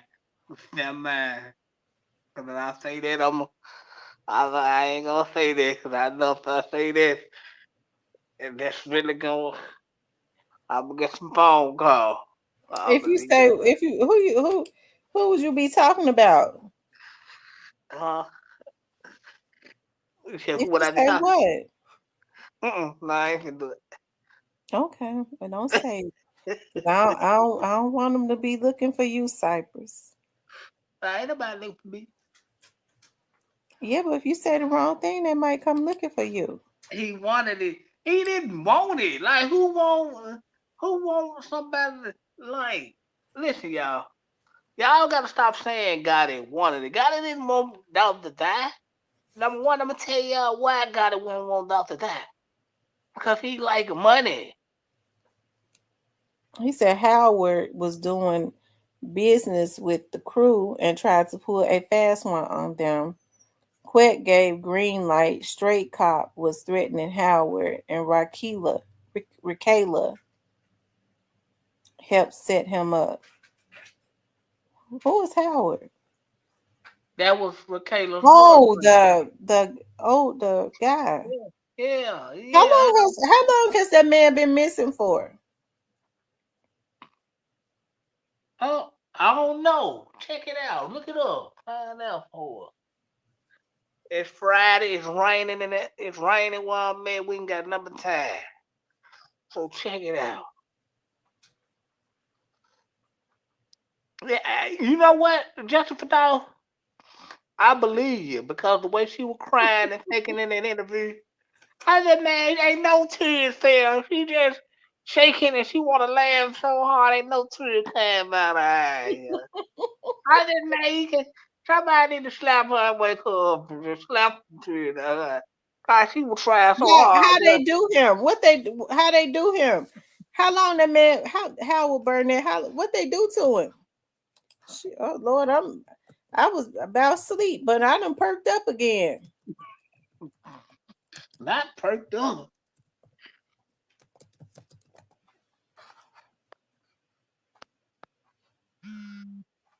Howard Burnett has been missing since 2017. Oh yeah, he good indeed. That boy like 8 years, he good indeed. If his family hadn't seen him in all that time. The man dead, y'all. Y'all listen. It says family searches for missing father, minivan found burned days later. This was in 2018. It says a Miss South family insists hope is not lost in the hunt for a missing father who disappeared last summer after dropping off food to his children's summer camp. WMC Action News 5 retraced the missing man's steps as investigators plead for help solving the disappearance. There's just one missing puzzle. Mother Betty Barnett says the main ingredient, Howard Barnett Jr. For 7 months, Betty and her family have searched for their eldest son. I say, son, I'm not giving up hope because I know you're coming home.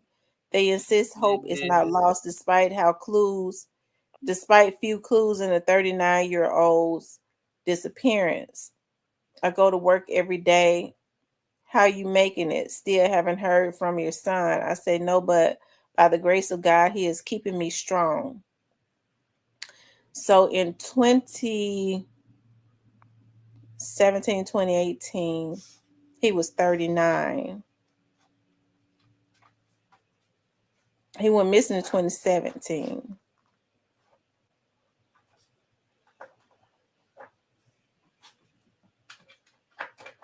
Been missing 8 years. Let me get this straight. Yeah, he gone, y'all. Y'all, he ain't coming home. He around. Cypress used to well, I'm just telling the truth, man. Y'all listening? He ain't coming home, y'all. He gonna go be with the Lord, y'all. He go. Let me get this straight. So they burn up the minivan, but keep that regular ass Benz and don't burn that up.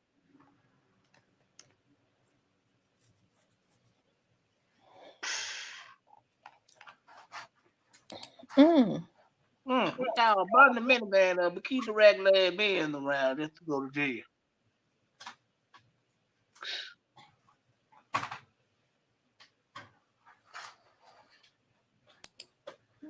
Wow.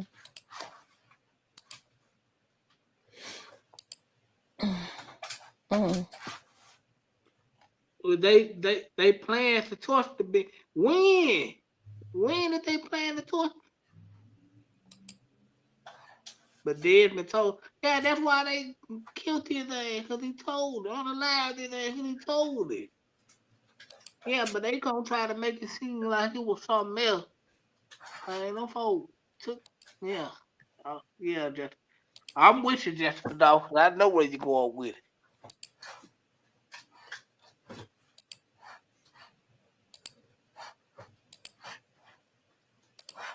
it. No eat ever since he been down.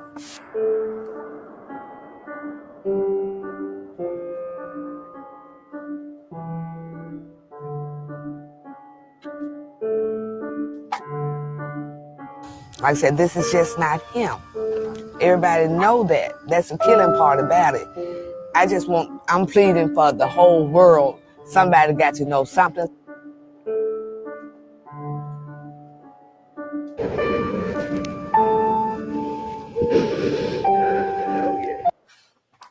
Look, somebody need to tell that lady where her son is at. What happened to her son? He's Okay. dead, lady. I'm praying. I'm praying. I'm getting ready to put that prayer in that I be putting in when I be going in to investigate get some interviews. I say, God, put a horn in their mouth. Let them blow it and tell everything.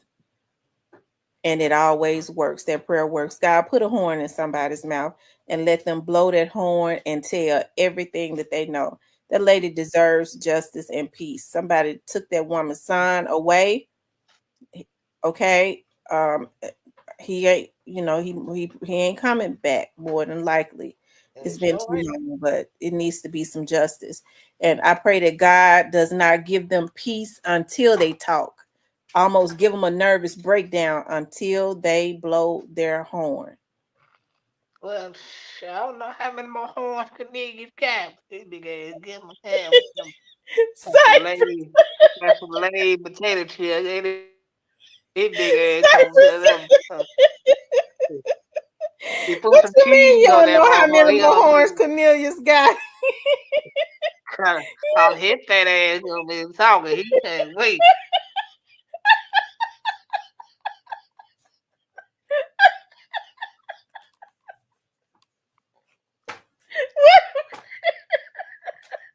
Aaliyah, man, I get that nigga ham tail, put no mustard on it here. Your ass is grand, man.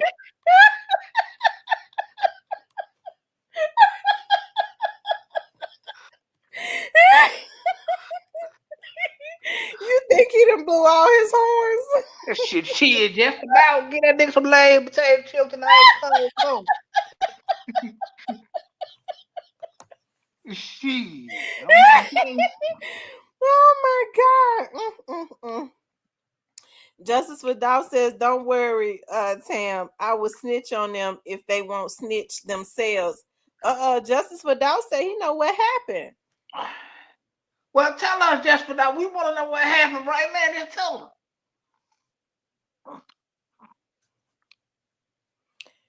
us. Mr. Parker, that's what God told him to have in the Bible days. Oh. Kenny said, be quiet, man. I'm about to fall off the forklift. Man, don't fall off the forklift. Fall off the forklift and get some paid days off work, man. Cypress, he said he told it. What happened? I missed it too. I missed it. Come back with it, Justice Dolph.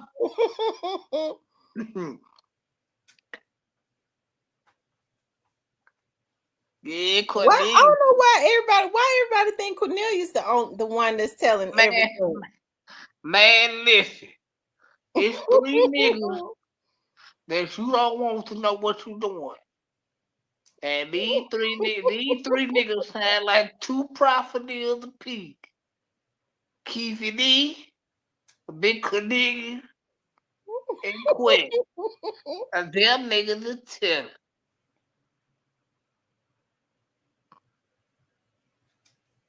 Everybody always trying to put everything on Cornelius. It might be some people we don't even know about that's telling. Of course it is. It's gonna be it might be in the profit. I'm going to tell you what some niggas that got told on in them profit agreement that they don't know that they gonna get the late night knock and think they ain't in the clear. They gonna get the late night knock. That's what's going on with Black Youngsta. He get ready to get that knock. I don't know who. I mean, because ain't nobody trial up but Quits. I mean, I know damn well he don't think he's scaring Cornelius. Cornelius ain't scared of nothing either. So if Cornelius knows something about Black Youngsta, he gonna tell it. But I know damn well he definitely don't think he's scaring Orange Mountain Quit. Hell, he ought to be scared of him. Nah, Quit ain't the type of nigga you play with. You know what? You know this Black Youngsta ain't never.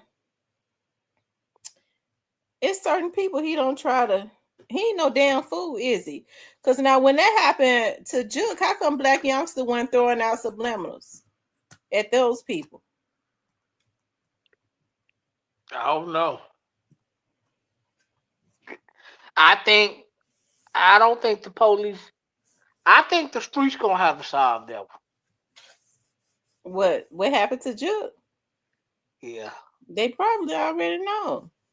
I know they know, because when I went live when Juke was first killed, I remember I watched Tommy it was all coming the time. into the chat. They said who Tommy and them came into the chat. They said exactly who it was. I don't remember. I can't remember the name. When I went back and tried to look at that chat, it has been discontinued. Well, I'll be able to pull it up. You pulled it up? Yeah, that's my favorite line, because you would sound like you have damn habitat. Like, oh Lord. I was scared. Yeah, when not scared, I was really upset. I always be crying when everybody get killed. That was so I didn't want to see them kill him. Why not? Why would I want to see the man dead? That ain't right. Hey, it wasn't right what happened to Dolph. No, it wasn't right. They was wrong. Well, when you read what you saw with this shit. Yeah, but it's been too much bloodshed. Well, shit, look at shit. Hell, look at all the bloodshed every day down there. Well, Tommy them said who it was. Did the name that Tommy said did they come up again? Did you see it? I missed that part. I can't find it. I mean, it said it was discontinued, and I try to go back and look at it. I know how to put it up. I could put it up on my phone. But they came into the chat and said who it was. It wasn't just him. It was about 2 other people, and said this ain't got nothing to do with Dolph. They said exactly the name. It was more than one person. Everybody pretty much know who did it. But I don't know who. I can't remember the name. I can't. Well, don't worry about it. Just pray about it. I don't know if it was true or not, but it was just right after it happened. I tend to believe that's what came out in the beginning. That's probably what it was. And I tend to believe probably not. But I get where you're going. Well, I don't know why you trying to always insinuate that Youngdolph people did it. They didn't do it. I never said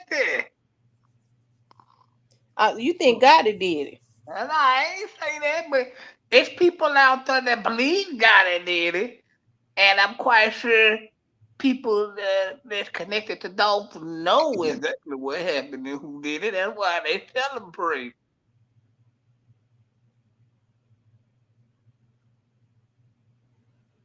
It might come out. Then again, it might not. But it ain't far off. Yeah.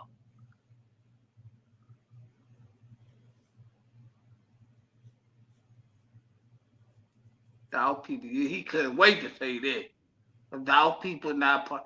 Nobody said that, but I'm quite sure they know who did it.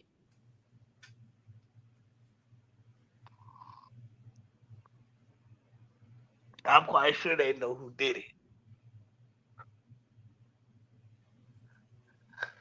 Now with that teasy situation, that's kind of, I don't know about that one. Greatface said somebody named T. He said, I'm saying because I know who did it. A lot of people know. He said, what? He said, it's right in front of your eyes. He said, it starts with the T. Yeah, I know where he's going. I wonder who T. They said Teasy. Teasy? No, Teasy was already dead when Juke died, wasn't he? Yeah. Somebody named that start with a T. And don't worry about it. Just pray about it. But, yeah.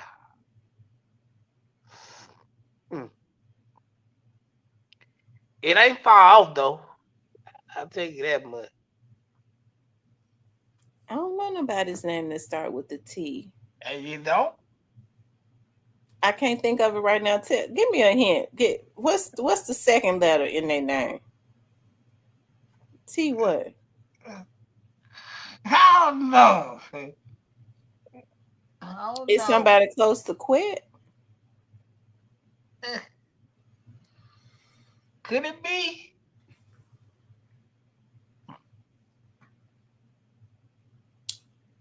Could it be? Somebody close to quit. They said it's somebody close to quit. That's what they And said. their name start with a T? You know who the hell they talking about. Lord up in here, I think my brain is fried. That's what's going on because I on my daddy's grave. I'm trying to think as hard as I can. Give me the first three letters of the name, and what's the second letter? Cypress. What's the second letter? T. And what's the second letter? I don't know. Somebody close to quit named T. Okay, well type it again. I don't know nobody close to quit though. Type it again, Gracie.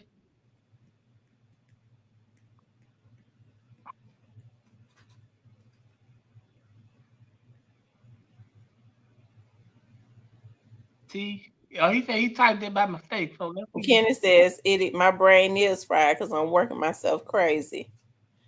Trayon? No, Trayon was locked up. No, Paula. No.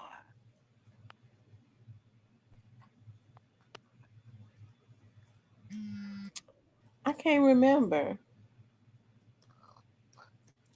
T. I don't know who's close to quit.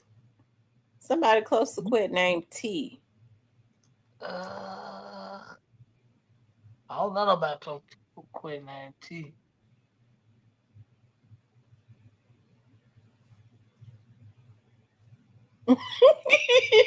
There go Justice for Dolph. There go Justice for Dolph again. Justice for Dolph says, you got to understand, Quet had eyes on Juke before they even got into the church with God.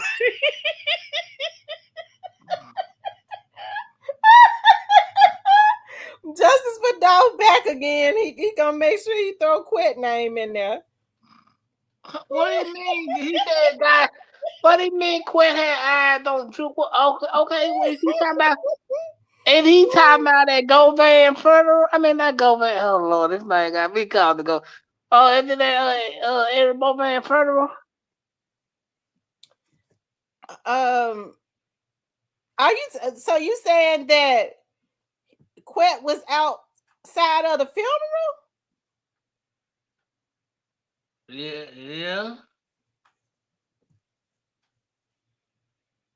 Yeah, that's exactly what he said.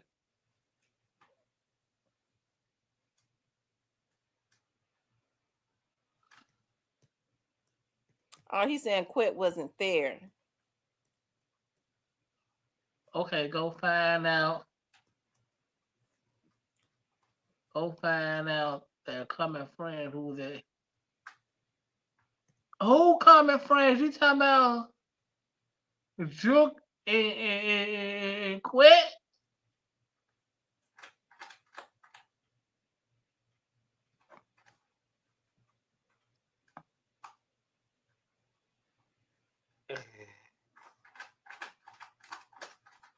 They said it's a person named T. I don't know nobody named. I mean, but who have since Quet has been in the media, we haven't seen nobody around him. T? No, he said.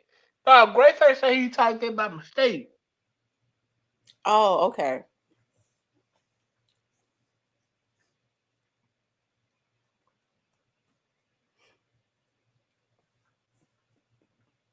Oh, he's saying, but he is saying that it was somebody that was around Quet that took Juke out. That's what they're saying. Somebody around that's close to quit took out Juke. Am I right? And basically, which he on the right path, because I'm gonna tell you why he's on the right path. Soon as they drop that man, what they do? Leak the picture. Come on, man. You said what now, Cypress? I didn't hear you. As soon as they drop that man, they leak the picture. Yeah, that was dirty. Why they have to put that man picture out over the internet like that? Now I didn't like that. That wasn't right. His death picture, that's evil. Well, you done did stuff, man. That stuff coming to get you. They come knock on your door. It ain't having no sympathy when they knock at your door. Tamarian says they did say he was at the funeral, though. He got in trouble with the judge. I don't know whose funeral he was speaking of. Justice Verdal said quit partner paid for professional hitters, basically, and people around Juke fed his steps to quit. That's why they leaked that picture. So let me ask you something. Why would Quet want to kill Juke?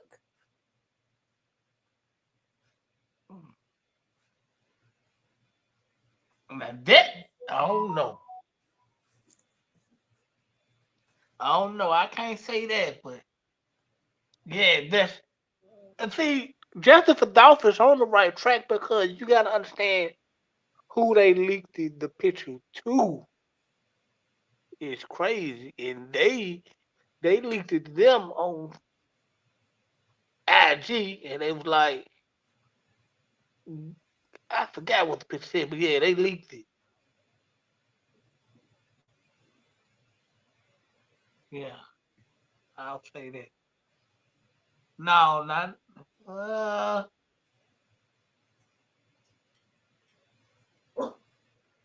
Somebody knows something in that chat.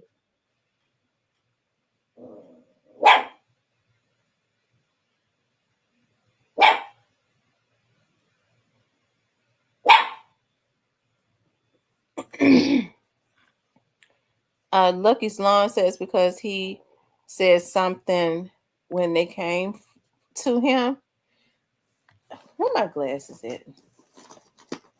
Y'all know when I get to looking at computers too long, my eyes get bad and I can't see. So Justice Verdal says quit fan. Quit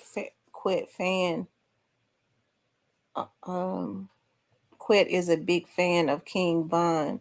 That was the big part of his idea to get away.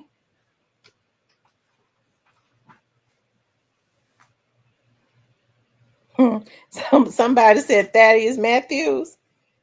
I don't think Thaddeus. I'm gonna tell you something. If Thaddeus Matthews had went up in that church, they would have known him because he had a limp. I don't think that's who they talking about.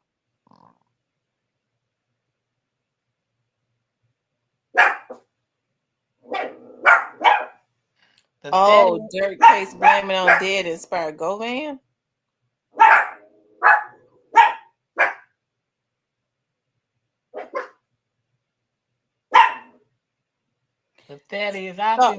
So are you all saying that Big Juke was killed so that they could blame everything on him? Of course, that's how it goes. You blame it on the dead man. Yeah, but I would think Big Juke. I would think that, I guess in the world of criminals or whatever you call it, wouldn't they have to get like permission or something to take out Big Juke? No, you just gonna take them out. I thought they said when you a boss or something, you have to have permission. No, when you a mafia boss, you gotta get permission from the other family. These street niggas. Can you just go kill and you just go knock the nigga down? You ain't gotta go have this ain't the Gambino family. You can go knock that nigga down. Oh my God. Cypress is twisted. Hey, that's how it go, man. Man, when you didn't grew up and seen death, and then you know how this shit go.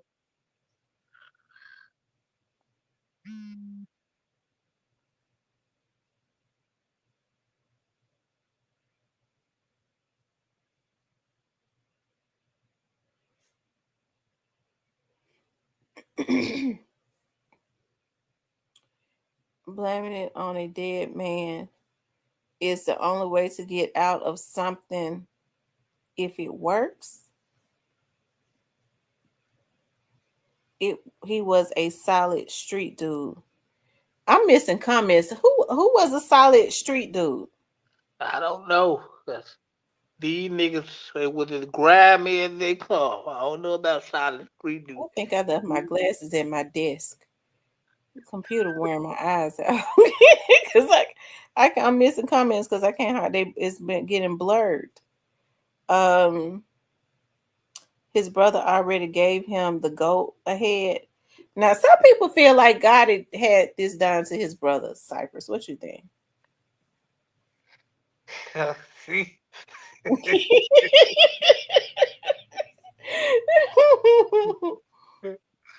I'ma say this, y'all.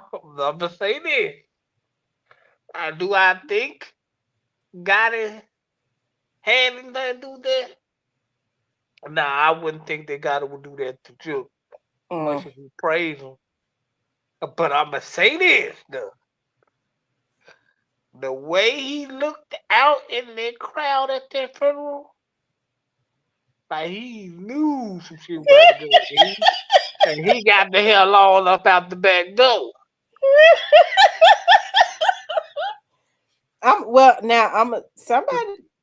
Somebody did say now that maybe he had a premonition or something. Say he's told Jug, don't go to that repass. Because he knew what finna go down. He looked. Listen, if you go look at the funeral clip, and as they stand but at if you know somebody gonna knock your brother down, why don't you tell him? He told him. I would be trying to jump in front of a bullet for my sister. No, you wouldn't. Them damn things hurt. But he told him, don't go to the repair. That was all he needed to hear. Now, I ain't gonna say God in heaven. I would never do that because he prayed Juke to the high heaven. But from the clip I saw, when they were standing at their casket, and him and Juke were standing there at their casket, and he looked up in the crowd, and that man hauled ass out the back door. I ain't saying I ain't saying he had nothing to do with it. But it's hard to say he didn't know what was going to happen.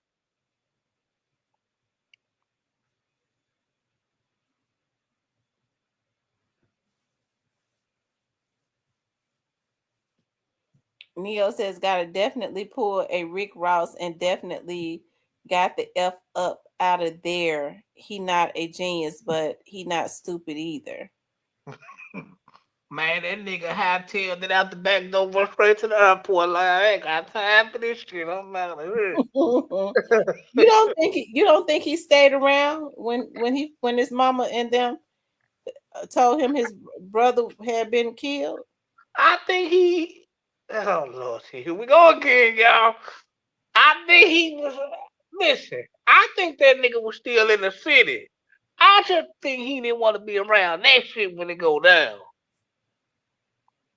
I'm gonna keep it real. Thaddeus Matthews claimed.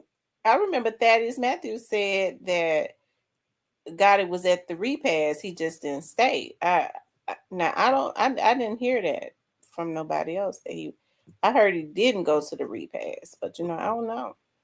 He probably came through the back door or something and told them all those things. And they don't tell him. We weren't there. We'll never know. But I can tell you this. From the clip I saw when they were standing at that casket, that nigga looked out in that crowd like he seen the golden he hauled ass out of there. Well, I'm gonna tell you something. If you got some people that I would have been spooked too. Now, if you got some people that sit way at the back, away from the people, you know, because normally in the rows or whatever, people sit right behind each other. If you got some people with some mask on, but they only had on COVID mask, and they sitting back off by themselves, I think I would have been a little spooked too. Yeah, because you got to think about it. This how you know people know more than what they telling. Y'all at the funeral of a known gangster. You feel me? Mm-hmm. People ain't coming there that people don't know.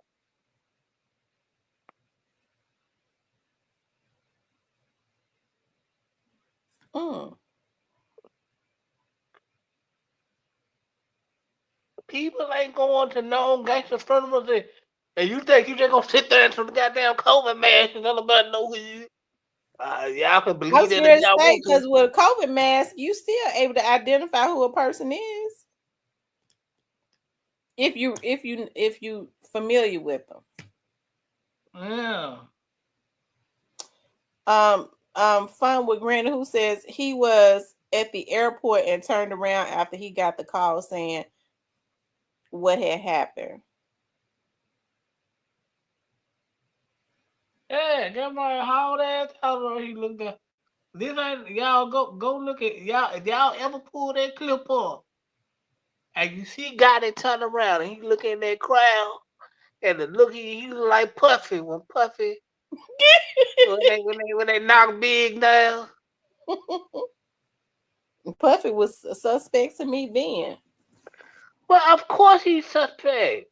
Cause they stopped in front of the damn car and then he pulled off.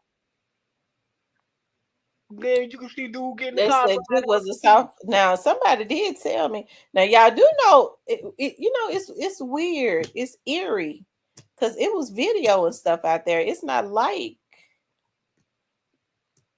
you know, it's not like they don't really know everything. Remember now, Juke had a security guard out there that nobody talks about, which is good because but I don't know if it's true. People's talking about that they went and fired him after Juke was killed. Yeah, after he took one to the dome after in the park. Yeah, he got hit in the head, but Well, but he wouldn't know everything that happened. Now, somebody told me that whoever the people were, they said, "Hey, Juke." They did call his name. Yeah, because there was a couple dudes that posed as part of some security that got shot that was in a similar car just like this. They don't even talk about.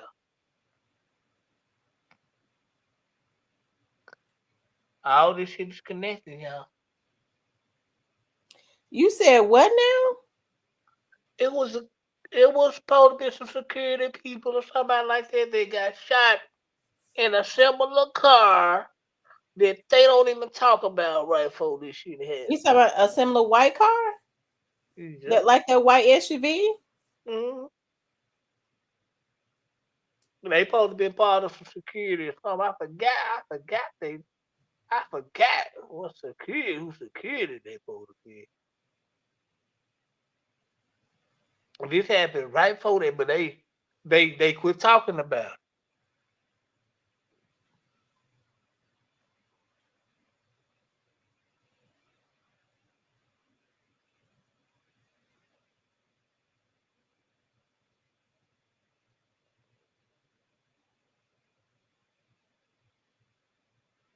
See? Look what Greyface said.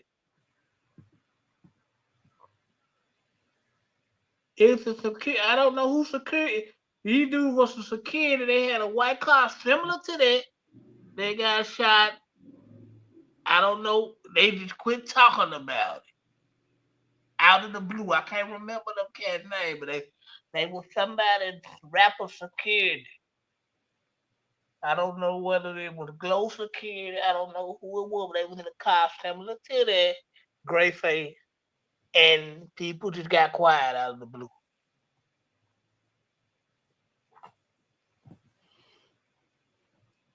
They says Glorilla Security. It was So okay. Did Glorilla Security get hit? See, mechanic, are you saying that Glorilla Security was hit? I'm trying to remember because y'all know I forgets everything. So, Cypress, are you there? Yeah, I'm here. So was it Glorilla Security that was hit? See, mechanics. I don't know who security. I just know who was security. Now, right about the time when that FedEx farm situation happened, the Glorilla got in the car. The security dude was in there with him. He was talking about who was all down on the floor. When he Oh, was that's fixing when it happened room. at the FedEx Forum with my little son. And Glow said, I'm on live.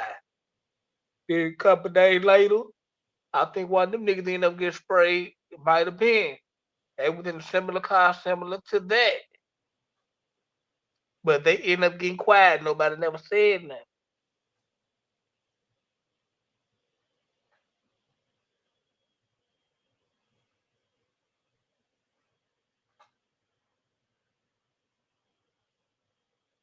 He said that was Big Juke's business and he lost. Big Juke lost. What he lose? Tamarian says Glow was using Big Mark for security. He died in his sleep. I know it was somebody security. I know it was something about some security. That was Big Juke.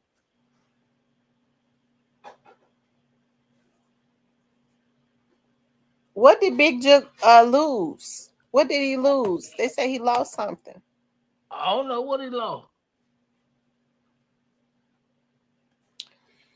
So, like I said, the security, Big Juke has security out there. I don't know if the security guy remembers anything if he was hitting his head, but I'm sure he probably do. He survived because he could have just been grazed or whatever.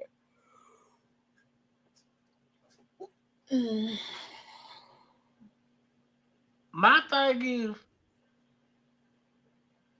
how y'all got all these still shots and pictures and nobody knows nothing or nobody seen nothing? Well, they doing right, but not trying to. They doing right. Let the streets handle the street. But yeah.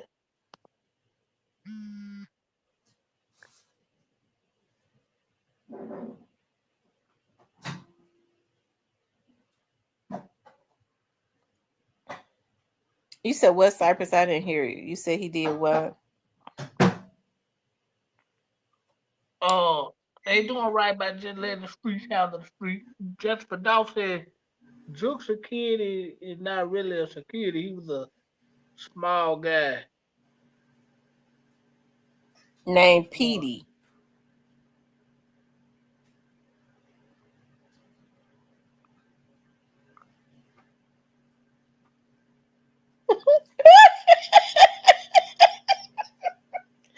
Justice what Dolph said, the security no quit personally.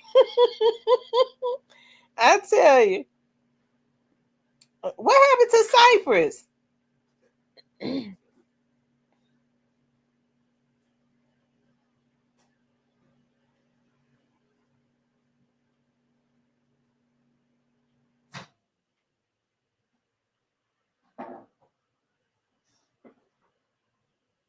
He does check social media.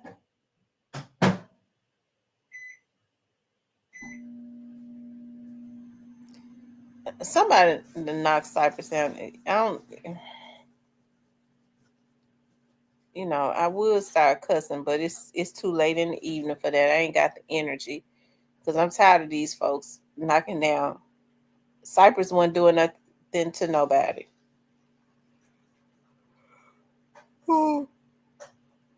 These damn hackers is twisted.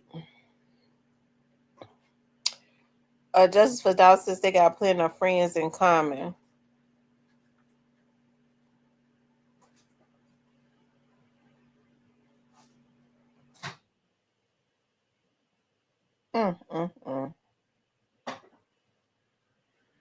The boy was with Dolph in Cali, and Dolph begged him not to come back to Memphis, and he did. Oh, okay. Here goes Cypress again. Cypress, what happened? I was trying to look at the comments. I guess I Oh, okay. I thought the damn hackers had started up. I was getting ready to cuss them out and call them all kinds of bitches and hoes.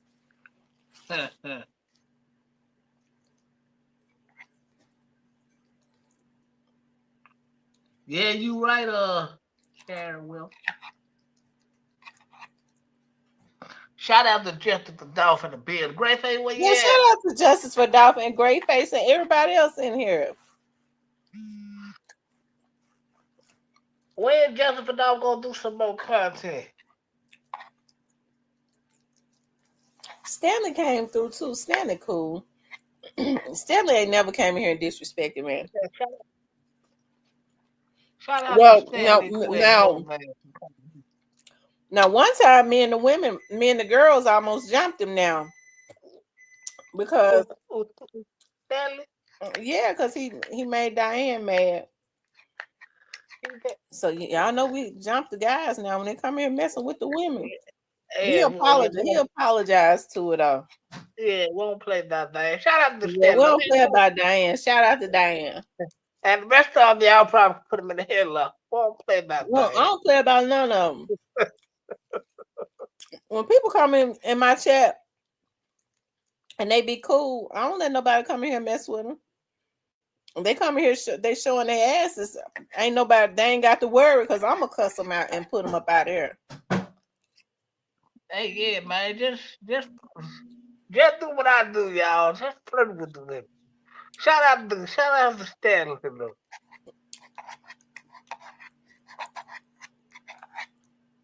TV 21, what it do? Antonio, what poppin'?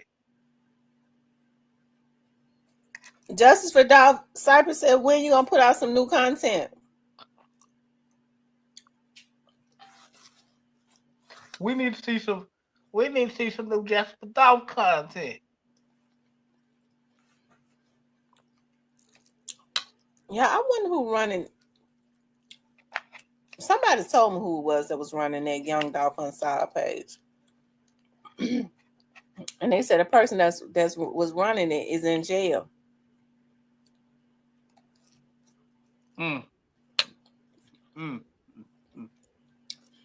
I think there's been several people that have that page and then they sells it. Your other going on.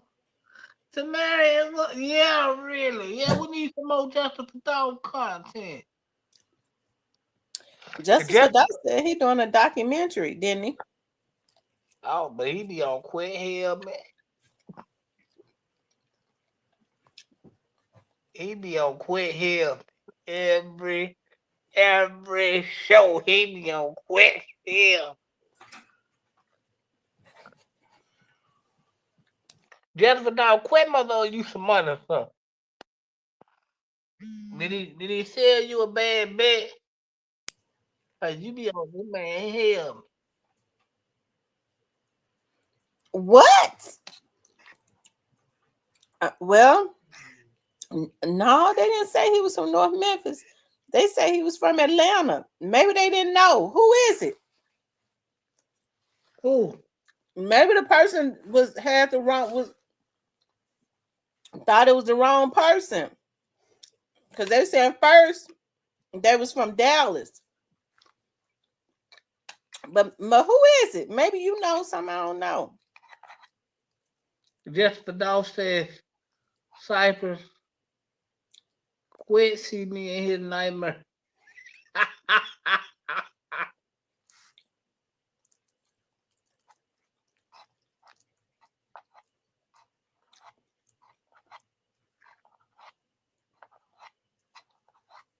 LaChat showed out. I like LaChat, and she's very underrated. Yeah, she the best female rapper ever came out of Memphis. Yeah, the chat. I like the chat. That's the only woman rapper I could like have out of Memphis. Boo was good. Where them dollars at? Where them dollars at? You know that was my era. And don't get me started. What? Boo is a legend. Yeah. Yeah, to y'all. I couldn't stand Gangsta Boo.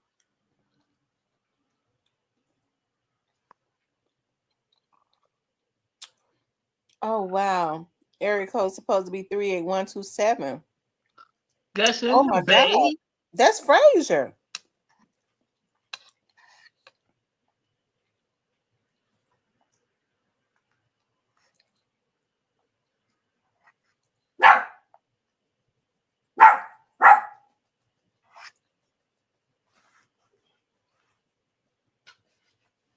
Yeah.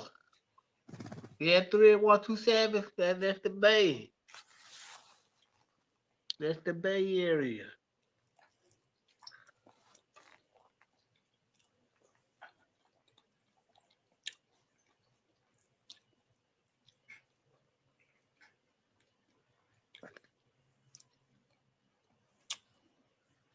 Oh wow.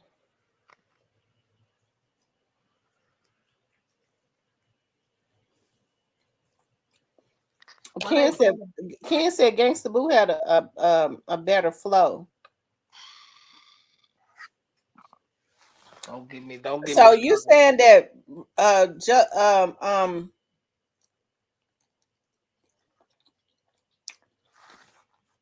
Youngdolph on side was from out of Frazier? Ooh, I want to. What? I know one thing that Youngdolph on side never did. What? That was blame Gotti or Black Youngster or Juke. It was always Dolph family, Dolph kids, Mia J, Key Glock, Moochie Gray, Memphis police, Caroline Mason killed him. All of that. Oh, they got some Caroline Mason. They ain't gonna hurt a fly. She sure didn't do it. That was just really. I really think that page is a play organized by Govan Circle from the start to mess up the whole case. Well, I don't know whose circle it was organized by, but it was definitely organized to tamper. They want me to trim me out on first before they go to commercial. Hey, Tyranny. That Newport got them long asses hanging out here. Niggas going to jail.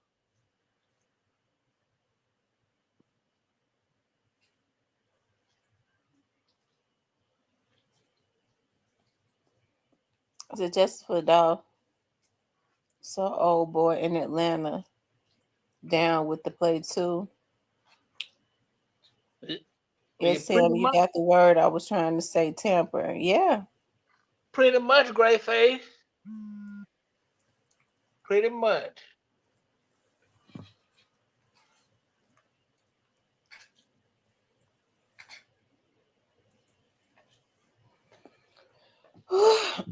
I tell you. I wonder how long Quest's trial gonna be if he gonna have a trial.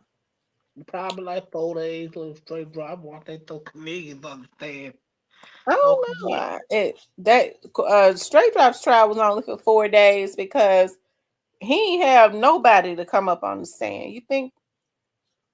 But it's not easy to get people come up on the stand, not unless it's for the prosecution. Yeah, because niggas don't want to be in there. They ain't for the life of you. You ain't going to jail. Nah, I think probably like 4 or 5 days to the max. Once they throw Cornelius on the stand and give him a good grilled cheese sandwich with some ham in the middle of the night, Coke, and laid barbecue chips.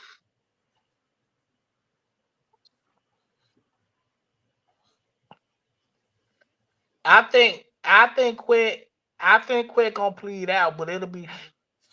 But I don't know if he gonna wanna. I think he gonna wanna fight that. I think he gonna wanna fight that mastermind. Kenny Adams said, "Tamara, stay with us. I hear those sounds. You getting sleepy? Stay with us. I'm gonna stay on. I ain't gonna go to sleep. I'm gonna make me some coffee in a few minutes, so I won't go to sleep." Throw some questions out there, y'all. I feel good. Yeah, throw some questions out there. What y'all want to know? What y'all want to know? Why I gotta go out the back door? I want to know who did this to Juke. That's what I want to know. Be Precious says, "I'm just gonna let the case play out, but I never seen a mastermind get this much grace from a court system." A Pressure, that's true. That is true. If he is a mastermind, why is he out? Well, Big Pressure, you go sign 2 profiteers. You'll be getting grace too. Well, then why they ain't let well, they can't let because Cornelius. Yeah, because he'll be there as a donor. That's why they ain't let him out. That's stupid. Yeah, they're yeah. They'll get him out. The same thing would have happened. I don't know. Straight Drop thought he was gonna get off and so he can get out and be a rapper. He would never would have survived. I think he will. Them folks with money that love Dolph was gonna have him knocked down. They probably would have waited a year or two, but they would have got him. I don't think so. I told y'all. I said, y'all, I found it weird that that when Juke was killed, some of them little dudes that was close to Teasy started going on Teasy page saying "Rest in peace" to Teasy. I found that really weird. I don't. Now, on the day Juke was killed, they started posting "Rest in peace" to Teasy. I mean, the stuff that go on, you don't have to worry because they're gonna put it out. All you got to do is watch it. Good, and they're gonna tell you everything they need to know. You need to know. Because now,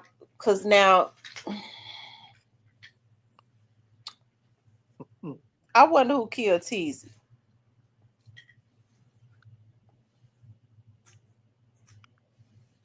Huh. They said Truly Bad Quit, not Juke. What is Quit medical condition that kept him out of jail initially?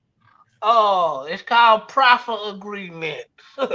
They got him clean out of jail and at the crib. It's called proffer agreement. That's it. I'm really surprised Quit last this long. Well, you will last long too if the feds is protecting you.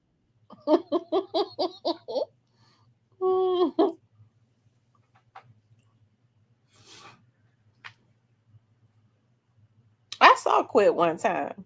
He didn't see me. I saw him. I saw him one time. He was not. I was right there in his face though. He didn't.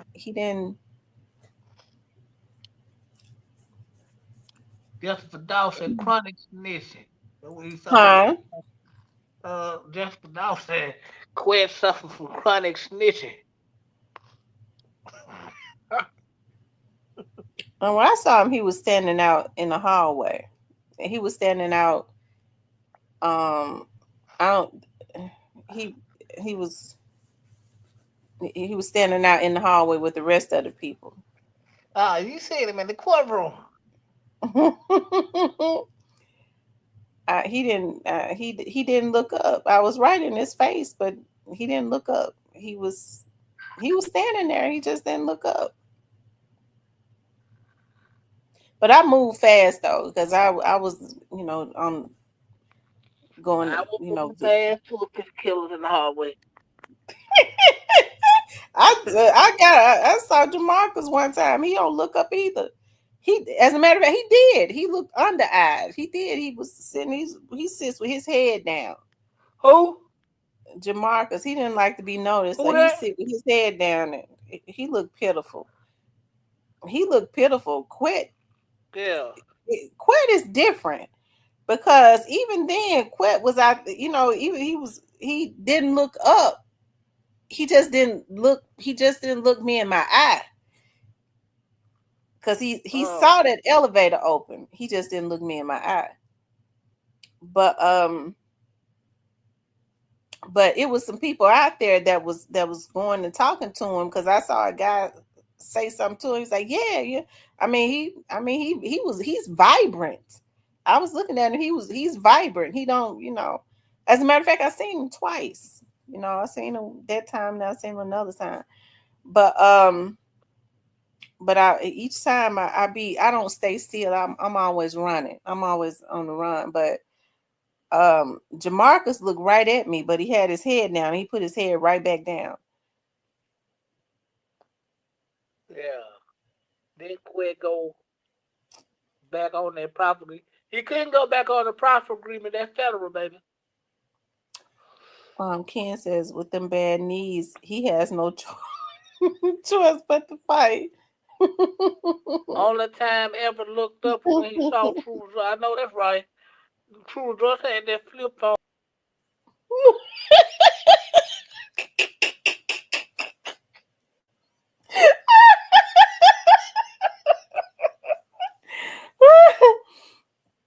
Lord have mercy.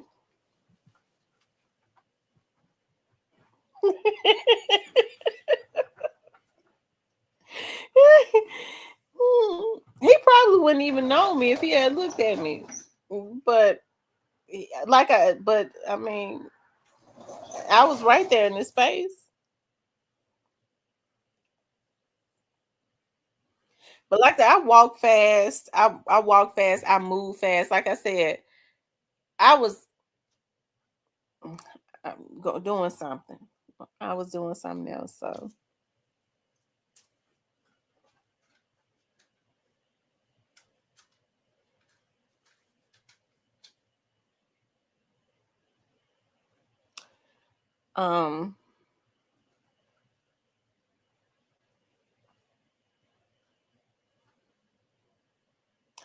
James says, I really just hate that this Dolph assassination ever took place, and it really has put a dark cloud over Memphis, which already had enough turmoil to begin with. Yeah, that's true. I agree. I hate all this happened. I wish it never happened. They could have just left that man alone.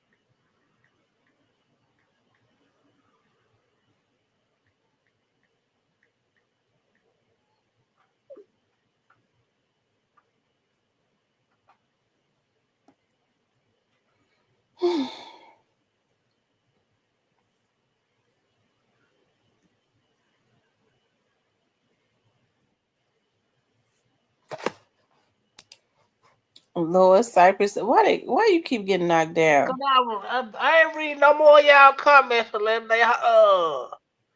unless they lit up, man. I'm not reading no more of y'all comments. Y'all get me knocked down.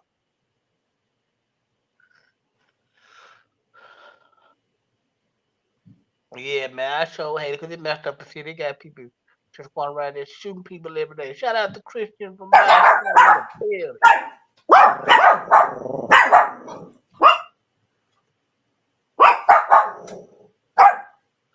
They making all that damn noise. They don't make nothing. What can a PI do that the FBI and the detectives can't do?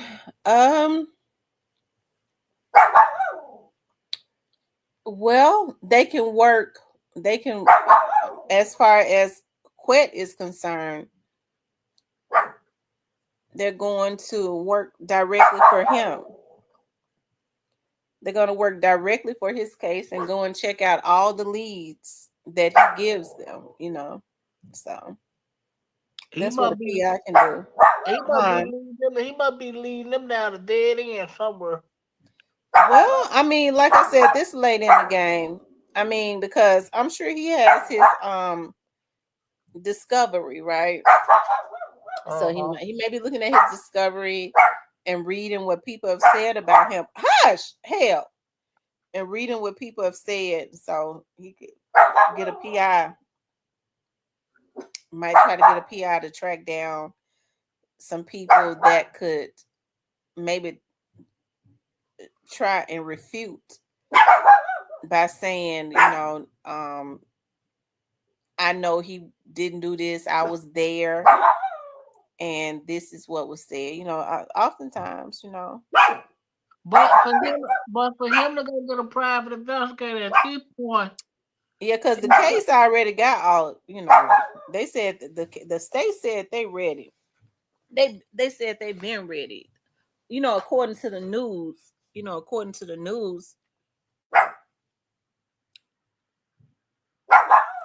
Yeah, it is. It is. But I'm gonna tell you something. It should be. It is. So that's why when people leak it, these discoveries and stuff, like what was happening in because in that Youngdolph trial, you have lawyers that play dirty like that when they want to scare off potential witnesses and stuff that might be for the state. In that Young Thug's trial, a Young Thug attorney was doing that. His attorneys was doing that, and they was leaking information on purpose to try and scare off witnesses. He got a dirty attorney, Thuggadoo. Yeah. And you have some attorneys like that play dirty, but yes, it is illegal. That's why they seek. That's why they secretly do it. And you have guys that once they get their discovery, a lot of times they be mad as hell. So they will try and get their attorney. Shut the hell up! Shit. They will try and get their attorneys to leak those discoveries to try and shame people and to try and intimidate them. Yeah. He said Quet sent his whole discovery pack to Gangsta Williams? Because I remember Gangsta Williams. Well, Gangsta didn't say he got the discovery, right? I don't know. Was it Gangsta? Maybe not. Yeah, it was Gangsta. It was okay, so it was Gangsta Williams. But did Gangsta say how he got the discovery? He didn't say how he got it. He said Quet sent it to him. He said Quet sent it to him? That's what he told Vlad. Gangsta said that? Mm-hmm. Yeah, he told Vlad he got, that's how he knew. He said somebody was finna tell, but they stopped. I don't know who it was. He said, and he sent it to his ATL blogger. Who is that? Who?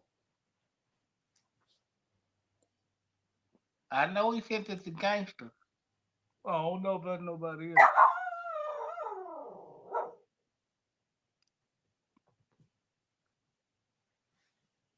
Yeah, because what Gangsta was saying was true now. Because I think Gangsta says that Straight Drop was getting ready to snitch. But I think he did say something. Because see, you have to understand, people will talk, and then they will recant their statements. Was I was under stress or duress or whatever.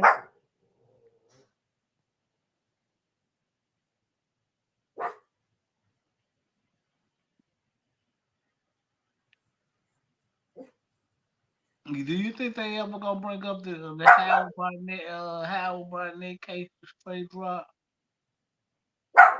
You think they ever gonna try to tie him to that? Eventually. Mm.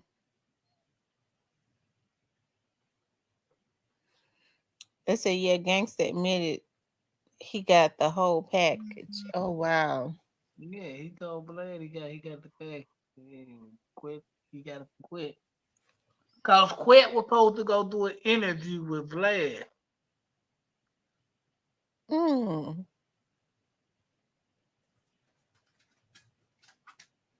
But when Vlad got ready to fly him out for the interview, he said he told Gangster Quit out the phone for him and stuff.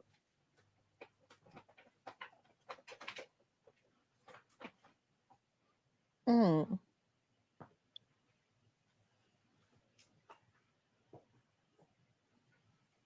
Oh Oh no. wow. How that's gonna play out.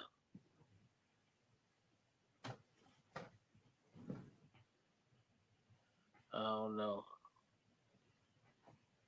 I hope he don't go to trial though.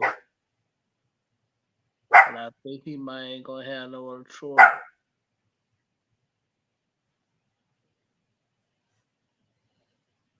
They said, was it after Jennifer said no more interviews? Who was Jennifer? The judge.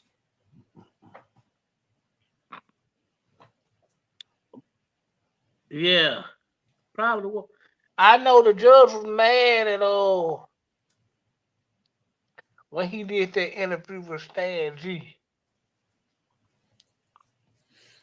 She probably wouldn't never even known about it, but they said that it was Yeah, getting blown up.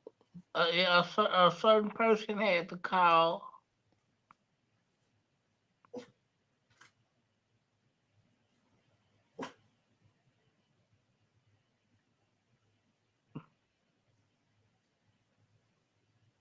Yeah. Oh, they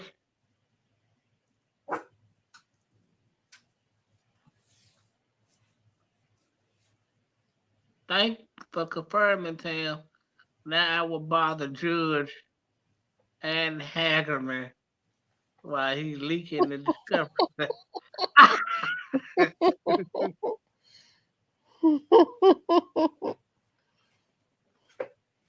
Lord have mercy. Yeah, it says because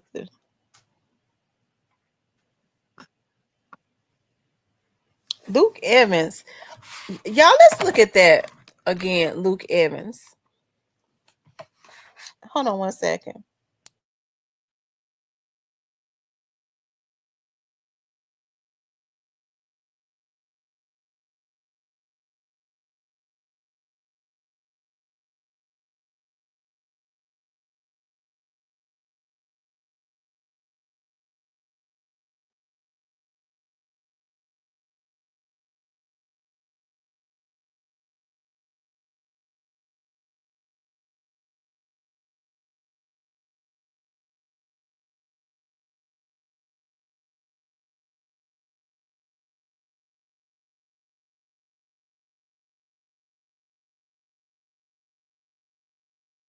I know we've seen it before. Do y'all want to see it? I be liking it.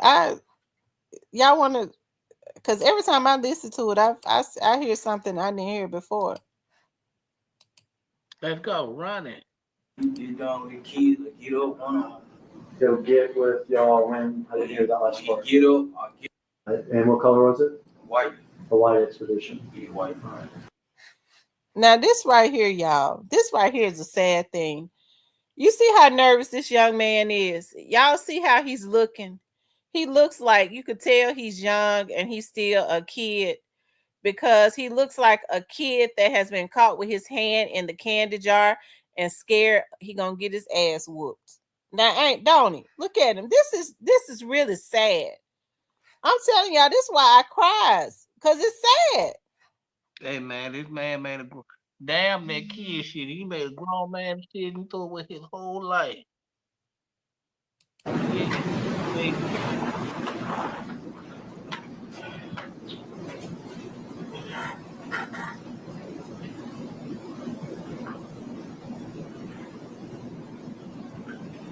the record, you're playing what's been marked as, or will be marked as exhibit number 5. You can stop it right there. All right, Finesse, what are we looking at? That's the day that we had saw Youngdolph and Pully and Makitas. Cornelius All right, looks so like whose he car is regretting that? it, don't he? Youngdolph car. All right, and you say we, who I saw mean, he this car? sounds like he is, don't he? He sound like he was. Well, let's back up then Regretting and it? tell me, No, he sound like he how do you know killed. Justin? Through Govan. All right, and who is Govan? Hernandez Govan Quick. We know him by Quick. Okay, who is Quick? Associate. All right, you say associate, is he younger or older than you? Older. What neighborhood does he hang out in? Orange Mountain. Does he live over there? Yes, sir, he did. Do you know what street his house is on? Brad. Are you familiar with that street? Yes, sir. Did you ever buy drugs from Mr. Govan? Yes, I brought ecstasy. Okay, would he sell you ecstasy pills? You ever heard the term like old head? Nah. Okay. Would you consider him sort of a older criminal figure in the neighborhood? Yeah, I call him like a bro. Okay. Did you have another guy in that neighborhood you used to hang out with too? Yeah, Big Bobby.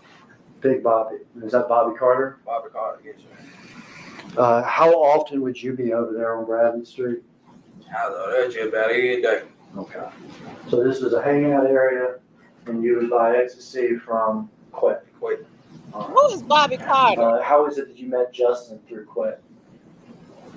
Just, like sound like a pill being around, basically. Being around. Would Justin be around Quick too? Yeah, he'll be around Quick. Do you know why Justin would be around Quick?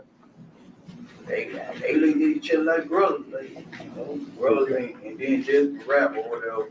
All right. You knew Justin to be a rapper? Yeah. Did you know his rap name? Straight drop. And did you know Quick to be involved in, I guess, the rap business or something? He called himself. Okay. What sort of would he call himself as far as being in the business? I guess a negotiator. I don't know. A negotiator? I don't know. Okay. Do you know whether or not he was trying to negotiate for straight drop? I guess trying to get him a deal. Okay. Do you know who he was trying to get him a deal with? Big Juke and him got in him. All right. You said Big Juke, is that correct? Yeah. You ever heard of the music label CMG? Yeah. Is that Big Juke's? Yeah, Big Juke and him. And his brother, right? Yeah. His brother's Gotti, is that correct? Yeah. Okay. Before this day, which is in November of 2021, about how long had you been knowing Justin? A few months. A few months. About how many times do you think you'd been around him? Up 10, we went to club together. We've been around each other a couple times. Okay. And for the record, I know that it's a formality, but for the record, can you point him out in the courtroom and tell me what he's wearing and stuff? Yeah, the young brother over there with the button-down shirt, blue and white button-down shirt. If the record could reflect that he's identified the defendant, Mr. Justin Johnson, Your Honor. Let the record reflect that the witness has identified the defendant in court. So how did you get to be with Justin Johnson this day on November 17th, 2021? We knew that, they had a hit on Dolph and head or whatever, so. Who had a hit on whose head? Big Juke had a hit on Dolph head or whatnot, so. How do you know that Big Juke had a hit on Dolph's head? Quick had told me about it, Quick, and you know what I'm saying, being just. How much money was it supposed to be? $100,000 on Dolph head. And had you agreed to do this hit? Yes, sir. Had Justin agreed to do this hit? Yes, sir. Are we all going to do it together? Yeah, they been on it, buddy. Yeah. Was there any arrangements as far as splitting the money or anything? Yeah, me and him supposed to be giving Quick $10,000 apiece. All right, so you and him are gonna give Govan 10,000 apiece? Yeah. And how much were you gonna get? I was getting 40, he was getting 40. Okay. Had you spoken with Justin about this? Yeah, we talked about it. Okay. This was not something that just happened this day, but something that was in the process for weeks? Yeah, How did y'all hook up this day, if you remember? He had pulled up to get me. He came and got me or whatever.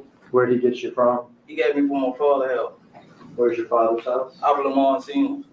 Orange Mound area? Yeah. Had either you called him or he called you or anything like this? He had called me the first time I missed the call. Then he called me back. I answered. He telling me basically they were pulling up because we already knew what was going on. When you say you already knew what was going on, you already knew that this was about? Yeah, because we knew they were doing the turkey drive, so we was actually on our way to Westwood. Had you and Justin talked about this particular day before? Like, nah, not the specific day. Like, we just knew that it was turkey drive on every day that week. Okay. You knew that, the fair said you knew Dolph was involved in these turkey drives this week before Thanksgiving. Yeah, we didn't know we were going to catch him, but we knew he did his artists. Everybody had a hit on the game. Everybody had a price on the games. From Jook? Yeah, from Jook. And that was going to be y'all's business this week. Yeah, that was our meeting. When he arrived at the house, do you remember what he was driving? Oh, white Mercedes-Benz. Okay, had you seen that car before? Nah, I ain't never saw that car. Did you get in the car with him? Yeah, I got him. Was there anybody else in the car? Nah, it was just me and Jesse. Were there any guns in the car? Yeah, they was on the back seat in the bag. Do you remember what kind of guns they were? A Draco, handgun. Okay.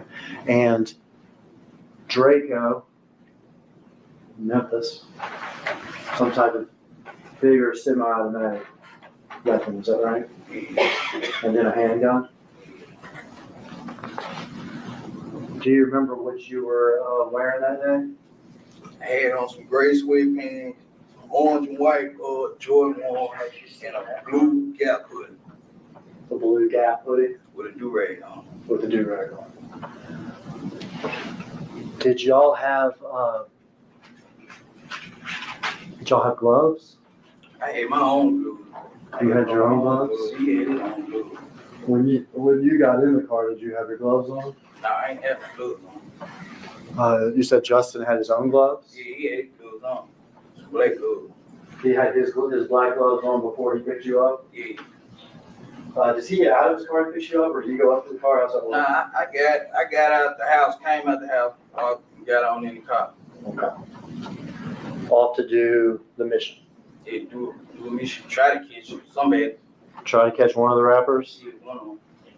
At the Turkey Drive in Westwood. In Westwood, yeah. All right. What happens after y'all get in the car?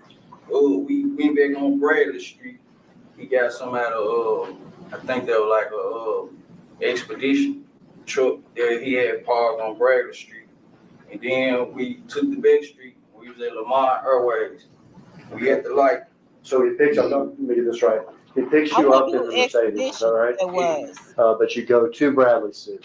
And is there an expedition already there? Yeah, expedition already there. Parked in the yard. Do you know who parked that expedition there? I guess he did. Okay, well, we're not allowed to guess in here. Well, okay. So I ain't see him parking though. Okay. And what color was it? White. A white expedition. Yeah, white. Did y'all do anything when y'all went to Bradley Street at that point? He got some out the truck and then jumped back in the car. I got you. So he gets out of the Mercedes at Bradley Street, goes into the expedition and gets something. Yeah. And comes back. Come back. Do you know what he got? Nah, I don't know. Are y'all talking at this point? Nah, we wasn't talking, like, because he was on the phone at first, then he hung it up, but we wasn't talking about, Okay. Now, y'all were cool with each other, is that right? You and Justin? Yeah. He gets back in the white Mercedes? Yeah, he get back in the white Mercedes, and we take the back street, then get you and stuff to, we was at Lamont Airway. We finna get on the expressway, going to the expressway. Okay. Bradley to Dedrick, is that what you said? Yeah. And then y'all are going to get on the expressway. Yeah, we finna get on the expressway on Airways. Okay. But and this is Airways that we see. Yeah, this Airways. Okay. What happens once y'all get to Airways? We at the light. Dolph gonna come clean across the light. How'd y'all know it was Dolph? Everybody know, hey, Kyle, the armed T cars and stuff. Yeah. People in Memphis knew about that rap, right? Yeah. That camouflage white and green and blue rap. Straight drop the defeated right there, don't it? That surprised you? See him like that? Yeah, he knew. Yeah. Did you say anything or did Justin say anything? We was like, there go Dolph right now. All right. What did y'all do? We received the trailer. Received the trailer. So y'all are following him on Airways? Yeah, right over the street. All right. And you saw the first part of this video, didn't you? Yeah. Did you see him pull off here to the cookie store? Yeah, he pulled in the cookie store. What'd y'all do? We made the Straight block. drop knew it was over, didn't he? He just went on over, didn't he? Came with the bad boy. Yep. Came with the bad boy. I jumped out. We started shooting. All right. Well, let's back up here, though. We saw him pull off of Airways to here. Is that right? Yeah. Y'all, can you see my little pointer? Yeah. Y'all would be traveling this direction on Airways. Is that right? Then did y'all do a crazy U-turn or anything, or what'd y'all do? Nah. We came with the back street. Okay. Back street. Following the clickers is what y'all did? Yeah. Okay. We went to the light, made the loop around. Did you see him get out of his car like this? Nah, I ain't seen him get out the car. Okay.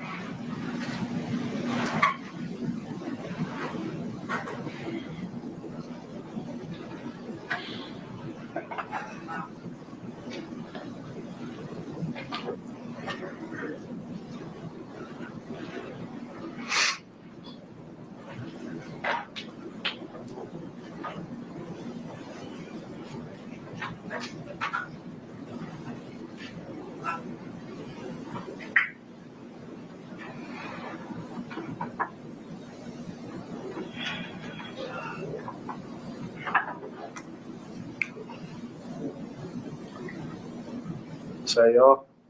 Yeah, that's us right there. Stop it here. It's me. You stop it. All right. We're gonna back up. I might wanted to, back up a little bit. All right. First guy out of the car. Who's that? It's me. That's you. Which one of the guns do you have? I got the little Draco style gun. Okay, that's that semi-automatic weapon. Is that right? Yeah. You ever shot that thing before? I ain't never shot that one. Okay. You can proceed, Artis.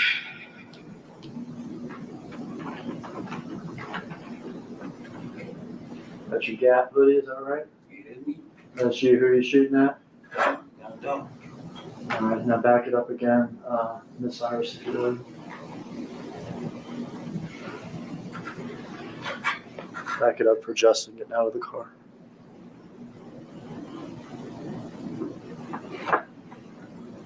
He saw him who's the standing there second with his person back here that's out turned. of the driver's side? It just He's got the smaller handgun, is that right? yeah, bad baseball hat, bad pro baseball hat. You're firing this crazy thing. What you see? What are you feeling? I won't feel nothing at the time, but I ain't gonna even let it. I won't feel nothing at the time. I was just, trying to get some money. Trying to get some money? Bet you probably would have wasted on oxycodone and ecstasy. Trying to do something. You shot that gun a bunch? Right in there? Right then and there. Yeah, I can't tell you how many times I shot. I went. Aiming for Dolph? I ain't know. Was he able to say anything to y'all, or was he able to run or get away at all? I shot through the glass, so I wasn't close up on him. I was shooting through the glass. Okay. I saw him standing by the window. I just got out and started shooting. All right. Okay, proceed till Justin shoots. There with the handgun. Who's that? It's just All right, you proceed. All right, you stop right here. This is Dolph's brother, Marcus. Did you know that he shot back at y'all? I ain't noticed until we pulled out. There was a bullet hole in my side window. And I told Justin, I'm like, man, I'm hit. He was like, I'm hit too. So I see I'm hit right here on my leg, and I see a bullet hole in my sweater. I said, damn, man. So we driving out, he was saying he was hit. I'm talking to him, making sure we on Rick, making sure he's straight. I'm like, you all right? He's like, yeah, I'm straight. But the bullet head went in my arm. It was a bullet in my back. I'm gonna back up. You and Justin here are running to the white Mercedes, is that right? Right. You get in what side of the car? I get on the passenger side. And Justin gets back in the driver's side? Yeah, he get back on the driver's side. Y'all get in the car. You can watch the rest of the video here. Did y'all see Marcus getting a second gun from his car? Nah, but when we pulled out and I knew it was shots back, I was finna shoot back, but there were too many cars coming and I ain't just want to hit no anybody, so I ain't shoot back. Because Marcus was shooting at y'all as y'all were leaving from down here, is that right? Yeah. And you would be in the car at this point? Yeah, we was in the car. Looking backwards? Yeah, I was looking back, but we had, like, how we were driving, like how he was driving, he was all the way on the other side, but, so I ain't want to just shoot back. So all the shots that you fired were the ones we saw right here with Dolph, is that right? Yeah. And Justin too? Yeah. All right, so y'all didn't shoot back at Marcus as y'all were driving.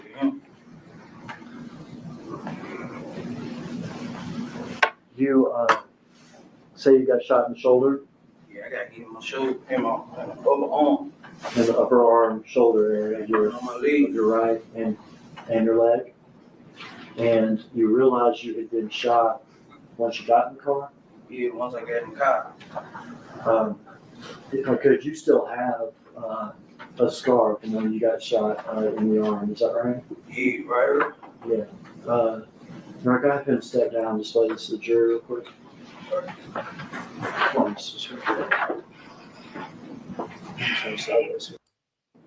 Do you have your phone with you during this?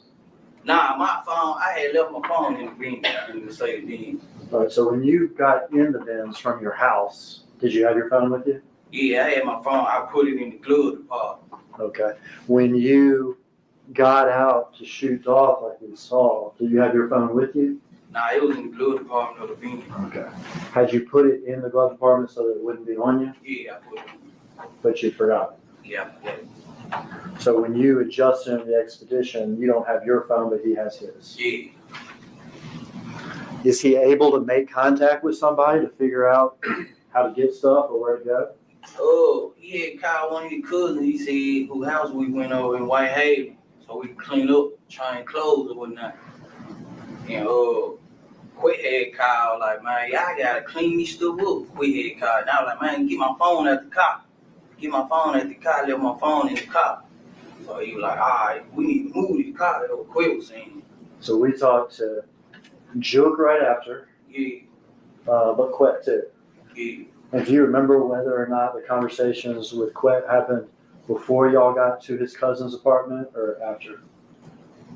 Yeah, I can't recall. Okay. But it was all close together. And tell me again what Quet said during these conversations? Yeah, we had to get rid of that car. We had to move that car, get rid of it. Because y'all had put this car in a driveway on Bradley, right? Yeah, right across the street from your house. Right across the street from where Quet lives. Right. And he said y'all need to move this. Yeah, we gotta burn it up. Gotta get rid of it.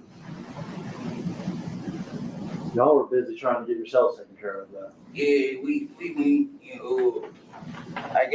we changed clothes with him, and I had whole peroxide on me and wrapped myself up, and I had to text my girl to come get me, text her the address off of Justin's phone to come get me. And let's get there, but you said that Justin had contacted his cousin about going to her place, is that right? Yeah. Is that Kiana Hopper? Yeah. Did y'all in fact go to her place? Correct. When y'all went to her place, what car were y'all in? We was in the white expedition. When y'all get to her place, what do y'all do? We went inside, changed clothes, and we was in there. She had helped me for a minute before the wound kit came. She was helping me out or whatever. We changed clothes, and the wound kit came. I was able to, put a bandage on it and stuff like that. Okay. I want to show you a video.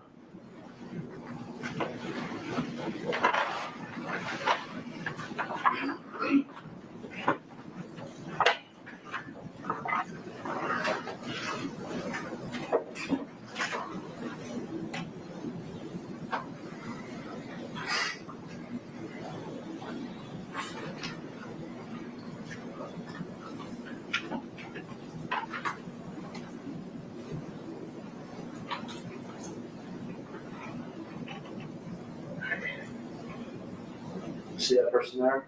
Yeah.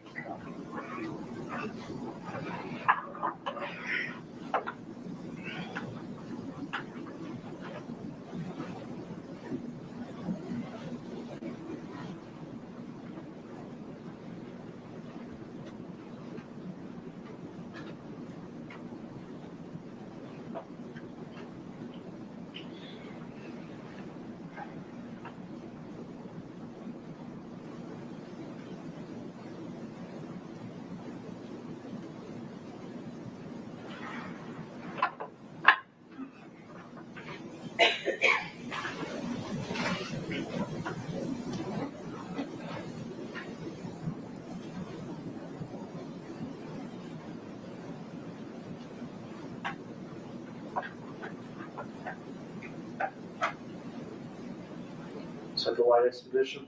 Yeah, that's the white expedition. Who's driving it? I'm driving. This woman that we had seen earlier that lost back, is that Justin's cousin? Yeah, that's her.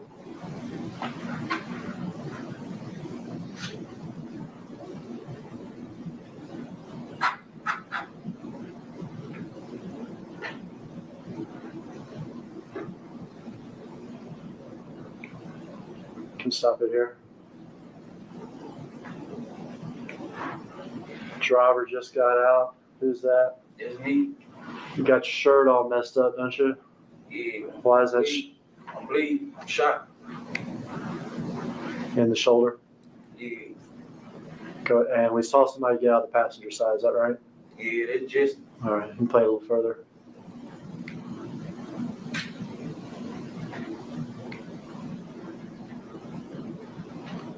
Gray sweatpants, black hoodie, and that hat we saw is Justin, is that correct? Correct. Same outfits that y'all were wearing during the murder? Correct. Y'all go inside. Tell me what y'all do once y'all get inside. We change clothes. We change clothes. White Mercedes? Yeah, the white Mercedes. It's left in the driveway of Bradley, is that right? Yeah, Justin had somebody to push it back then. It was in the back then. Okay, so it went from the driveway of Bradley to the backyard. To the backyard of Bradley. Yeah. But it was still just sitting there. Yeah. So Quick gave me some money to buy a car cover. Cover John up. Saying that they found. Had up to that point, other than it being pushed in the back. First of all, did you push it in the back or somebody else? Nah, somebody else pushed it in the back. Did you go back to the car at all? Yeah, I went back, wiped it out, called myself wiping me down. Cleaning it. He cleaned. So you were worried that maybe you left evidence in there? Yeah, I worried, but I know I opened the door with no gloves on. And when you cleaned it off, was it daytime or nighttime? It was nighttime. So your nighttime on Bradley, Yeah. cleaning out this Shot Mercedes. and everything, yup. Shot it You been shot in the shoulder. Yeah. When you cleaned it down, was it still in the driveway or was it in the Nah, back? it was in the backyard when I cleaned it down. So it had already been pushed to the back? Yeah. Did you take anything out of the car? Nah, I ain't taking them up. Is that the same house? Yeah, that's fine. To confirm that Miss Fifi say you've met with the state law enforcement included, right? In preparing to testify to that. A couple times, three, 4 times. Okay. 4 times. Does that include are you including that time back in December, right when you were picked up? Nah. Okay. So 3 or 4 times since. Yeah. Right. And one of the times you met with them was in March of 22. You remember meeting with them then? Sometime around then? I don't know the exact months and stuff like that. I got my lawyer in March, so I don't know. I can't just pinpoint exactly what month. Well, I'll say it like this. You started out with a different lawyer and you ended up with the lawyer you have now, right? No, sir. He was never hired. Okay, well, you got paid. No, he did not get paid. Did he get paid? No. Did he get $50,000? He did not. He ain't signed my jacket saying he represented. That's what I'm asking. I just talked to him. That's not what I'm asking you. Right. You asked He got $50,000. So. Hold on just a second. Ask your question, wait for the response. The original lawyer in your case got $50,000 to represent you. Did he not?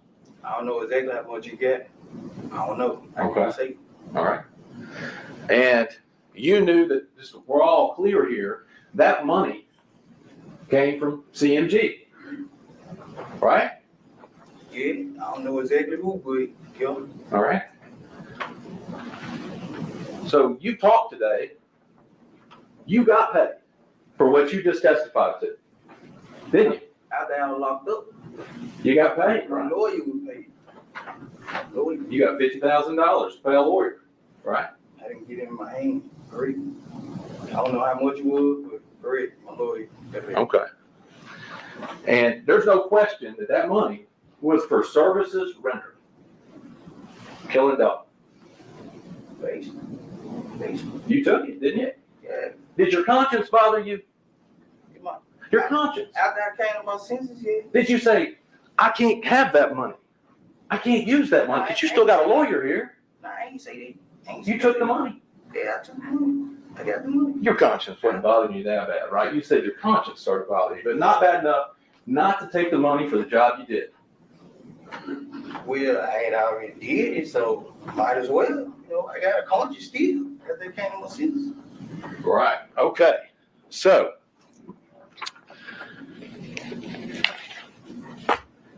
you didn't think, man, I really shouldn't be able to keep money for killing somebody. I didn't think like that. Okay. Now, at the end of this, you said, you're direct. You said something about, you saw a picture of the person, you said Mr. Johnson with a suitcase. And you said he was there with his money getting out of town. Right. To be clear, you don't have any direct knowledge of Justin Johnson getting a dime for this, right? Nah, I ain't got nothing. Okay. So you can't say he's leaving with his money, right? Right. Okay. Now, a couple other things specifically. When you as you say it, let's kind of put a timing on this. So you said March, you got your current lawyer, and you went back and met with the government again, right? Or the state. Yeah, I don't know what month. Like I said, I can't say where like they can win. But if I told you you met with law enforcement around March 13th of 22, does that sound about right? I can't put the date on it. Okay. Well, let me ask you this. You said you had a change of heart and your conscience started getting to you. You wanted to tell the truth. When did that happen? Like a couple months after I sobered all the way up, while I was in jail. So all the way up, I ain't in my senses like it was wrong. Okay. So you got December is when you go to jail. December 9th? Yeah, December 9th. So a couple of months from then, you sober up, that's when you come to your senses. Yeah, and then Justin had sent me a letter saying. Well, I'm not asking you what Justin sent you a I'm letter saying saying. what automatically made me come to my senses and like, you know, it was wrong. You know what I'm saying? When he said, cut him loose, take the junk, and quit down with me. Okay. So you're saying Mr. Johnson sent you something saying He actually said he didn't do it, right? Nah, he ain't say he didn't do it. He said cut him loose and take Juke and quit down with me because they ain't messing with us. Oh, you mean tell the truth? Right? Because he didn't have anything to do with it. Tell the truth. Nah, he saying me take the downfall. Oh, okay. Cut him loose, let him go. Okay. And tell them get quit and him change clothes and quit with me instead of him. Okay. Let me ask you this. Did you get it directly from Justin Johnson, this kite you're talking about? You know, we got rock me and stuff, but we were talking through the vent. I was in each part, he was in each part. We were talking through the vent. Did you get it directly from Justin Johnson? Nah. Did you see him write it? Did I get it? He said, did you get it? Did you get that kite? Did you see him write it? Nah, I ain't see him write it. I mean, another part. Right, you can't even see him. He asked me, did I get that kite? Okay. He sent me more than one. He sent another one and said he got 7K. I could take that. I'll leave. Where's that? I don't know where it's at. You lost it? Nah. I sent it on out to my folks. Okay. All right. On out to my folks. My sister. Okay. So you started telling the truth then. So surely by August, you met with the state in August 10th of 22. Surely by then you're telling the truth. Yeah, I'm telling the truth. And you would agree with me, the truth doesn't change. It's the truth, right? Yeah, the truth. You know, quit brought me in and set me up for the police to capture me. So might as well tell the truth. If we gonna tell the truth. Okay. So today, for the first time ever, you testified that you wiped that Mercedes down. Yeah. You've never said that before. No, I ain't know. You never told them. You never told them that you wiped that Mercedes down? I never told detectives when I talked to them. No. Why would you not tell them? They've asked you every question under the sun about this case, right? I said detectives. I never admitted that I was involved to detectives when I first got locked up December 9th. You know they take notes and they recorded your entire interview. Right. From August. All right. Why didn't you tell them in August you wiped the car down? Because we were talking about so much, you know, we slipped my mind from. And they specifically asked you, and you said, They ain't asked me to get away with cutting. They specifically asked me you don't recall them asking you and you saying, Justin said he had someone wipe the car down. Yeah, he told me he had somebody to wipe the car down too. But you didn't think to ask him, right? I told him that I wiped it down. He said you used the right stuff because I got somebody else to wipe it down. You know what I'm saying? So now you're saying you told Justin that you went and wiped it down. Yeah, I told him too. Why didn't you tell that to law enforcement who's seeking the truth from you, right? You know, stuff slip a person's mind too. You know what I'm saying? Like kind of an important detail. Like they ain't asked me to get away with cutting him. So you don't think so? I don't recall. Okay. Well, your fingerprints are on that car. Correct. Right? Correct. So when did you go do that? Like a couple days after the shooting. Did you tell Quet? Did you go by Quet's house? Yeah, I ain't called Quet and told him that I was finna walk in their backyard so he'll know who walking over there. I ain't called him. So you called him, you let him know. You walked through his backyard. Not through his backyard. That I was finna walk in the backyard where the car was in. Okay. Why would you need to tell Quet you were going to be at the car across the street? Because he got cameras. So I ain't want him to think nobody trying to get him enough to get shooting at me. You know what I'm saying? Okay. Like, I'm letting him know what's up. And just to be clear, does he have cameras on the abandoned house, or you're just saying shooting out from his, facing out from his house? Yeah. Okay. Yeah. But testimony today is you called Quet and told him you were going to go over there and wipe that car down. Yeah. Okay.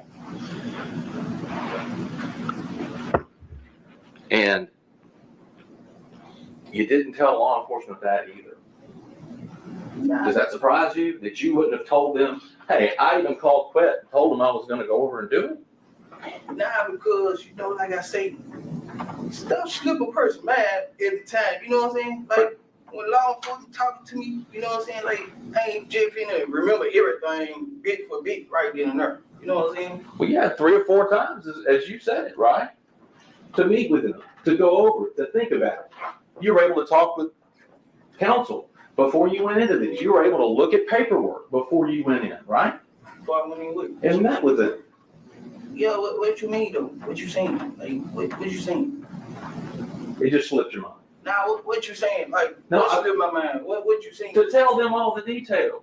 Yeah, I couldn't just remember detail like that. Because it's hard to keep up with details when you're lying. You would agree with that, right? Nah. No? Nah, when you tell them the truth, like, and you're Okay. nervous, like, it's hard to keep up with details. So,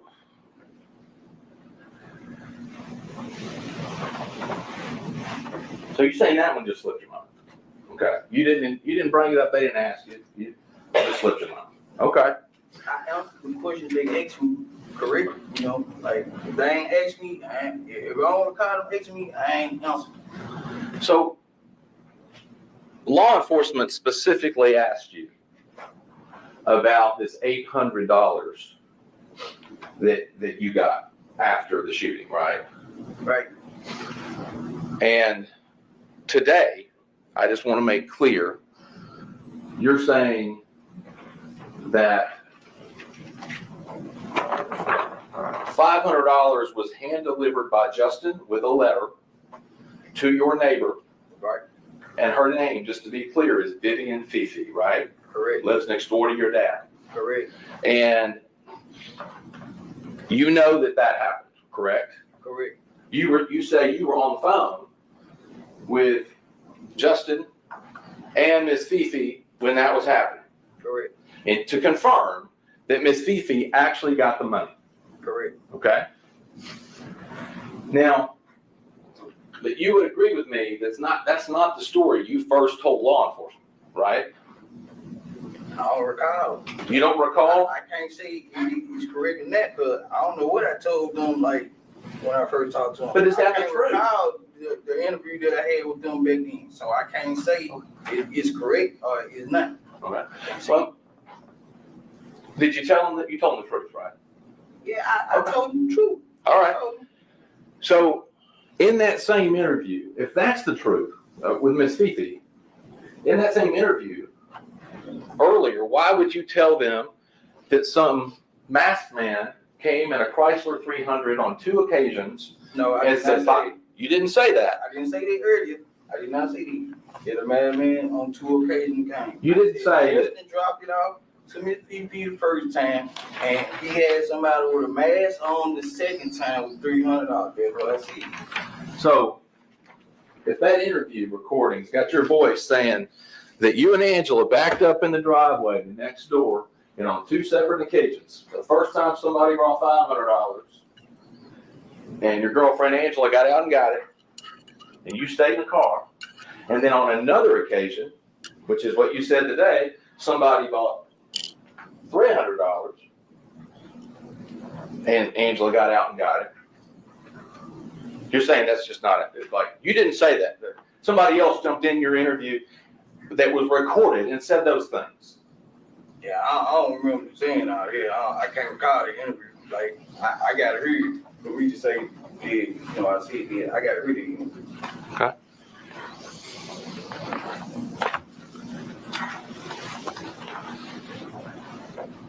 But if you were telling the truth, you wouldn't have any trouble, right? Going, did I say that or not? Because you know you didn't say it because you told the truth. I'm telling the truth. I'm telling this time or that time?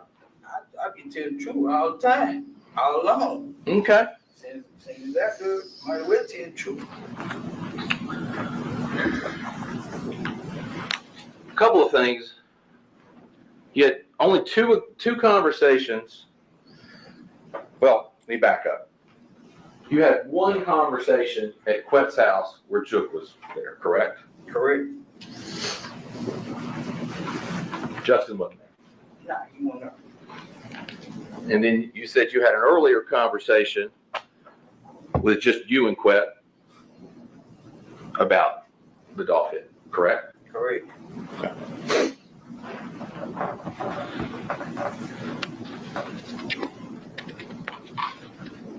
Now,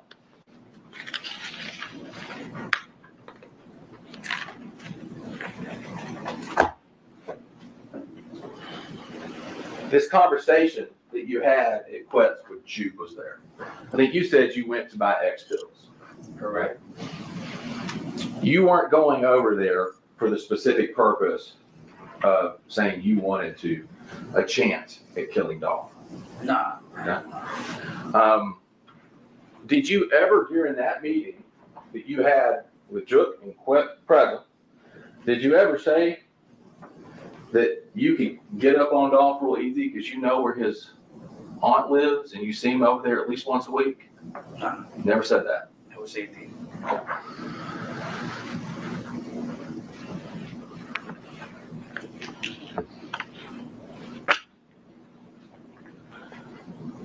Now,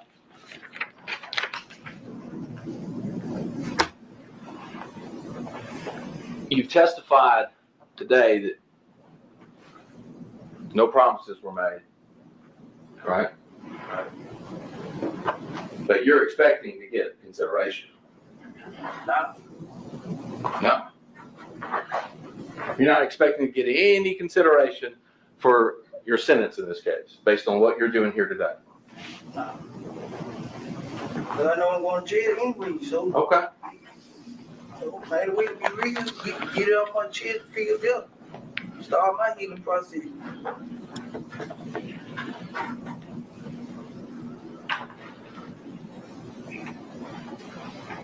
Sounds like you told your sisters and you wrote them back in March of 22. I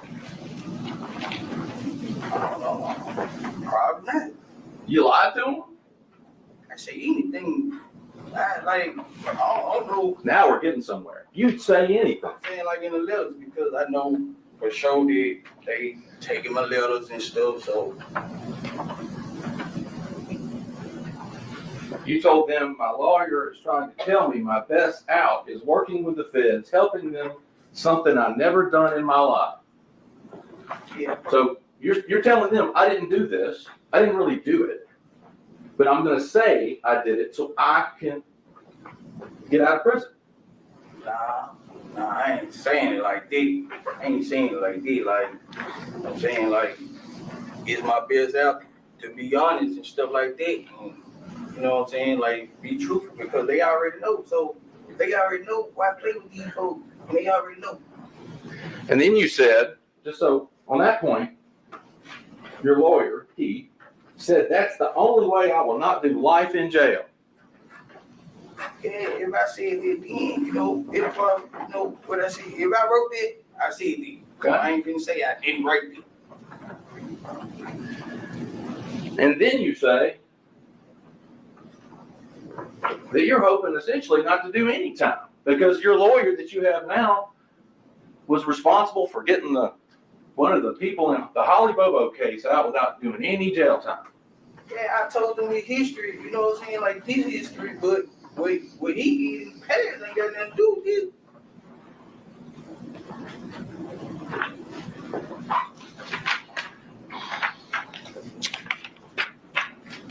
No? So you weren't expecting to walk free after today? That's not what you were expecting? After them folks kept telling me I ain't going, I said forget it, you know what I'm saying? Like, it is what it is, I'm being real, so it is what it is, I feel better than Okay. Because you told your sisters, they got to let me walk free if I make any deals with them. And my sister and they green, they don't know nothing about no folk teachers and stuff like that. They green, they don't know nothing about no jail time or nothing like that. So, you know, we just praying, hoping for the best outcome. You know what I'm saying? Like, we just leaving in God's hands.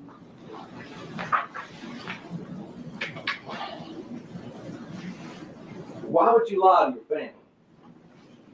I mean, you had this this head of conscience after you got clean, right? Yeah, it basically like speaking into existence, you know what I'm saying? Like hoping for the best, you know what I'm saying? Outcome, you know what I'm saying? Faith. Exactly. Hoping to walk free if you go in and testify in this case, right? Yeah, before I talk to them folks and stuff like that, like before I talk to them, that's what I'm telling my sister, them, like, Man, I ain't never did no police ass shit, but you know what I'm saying? Quit already told them everything. They already knew everything, so I might as well, you know, tell the truth. You know what I'm saying? Tell my road, tell his road, you know what I'm saying? So be honest. Well, and you bring up Quet in this letter. You even tell your sisters that when you saw Quet on December 8th, it was like he had a limited time to find somebody to pin this on. Talking about Quet. Hey, you know, I was just getting locked up, right? So I wasn't finna say, yeah, that was me. I'm not finna say, y'all know that was me or nothing like this. Justice for Dolph still going. You ain't just got locked up. Agreed? You got locked up in December. This is in March. Yeah, but I'm still just locked up over here. I came over here in January 11th. So I'm over here now, and I know, man, everything I do, say, whatever, right? They might intercept it. They might listen up. They listen on the phone, so I can't talk like I really want to. You know, letters or nothing.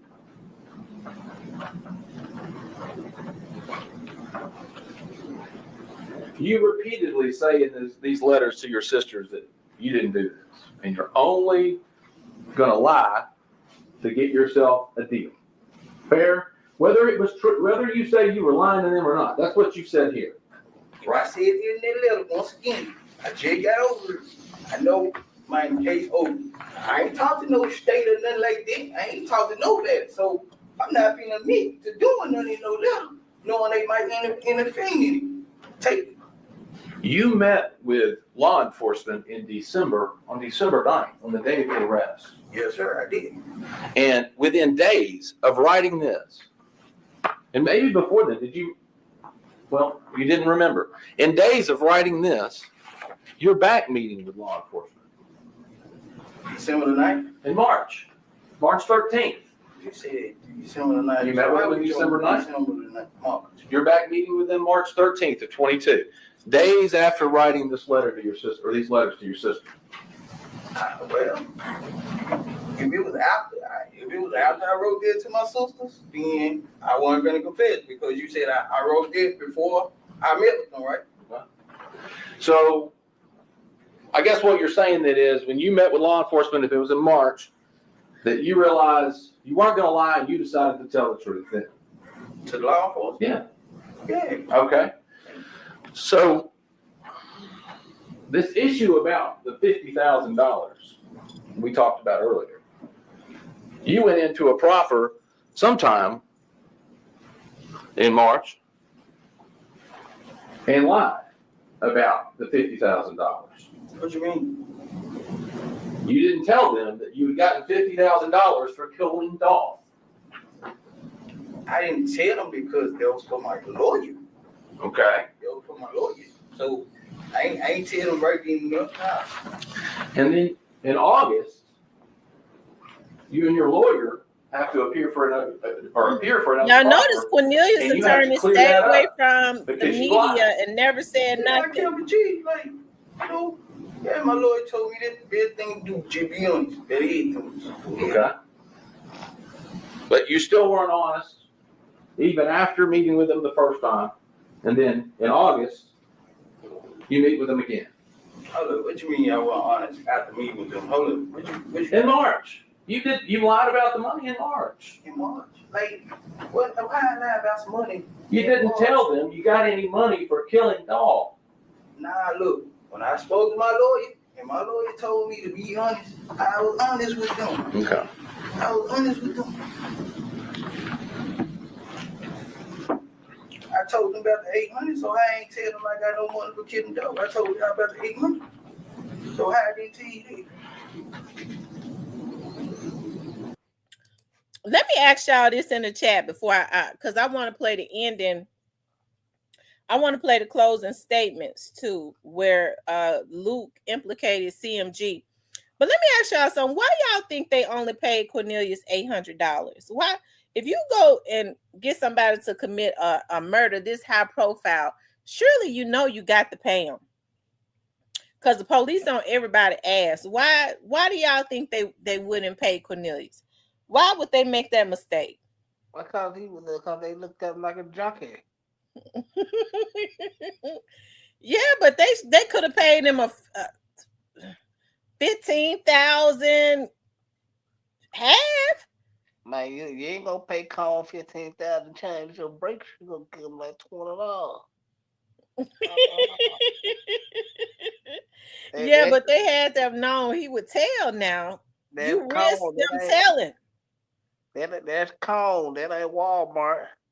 You gonna pay Cone $20 to $40. They ain't gonna safety. Cause they don't want them to get high anyway. That's how you gotta treat them like a child. They treat them like No, they was wrong. They promised him because it was already wrong. But you promised somebody $40,000 ain't enough to do nothing to nobody. No. And they take out $1 million man for they told Cornelius 40 because straight dropping them got more money. Yeah, they got more money. And then they didn't want to pay him that. This is the question. Why y'all fools leave him alive for? They sure plan to kill him. Hey, man. If I'm straight drop and I'm gonna go out like that with a nigga I barely just know personally, I'm killing him soon as it's over with.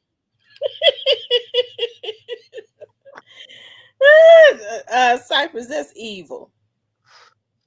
Get what? I ain't got to worry about him talking, and I ain't gonna tell on myself. Well, Straight Drop should have been trying to pop his own ass because he was telling. Straight Drop talked. I done told y'all he talked. Yeah. He just didn't want to. He just didn't want to get on that stand and do it. Yeah. Maybe so, but this nigga here want to hold it back. He got to tell it everything, the time of day, what a nigga had on. Probably what a nigga was thinking that day. This nigga did hold back. Yeah, they dropped the ball. Yeah, Cornbread out slicked the snakes, didn't it? Now,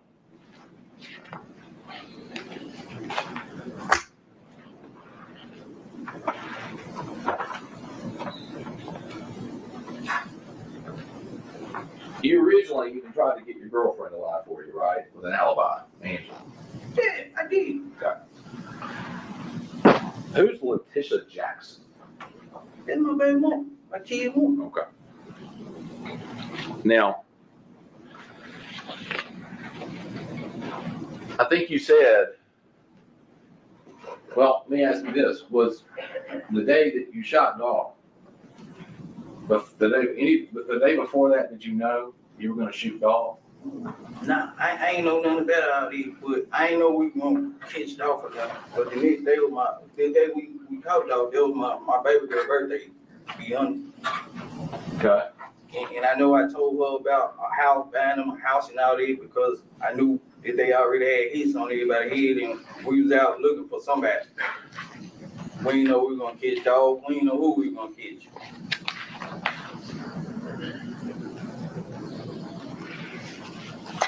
Is that why it was a particularly big day for you?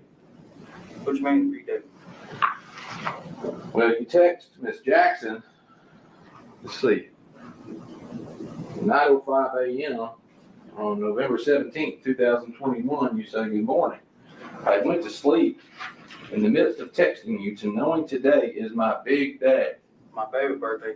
My daughter's birthday. November 17th? Yeah, my daughter. You went and killed a man on your daughter's birthday? Hey, I'm trying to make it right for her. I ain't have no money. I'm trying to get some money that day. So I'm trying to make sure my baby girl, man, have a beautiful birthday. So it was whatever. Then I'm trying to get high on pills. It was whatever. But you're telling her you're going to buy her a house, you're going to give her $10,000 for rent? I said, this day before. The day before. Yeah, you know, I can tell females that, you know what I'm saying? Like, that's my baby mama. I'm trying to get back with her, whatever. It ain't just like, you know, it's just game. You know what I'm saying? Hey, just game. That ain't about all, like, just game. So you're just lying to her too?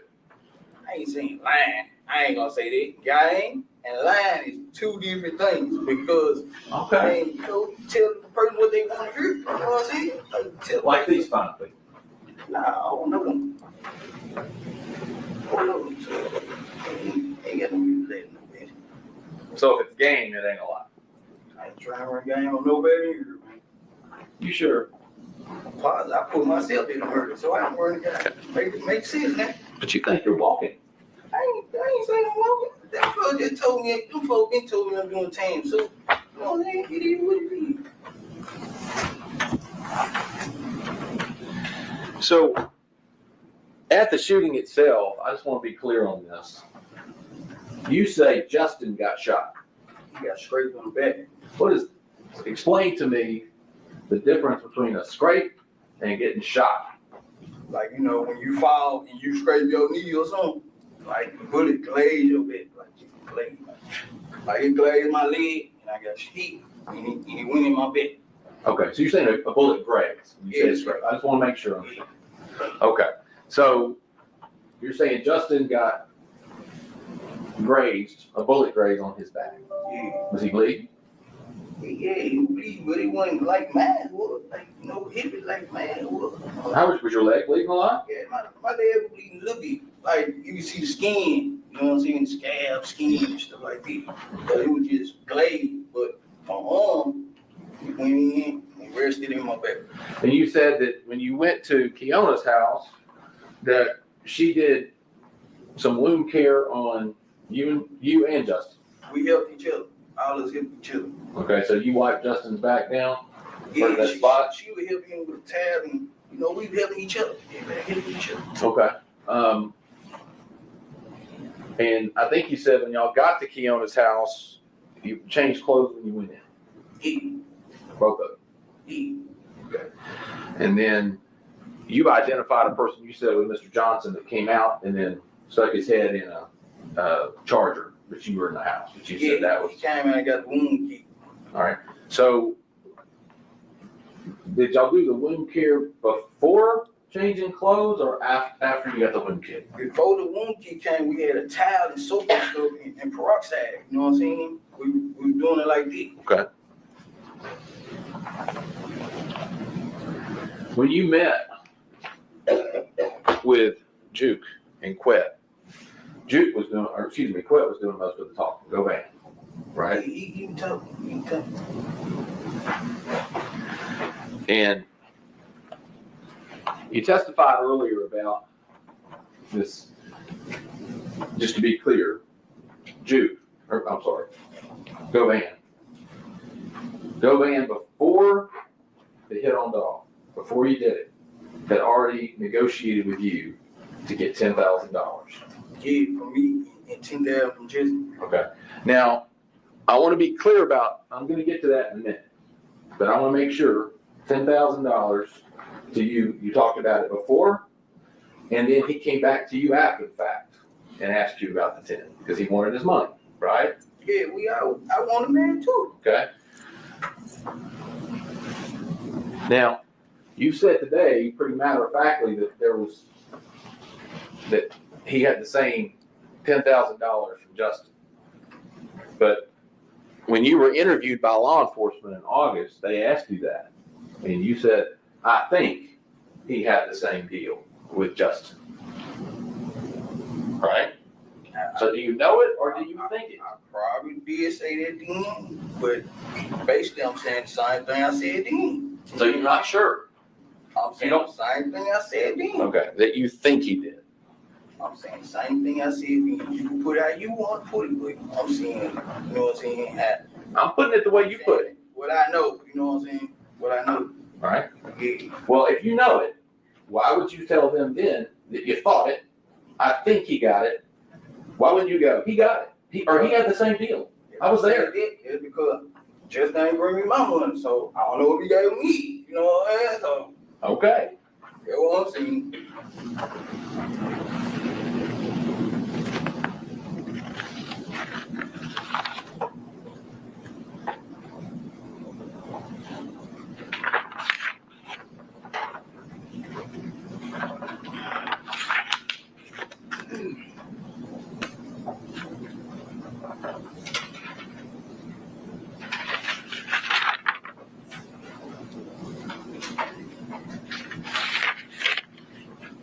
Moment, Judge.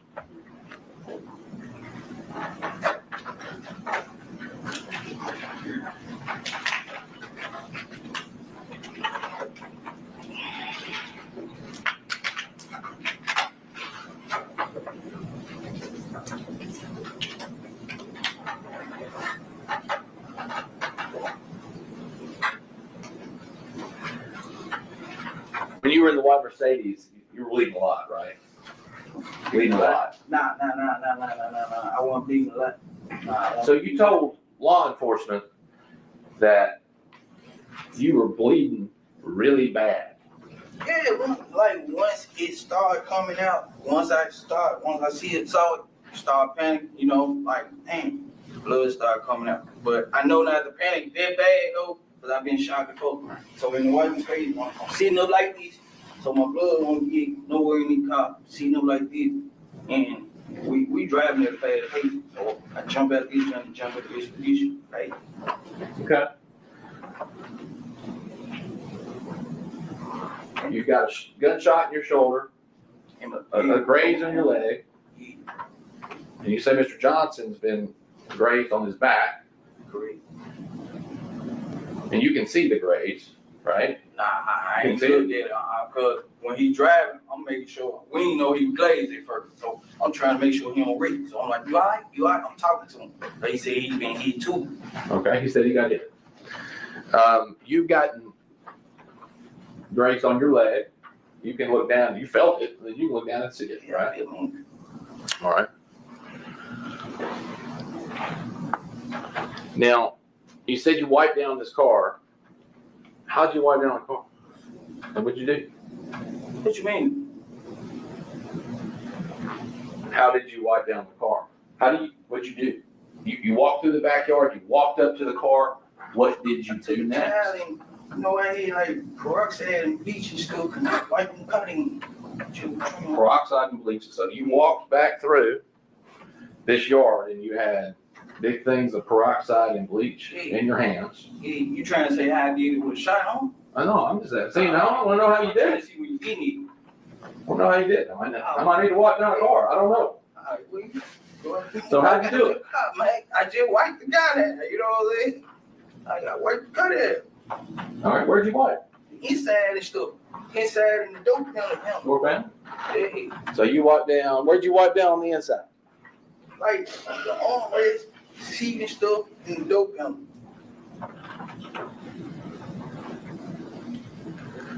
Okay. What about the outside of the car? Dope panel. Dope panel. You know what I'm saying? Wipe the dope panel down. Anything else? The outside? Nah, just dope panel.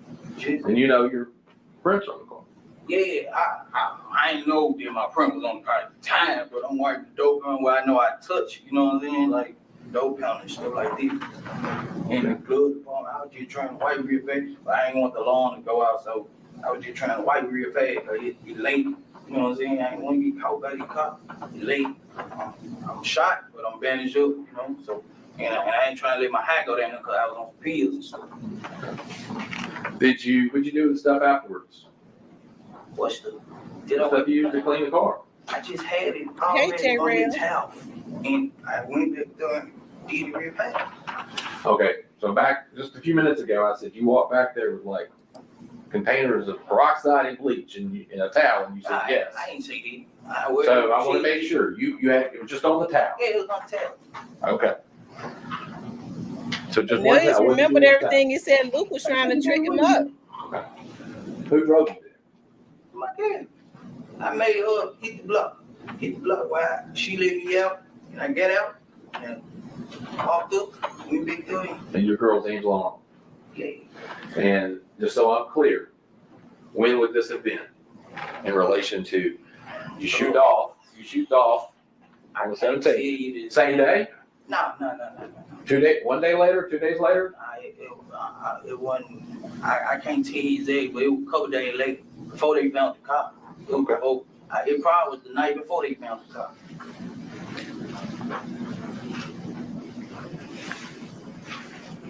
And so she dropped you off, was she in the tracks? She dropped me off on Barrett, and I got out. Barrett?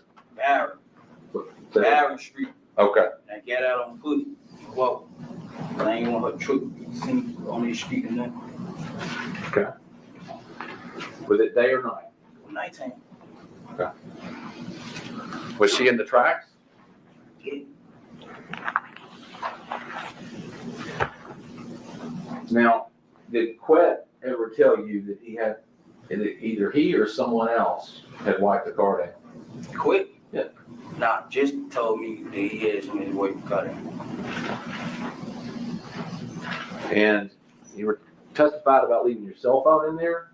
Yeah, I left in the blue phone. In the glove box. All right.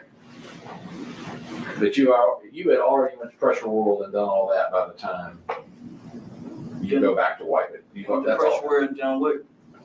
You got in your phone. Yeah, I went to pressure world today, and right after we shut off, like after we split up from the apartment, I went to pressure world. Same day. When you talked about in your testimony about getting a car covered. Yeah. When is that in relation to when you wiped the car down? Like when Quinn gave me the money for the car cover, it was the same day that they had found the car. Same, like early that morning, he gave me the money for the car cover, and I was gonna put it on there later on the night, but they found the car. And just to be clear, if I remember right, you said Quet called you to say, I need you to come over here, get money for a car cover, don't cover that car. Him and Justin was talking about that anyway. Him and Justin was talking about that anyway. But were you part of were you part of the conversation between Govan and Justin to be talking about that anyway? What you mean? Was like you just said he and Justin were talking about that. Were you part of those conversations? Justin was telling him he was gonna send him some cash out money to buy a car cover so we could cover. How do you know that? Because I went over there, I was over Govan house. We got some pills on me and everything. Like, and we were talking about we had to get rid of this car. We were saying we need to get rid of this car, burn this car up. And you're saying that Govan's telling you he's in contact with Justin. And Justin, okay. All right. And just to be clear, when it comes to Govan or Quet, is it y'all need to take care of this problem, or is it we, him included, need to take care of this problem? He's saying me and Justin really need to get rid of that car. He told me because if they question him, he gonna tell them how they with the masses, so he give it to his gambler. That's what he said.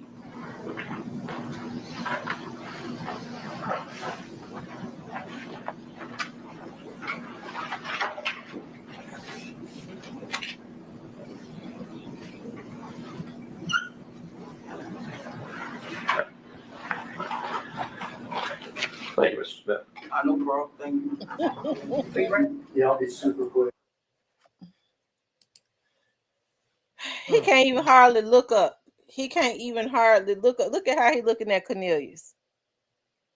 He know it's over with for him. He knew at that point right there that it was over with for him. Now, I don't think Cornelius was even mad at him. You know, he just.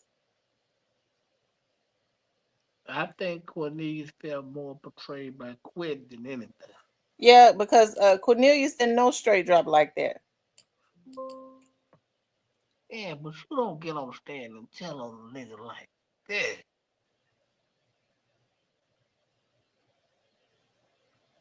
You don't do that.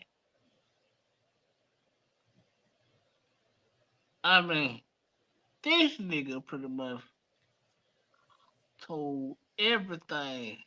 Yeah, he told everything. He did, but just, you know, this right here is a prime example of just looking at Straight Drop's face. Say no to crime, okay? Say no to stuff like this. Don't get involved.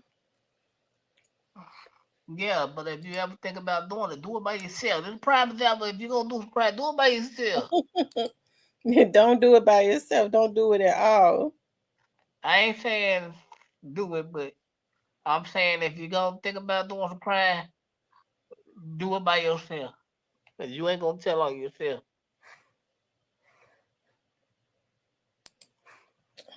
Hold on. So it's almost over, and I'm sure you all are happy. My name is Iris Williams. I'm one of the prosecutors on this case. And earlier this week, you heard opening statements. You heard opening statements from prosecution and from the defense attorney. And you were told all the things that you could expect this week. And one of those important things that you could expect was that it is not 1981 anymore, and that things have changed. But what does that mean? It means that it's hard to keep a secret. It's hard to hide who you're talking to. It's harder to hide your actions. And it's even harder to hide who you know. But ladies and gentlemen, despite all of those things that have changed, one thing has not changed, and that is the state's burden. The state's burden of proof is beyond a reasonable doubt. So what does that mean? Where are we? So the defendant, Justin Johnson, is charged with 3 counts: conspiracy to commit first-degree murder, and convicted felon in possession of a firearm. So I know that you've already gone through a little bit of this law during voir dire, and especially through the jury instructions. But a brief overview of conspiracy to commit first-degree murder is that 1, this defendant entered into an agreement with 1 or more people to commit first-degree murder. 2, each of the parties to the conspiracy had the intent to commit the first-degree murder. 3, each party acted for the purpose of promoting or facilitating the first-degree murder. And 4, 1 or more of the parties committed an overt act to help the crime happen. I was trying to find Luke. Closing arguments with Luke. Straight Drop's attorney.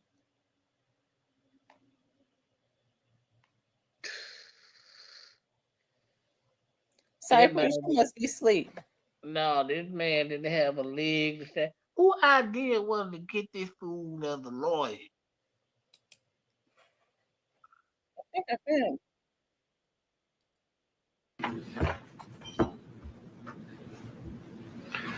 It's good to see y'all again. This is the last time you're going to have to hear from me. And as I see all of your faces, I know that's something you're looking forward to. Terrible. And the court will tell you, as terrible as that is, you can't consider that when you're determining guilt or innocence in this case. Luke was ready to get go van. Now, on the other hand, you have Mr. Johnson. This young man that you heard in the evidence is a young man, aspiring rapper, wanted to make it as a rap artist. When you're going back through these exhibits, you're going to see a picture of him in front of the house on Bradley, engaged in a music video, right, for his rap. Hat kicked to the side, kind of grin on his face, because that's what he wanted to do. And his fate is directly in your hands. And like we talked about, it's never justice to wrongfully convict someone. And so that determination that you're going to make beyond a reasonable doubt is the heaviest one, maybe one of the heaviest decisions you'll ever make. And you've had an opportunity to sit through the trial and hear the evidence, observe the witnesses, and you've been told, keep an open mind. And I hope you have. I'm sure you have. And not to talk about the case. The thing that you've been listening to for days, with people all around you that have going through the same thing, and then you have to be around them even when you're not here, and you can't talk about the elephant in the room. But today that changes. And not only are you allowed to talk about it, the judge has instructed you that you have to talk about it. And to engage in deliberations meaningfully, to listen to one another, to review the evidence that you've heard, to talk about it, and render a decision. But to the degree you're working together, what you never have to do is abandon your conscience. Now, I don't mean conscience like Cornelia Smith in that conscience, right? Because I don't think he really meant that when you heard from him. He said, the reason I decided to tell the truth is I got a conscience. And we all know that's not the type of thing you're dealing with. You take that more seriously. You mean it. He did.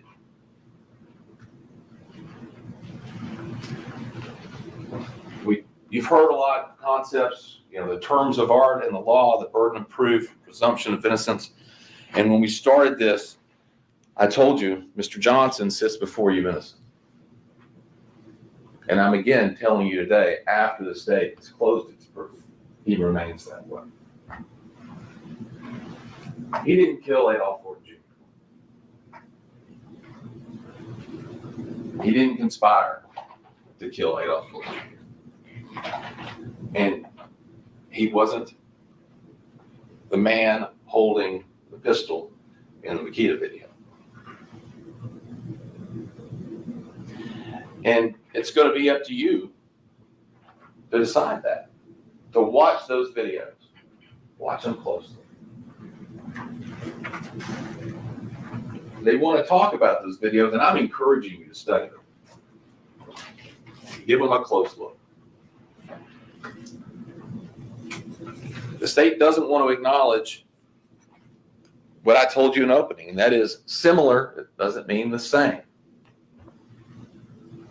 Plenty of people have gray sweatpants, black shoes with white soles, black hoodies. And as we learned through the proof, in Memphis especially, and elsewhere, Bass Pro has. You can look at it, if we had a window, you could look at it and you could see the Bass Pro, which is the pyramid here. You also heard testimony about it being a fad at that point in time. Famous rappers wearing it, other famous artists. I think I mentioned Gwen Stefani wearing Bass Pro. One rapper has a signature Bass Pro hat.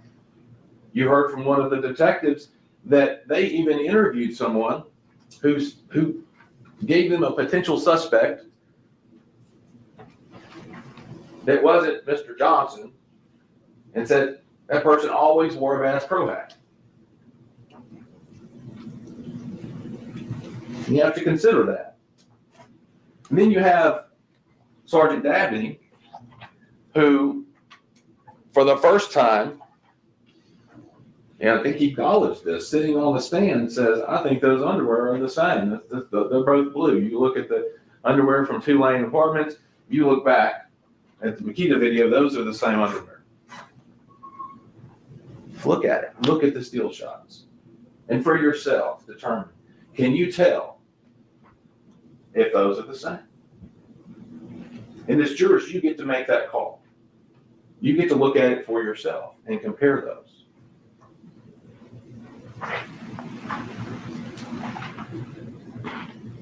We've heard a lot about it's not 1981 anymore.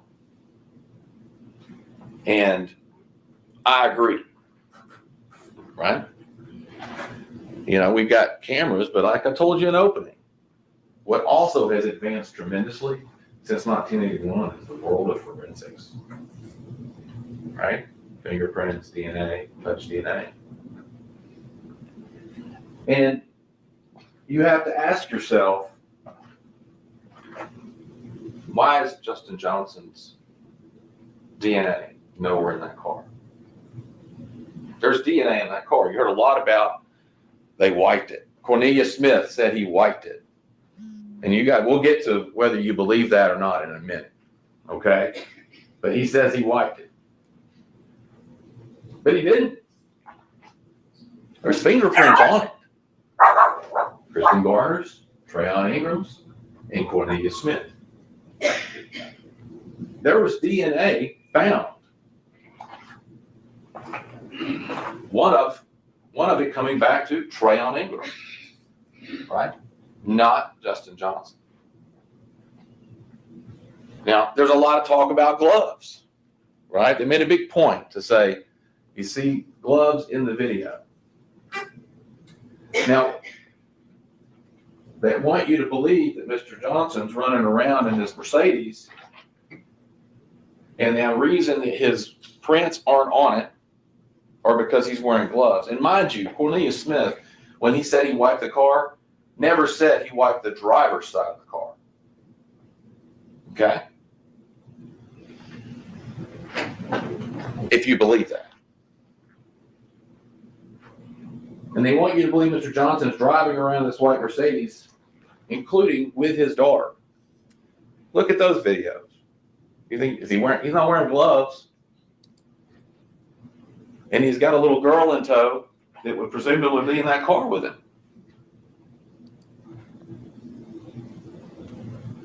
No DNA recovered. None. Now, during proof, it was interesting because they would show the Mercedes go into crosstown and the Mercedes leave crosstown, and they would show a video of Mr. Johnson getting out and walking in the building or walking out of the building. There is no video that shows Mr. Johnson in that Mercedes. And you heard they had a reel, right? The video was a reel when they're doing crosstown. And when I asked it, I think it was Detective or Sergeant Dabney, about there was surely other cars going in and out at this very time. And he said, yeah.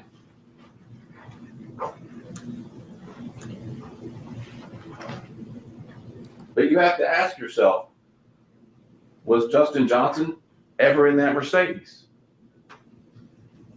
So let's go to Kristen Gardner. Kristen Gardner gets up here and tries to tell you that. He tries to say he didn't know the car was stolen, that Trayon was driving around in the car. And at first, he acts like, even under questioning from Mr. Hagerman, that he wasn't even present when the car was exchanged, because he tries to say, well, Trayon told me. And if you recall, Mr. Hagerman had to kind of go back at him. I think he said something like, I can't tell you that. And then he eventually started answering some questions. You also remember that this is the same guy that went into law enforcement and said, I've never been in that car. I don't know a guy named Justin Johnson other than on Instagram. He's a rapper. And then suddenly, he starts evolving through the story. Still lying to law enforcement. He even looks at a video of himself, right, pumping gas, and goes, that's not me in the video. And he's like, okay, it's me. But they're trying to tell you Justin Johnson's at the Valero gas station, right, when he's pumping gas. Where is he? Now, they want you to believe that this shadowy figure up in the right, top corner was Justin Johnson. And that he was the other passenger in the Infinity, but you can't really make out who he is. You have to rely on Kristen Gardner. That's what you have to rely on. And we talked a little bit about, proof beyond a reasonable doubt. And I said one of the ways that you could use to kind of understand it is proof so convincing that you would not hesitate to rely upon it in making the most important decisions of your life. And it's really simple, right? You look there and you go, would I trust Kristen Gardner with anything? If he told me something, would I believe it? The answer is no. Because the more he talked, right, the more you realize he and Trayon are in the Mercedes. They're driving around with a Draco rifle, assault rifle. The same one described as being held by Cornelius Smith in the shooting of Adolph Ford Jr.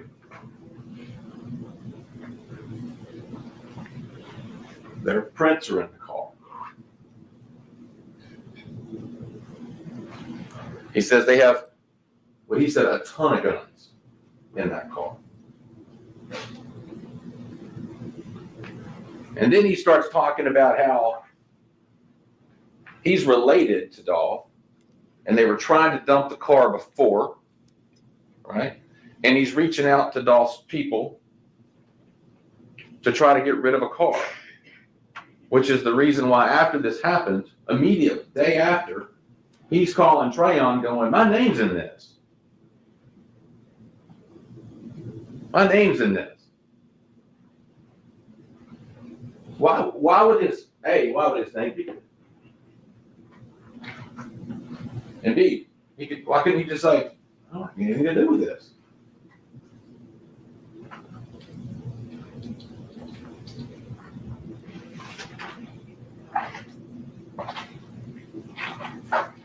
And at Valero, you do see Trayon and Kristen. They're there front and center.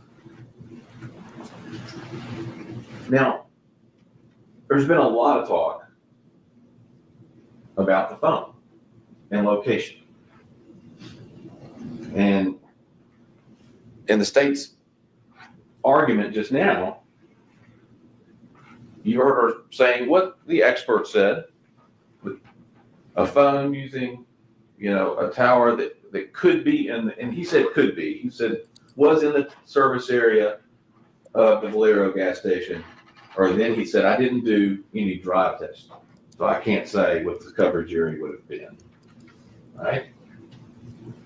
And when you're looking at his slides, you've got that really thick PowerPoint exhibit, you'll be able to look at it. And you notice, right, that you're going to notice that the pictures are all really small, they're really zoomed in on the map. And he's talking about, like, this, do you think this is thorough? This is thorough. I mean, he's going through all these calls. Look at what he's doing. I mean, but then you have to ask yourself, well, what happens if you expand the map? And then you realize, and this is the exhibit I entered, you realize he's not even counting all the data and calls, because when you show what he left out at 12:23, right, at the time, immediately after Adolph Thornton Jr. was shot, there are several towers that Mr. Johnson's phone gets off of that are, one's 3 miles away in one direction, the other one is 3.2 miles away down by the Memphis airport. And then he has to go, I left those out. Not a really good explanation for why, right? Important. When there are a group of fine people that are looking to find the truth and have to make this decision and need to evaluate the accuracy of what he's telling you.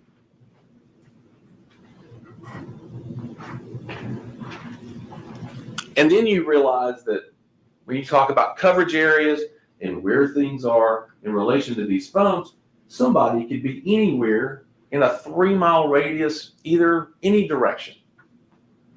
And then you have to go, what is it? What does it show us? How did that help? How does that make you any more certain of someone's presumed location at a given point in time? Because he said it's not an exact science, and I'm not here to tell you that I can pinpoint where he is. And I didn't do drive testing, and I don't know the next available tower is what a cell phone normally would look for, but also I can't even tell you if the towers were down at the time. That could make a difference. That could put you further out. I couldn't tell you if they were down for maintenance, if they were overburdened. And he said, look, if the tower's real busy, it'll direct you to the next tower. But what it doesn't establish is that Justin Johnson was involved in the conspiracy to kill Adolph Thornton. It doesn't establish that he killed Adolph Thornton or possessed a firearm.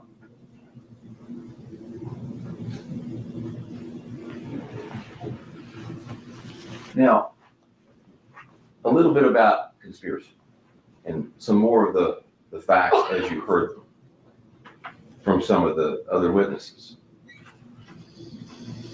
Now, I have to take a little bit of an issue with the state on something that was said during their initial argument. And that is this. There was no evidence at all that Justin Johnson was present for any meetings discussing this hit.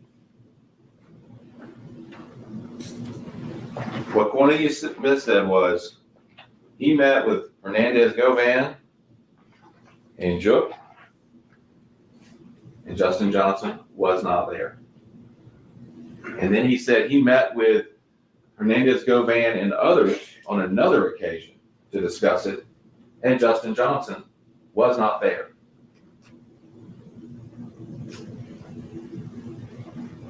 So to suggest that he was present and agreed, where's the agreement?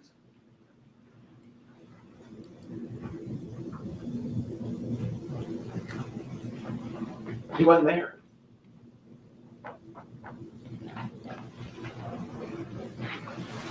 Now,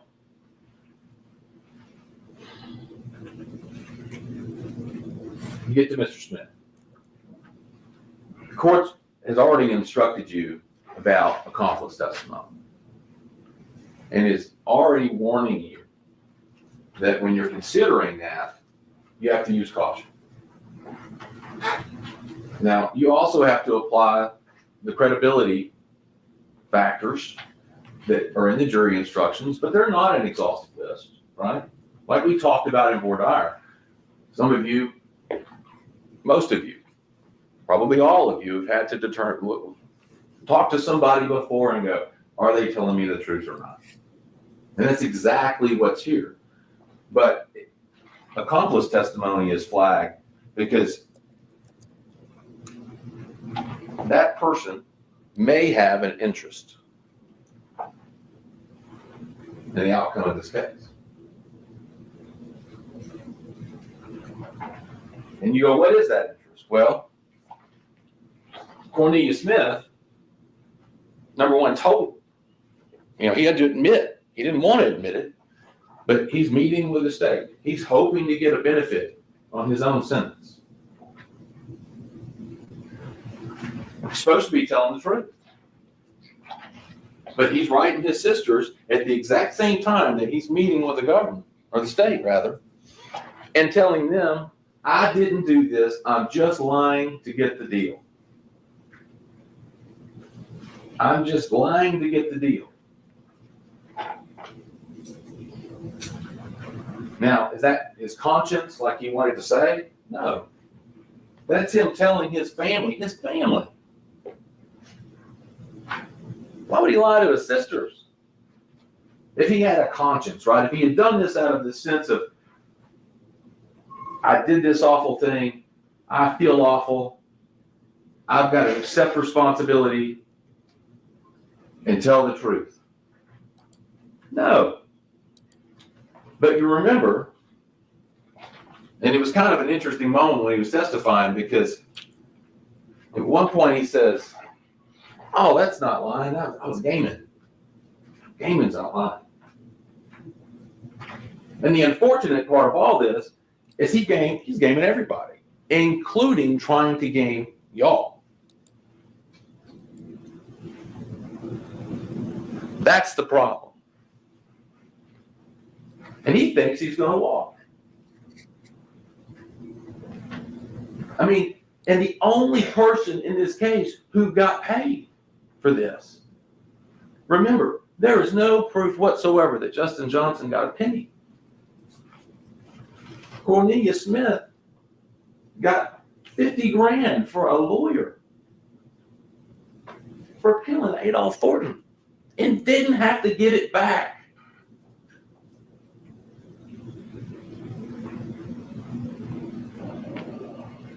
He didn't have to give it back. His lawyer was in the courtroom. And I asked him, I said, you remember, I said, how could you? You didn't give it back. You grew a conscience. What's going on with you? And he went, well, I did it. Services rendered, right?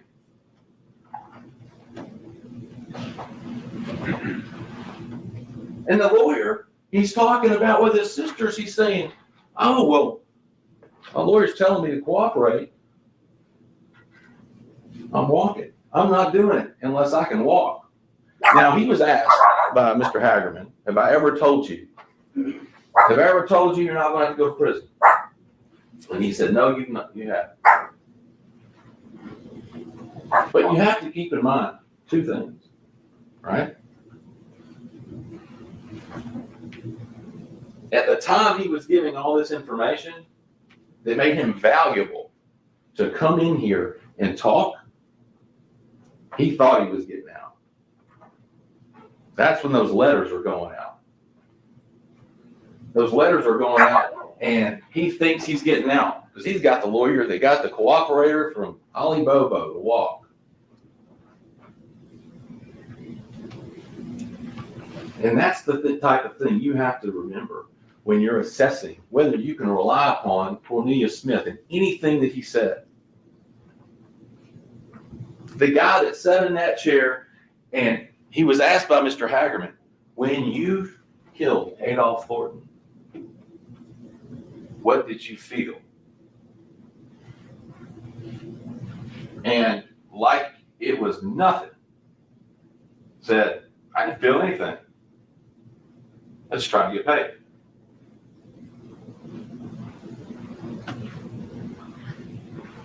And that's the guy that they want to put in front of you and say, believe it. You know, he went and talked about exchanging money, right? Getting $800, right? At one point said, do you find people that he got that Mr. Johnson somehow came back into town and he talked on the phone with him and brought $500. And then some other time, some other guy in a Chrysler 300 showed up and provided money to his girlfriend. Well, two things. One, that's not what Mr. Smith originally said to law enforcement. He said that Chrysler 300 came twice, and then Mr. Justin Johnson wasn't anywhere inside. Well, and what do you know about the Chrysler 300? Jamarcus Johnson, right? Did Jamarcus Johnson say when he was here in front of you, did you ever hear the state ask him, did you deliver the money? Is part of you being involved in helping Mr. Johnson? Did you deliver money for him? I mean, he asked about the email, or the text rather, about Cornelius emailing Justin's phone and saying, essentially, I need money for the birthday party. That's because Cornelius Smith is lying from start to finish. And then for the first time ever, here in court, he says he wiped the card out. Who's in contact? Who's in contact with Govan? According to Mr. Smith. Mr. Smith. Who's not in contact with Govan? Mr. Johnson. Did you hear anything about that?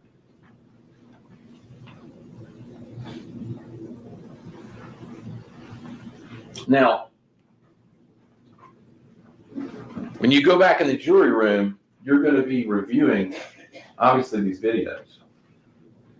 And one of the things that you have to kind of ask yourself is timing. When you see Mr. Johnson in the elevator with his little girl leaving Crosstown that morning. And of course, you know there's going to be one exhibit that's the reel where the state had on it 11:51 in the morning. And then, of course, Mr. Hagerman came in, acknowledged the mistake to say that wasn't the right time, and put an officer on the stand, the lieutenant, to talk about getting access to the time, how he got the timestamp. But what that shows you is this. They don't know what time it was. And go, Lieutenant, ask yourself about timing. And then get out and be in front of, decided that he was going to go wipe the car down. One, it doesn't work. It doesn't work. You know, and all this about Bradley, even the exchange of the Mercedes for the Infiniti, the dropping of the Mercedes at Bradley and picking up the SUV, whether somebody cleaned the Mercedes or didn't, who moved the Mercedes to the backyard, all of that, according to Cornelia Smith, should have been captured on Hernandez Govan's home security system. Right? He said Govan had a security system directly facing Bradley because that's why when he decided that he was going to go wipe the car down, either the day it happened or the day after, he couldn't quite remember, he texted Govan and said he was coming through there because he didn't want Govan to mistake him for somebody trying to come up on him.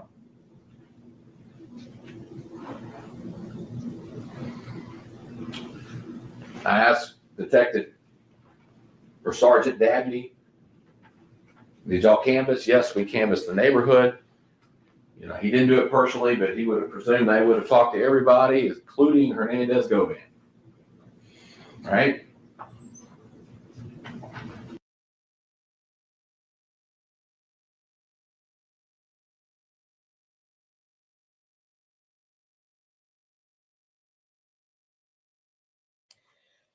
Thank you, Justice for Dolph, for coming through. Y'all been rocking with me on here for 6 hours, y'all.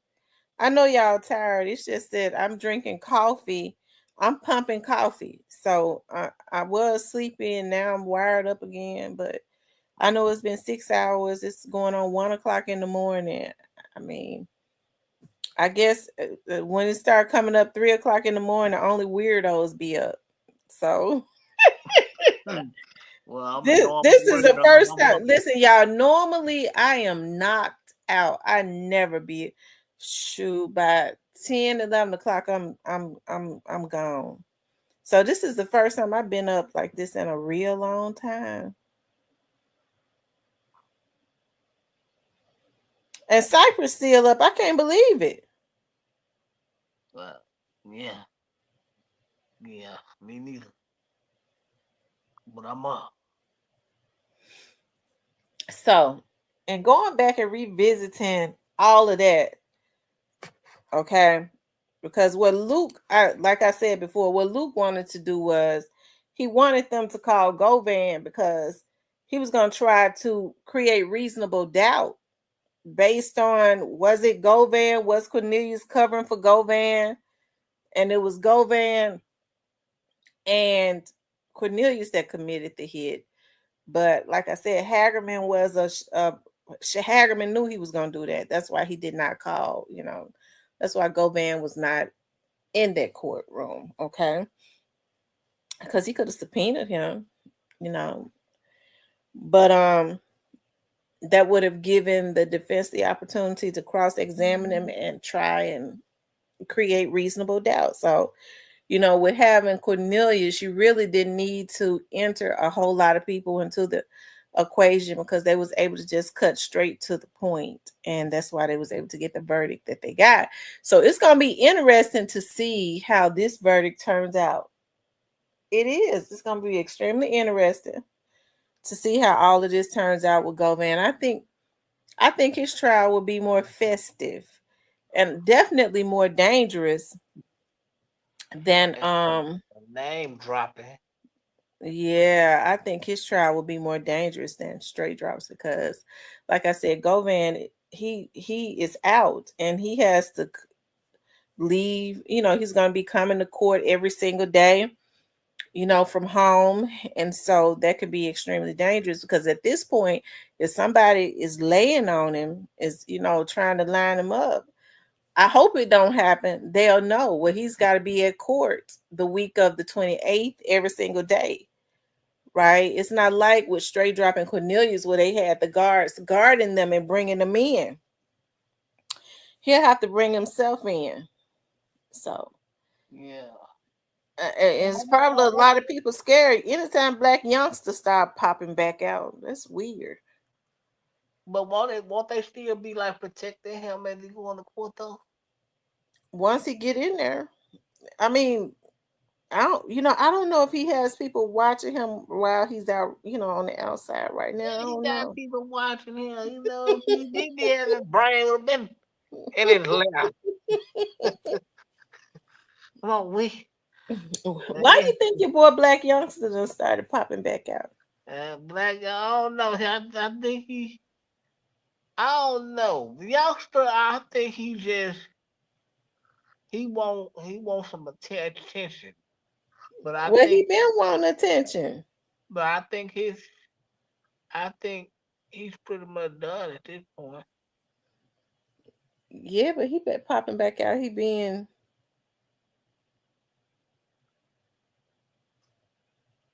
I'm saying though, like, won't they escort like quick in and out how they did what's the other snitching fool name? Yeah, they'll escort him in and out if you want them to. That's Well, if you want them to. Well, if y'all want the truth in this trial, y'all better escort them. They can't wait. I know they can't wait to catch them. You think somebody gonna be trying to line him up? Yeah. Here again. Who do you think gonna be trying to line him up? I don't know. Well, any nigga that signs for property is dangerous nigga. But they ain't trying to line him up in all this time.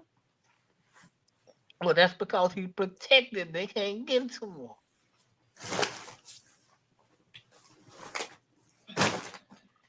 It seemed like to me Quet be out walking freely. Remember when Onan had that video? I think they had them. I'm gonna tell you something. I don't know. Them folks he had some real twisted people, and he had some real twisted people. It seemed like to me they was able to. I think he had them people following him. Who quit? I think that vlogger had some people following Quit. Cause I mean, you think about it. They said they got video of him at a Home Depot or something. Mm-hmm. And but when he walked through the door of the Home Depot, that the person was standing there waiting for him to walk through. So I mean, them folks was doing some real crazy ass stuff. So evidently, if they were standing at the door while walking, somebody told them that he was going to come there. Yeah, but who would know he'd get ready to come and go walk in a Home Depot? I mean, nobody announces when they get ready to go walk in a Home Depot. Whoever's up under them is working with the other side. It's a lineup job somewhere.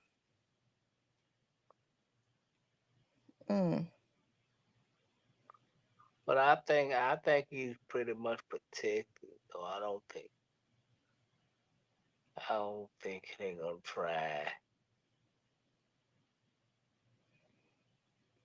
They was doing some crazy stuff. But it is Memphis. These vloggers had these folks doing crazy stuff. People that's got jobs and degrees, they put their livelihood on the line. That's the reason why I went and I was filing charges left and right so I can go ahead and knock one of them down. Okay? You're a motherfucking threat to my life, bitch. I'm knocking you down, ho.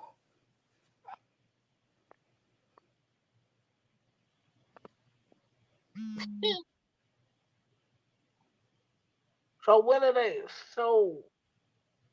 they gonna announce what they sentence Cornelius to? Or they ain't gonna do it at all? Well, he goes back to court in June. Mm-hmm. I And mean, what they've been changing it quite a. They've changed it quite a bit. They've changed it since last year. I think what they try to do, they try to go get quit out the way situated because Cornelius gonna be a little bit easier to deal with since he played out than quit. You know, after that, I think the fish is coming. Who you think they're gonna get? I don't know. I know they gonna. I don't know who they gonna get, but I know a lot of people gonna get paid some visit. Mm. Well, I tell you why. Because I looked at Cornelius' court date. It does not say. It does not say that he is being sentenced. Yeah.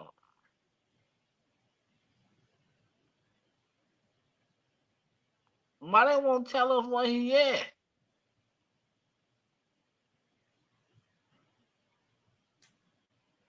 Nobody needs to know where he at.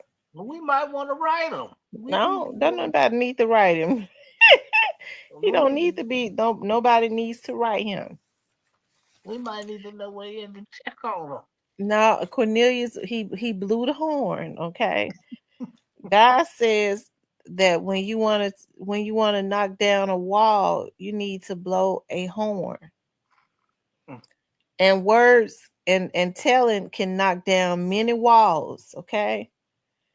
So listen, y'all. When I get ready to interview somebody, I pray. I go, Lord, God, I just thank you right now for even allowing this person to be receptive to me and being comfortable enough to talk to me.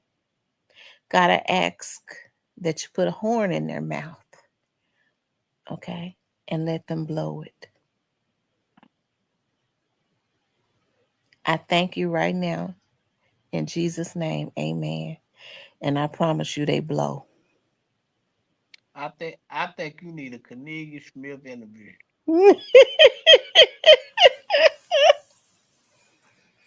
No, it's a spiritual thing. I mean, you have to have the spirit of God on the inside of you. Amen. I'm with you when you're right. No, but I think you need a Cornelius Smith interview. I would love to. I promise I would. I would love to. It's somebody I'm working around. I told my cousin, the one that owned the club, I said, you know who I want to interview? And he was like, who? I said, I would love to interview Craig Pettis. I said, but if I mess around and interview him, he might have people following me. I said, I hear he's crazy. You know, he was like, no, he not. He ain't like that at all. He's not like that. I do. I would love to interview. He's not what I don't want to I don't like to talk to people that talking. So I've always wanted to interview Daddy O. I wonder if Daddy O give me an interview. Probably would. What you gonna ask him? What's the favorite type of broccoli? Big ass. Leave Daddy O alone. I had a crush on Daddy O. Oh my God. I did. He handsome. I don't know about all that, but okay. Now you gonna get the Craig Petty interview for real? I would love to interview Craig Pettis. I would love to. I know where he's at. I'm not gonna say it on here, but I would drive to go and interview him. I'll take a team with me and I'll drive. I would drive and go and interview him. You know where he is right now? I know where he at. I've been knowing where he was at. It's probably underground with the rest of the food that ain't never coming home. He ain't underground. I would drive. It wouldn't be that long. You know, it would be some hours, but Somewhere like ATL. I ain't gonna say. It ain't the ATL, but I'm not gonna say. But I would. But now he would have to. He would have to. I don't want to talk to nobody that talk in circles. That do something to my brain and my mind and my patience. I would rather not talk to him at all. When people start talking in circles, I don't talk to them. Well, I mean, he can, but he got 9 life sentences. I'm quite sure he gonna be. I'm quite sure he can tell everything. He got 9 life sentences. They gonna bother him now. So also you can go in there and actually interview him without the glass. Is it gonna be on the glass? Or?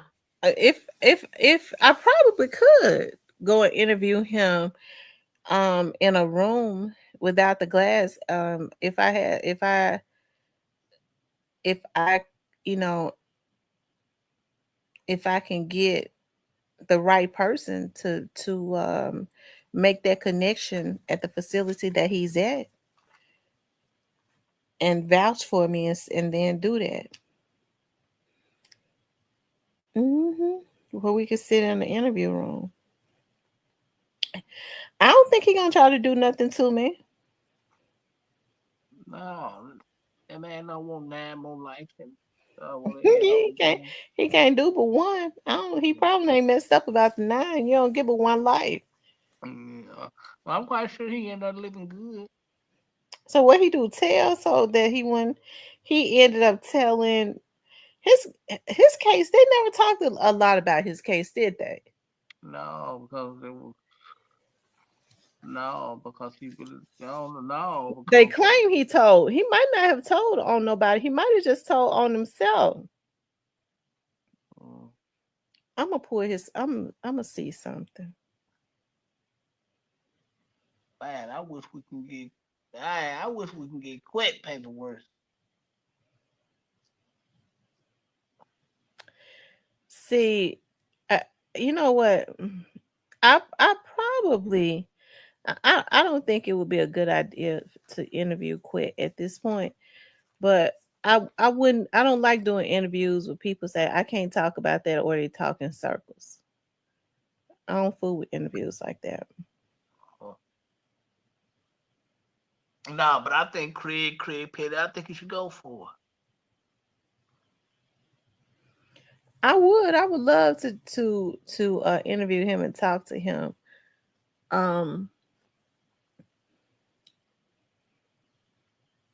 But he probably is not going to talk about nothing he did or, you know.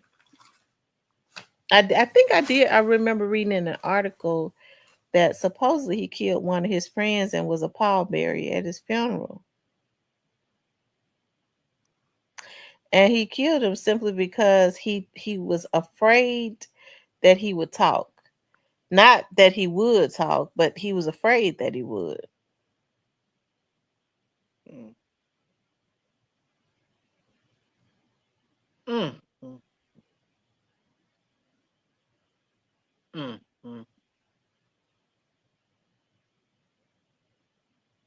That's that mafia shit. Maybe he ain't got no. Y'all don't think he still got the connections to the cartels? Because I don't want to interview nobody that's got no connection to the cartels. I just want to be don't interview him. Well, don't interview him then. Run that around. I'll stop Matthew. Then he tell on the cartels though? They ain't gonna be connected to him.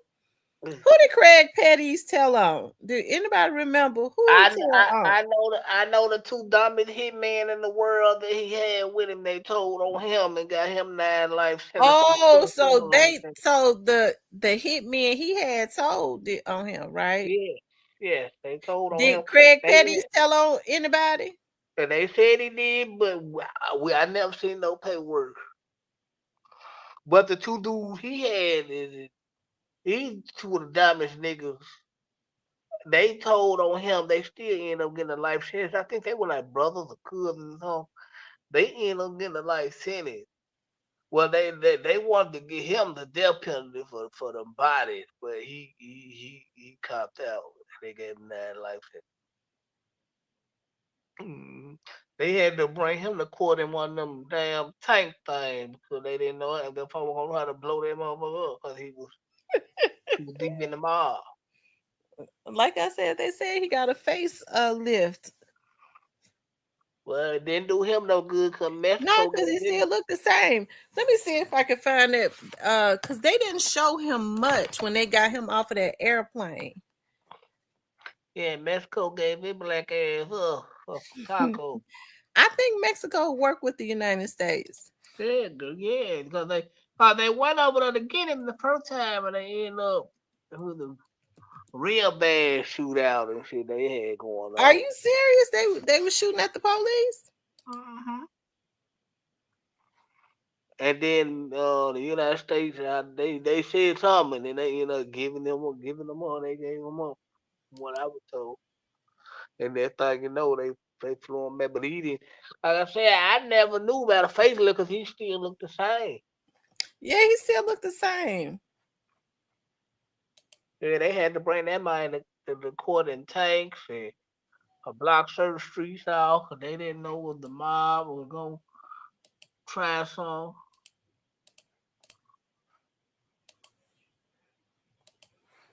But I think LaBarbie is out though. Now we're talking about a very dangerous man, Craig Pettis. Now this DEA task force leader went into detail as to how much Craig Pettis would pay to have someone killed, and goes into detail as to how taking Pettis off the streets interrupted an international drug trafficking operation. For those who don't know, many remember this man as the biggest drug lord in America at one time.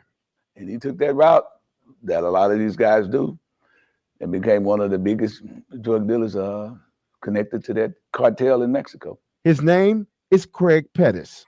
Now look at him right here. He used to be a police officer. He with the DEA now. Oh, wow. Now, I don't see any difference in Craig Pettis. Do you all?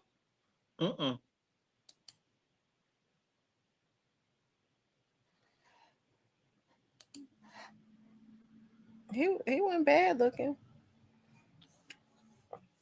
He still looked the same after the facelift. A DEA agent, Abe Collins, says at one point in time, he was the biggest drug trafficker in America, based right here in Memphis. 2001 is when I began the investigation on him, realizing how big, significant of a target he was in this area. From all the intel that we was getting, I initiated the investigation on it. And DEA, you initiate stuff. Nobody just assign you anything. It's up to you to take initiative. Now, you see this guy right here. You see how deep undercover they go? That's the guy that had, you see that bald head guy, the younger one? He had those dreads on his head. Y'all see how they go deep undercover and how they're able to blend in? Was he talking about the one that was just standing by Craig? Yeah, that's him right here. Yeah. He looked like he got old as hell. This is on investigations, and sometimes that's what's missing in law enforcement. Collins explained it took a lot of help investigating Pettis, both federal and local law enforcement, on a task force. Thurman Richardson of the Memphis Police Department joined that task force. He said, we're going to go look for Craig Pettis. He got on our free time in Vegas, because Craig had a house in Vegas. Collins told me Craig Pettis first got on the radar of federal law enforcement as a teenager in 1995. It wasn't until the 2000s when the DEA really started looking into his dealings with drugs. By that time, Richardson says Pettis' connections became powerful. You know, once he actually was a fugitive and he set up shop in Mexico, and he had a direct connect with Edgar Valdez Villarreal, which is AKA La Barbie, and El Chapo. Now he's not just feeding Memphis, he's feeding Dallas, he's feeding South Carolina, he's feeding Atlanta, he's feeding South Mississippi, he's feeding Alabama, he's feeding states. Collins details the capture of Pettis and the teamwork of the task force in a newly released book titled Gladiators. Unbeknownst to us, even then, this guy was already in Mexico. I just didn't know it. So as you go through the book, you will see it was just at a certain point that we realized that he was no longer in the U.S. He was actually in Acapulco, Mexico City. He had places all throughout the country of Mexico, being protected by some of the corrupt officials there. Pettis is currently serving 9 life sentences in federal prison for murder, conspiracy. Oh, wow. I tell you.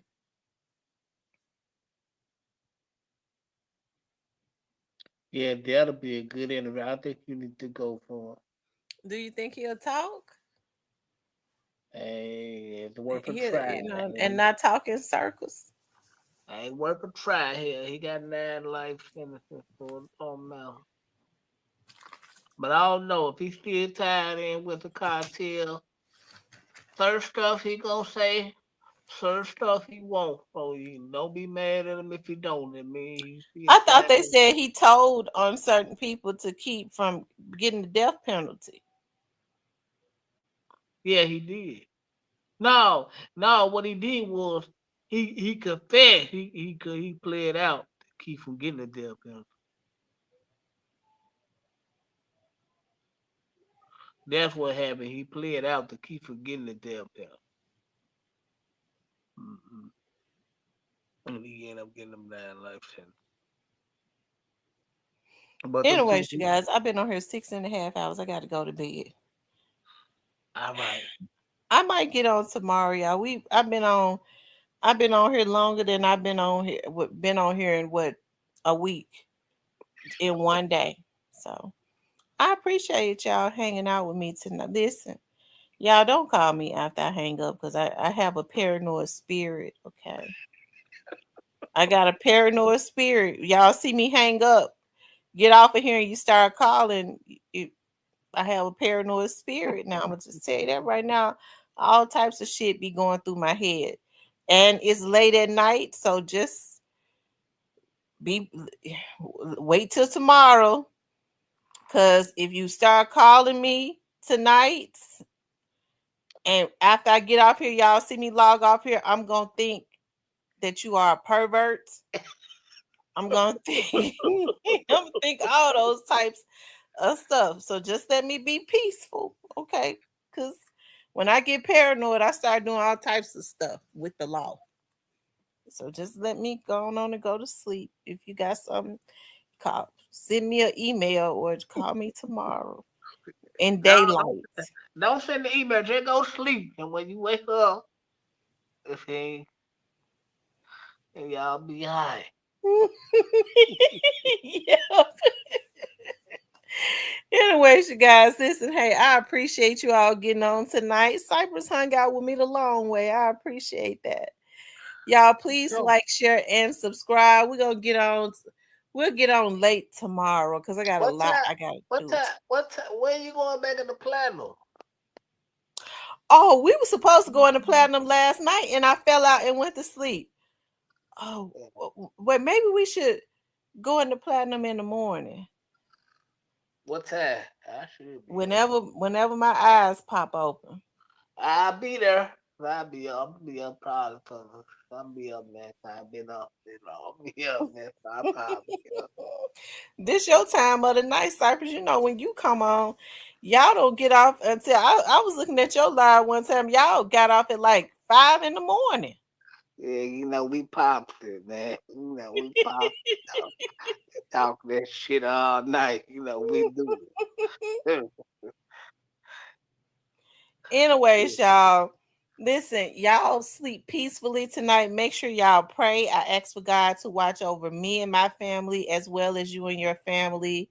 Make sure y'all get on y'all knees and pray. Okay, look to the hills for which cometh your help, all of your help, and my help comes from God. Okay. I love you guys. Amen. I'll talk to you later. And we go, yeah.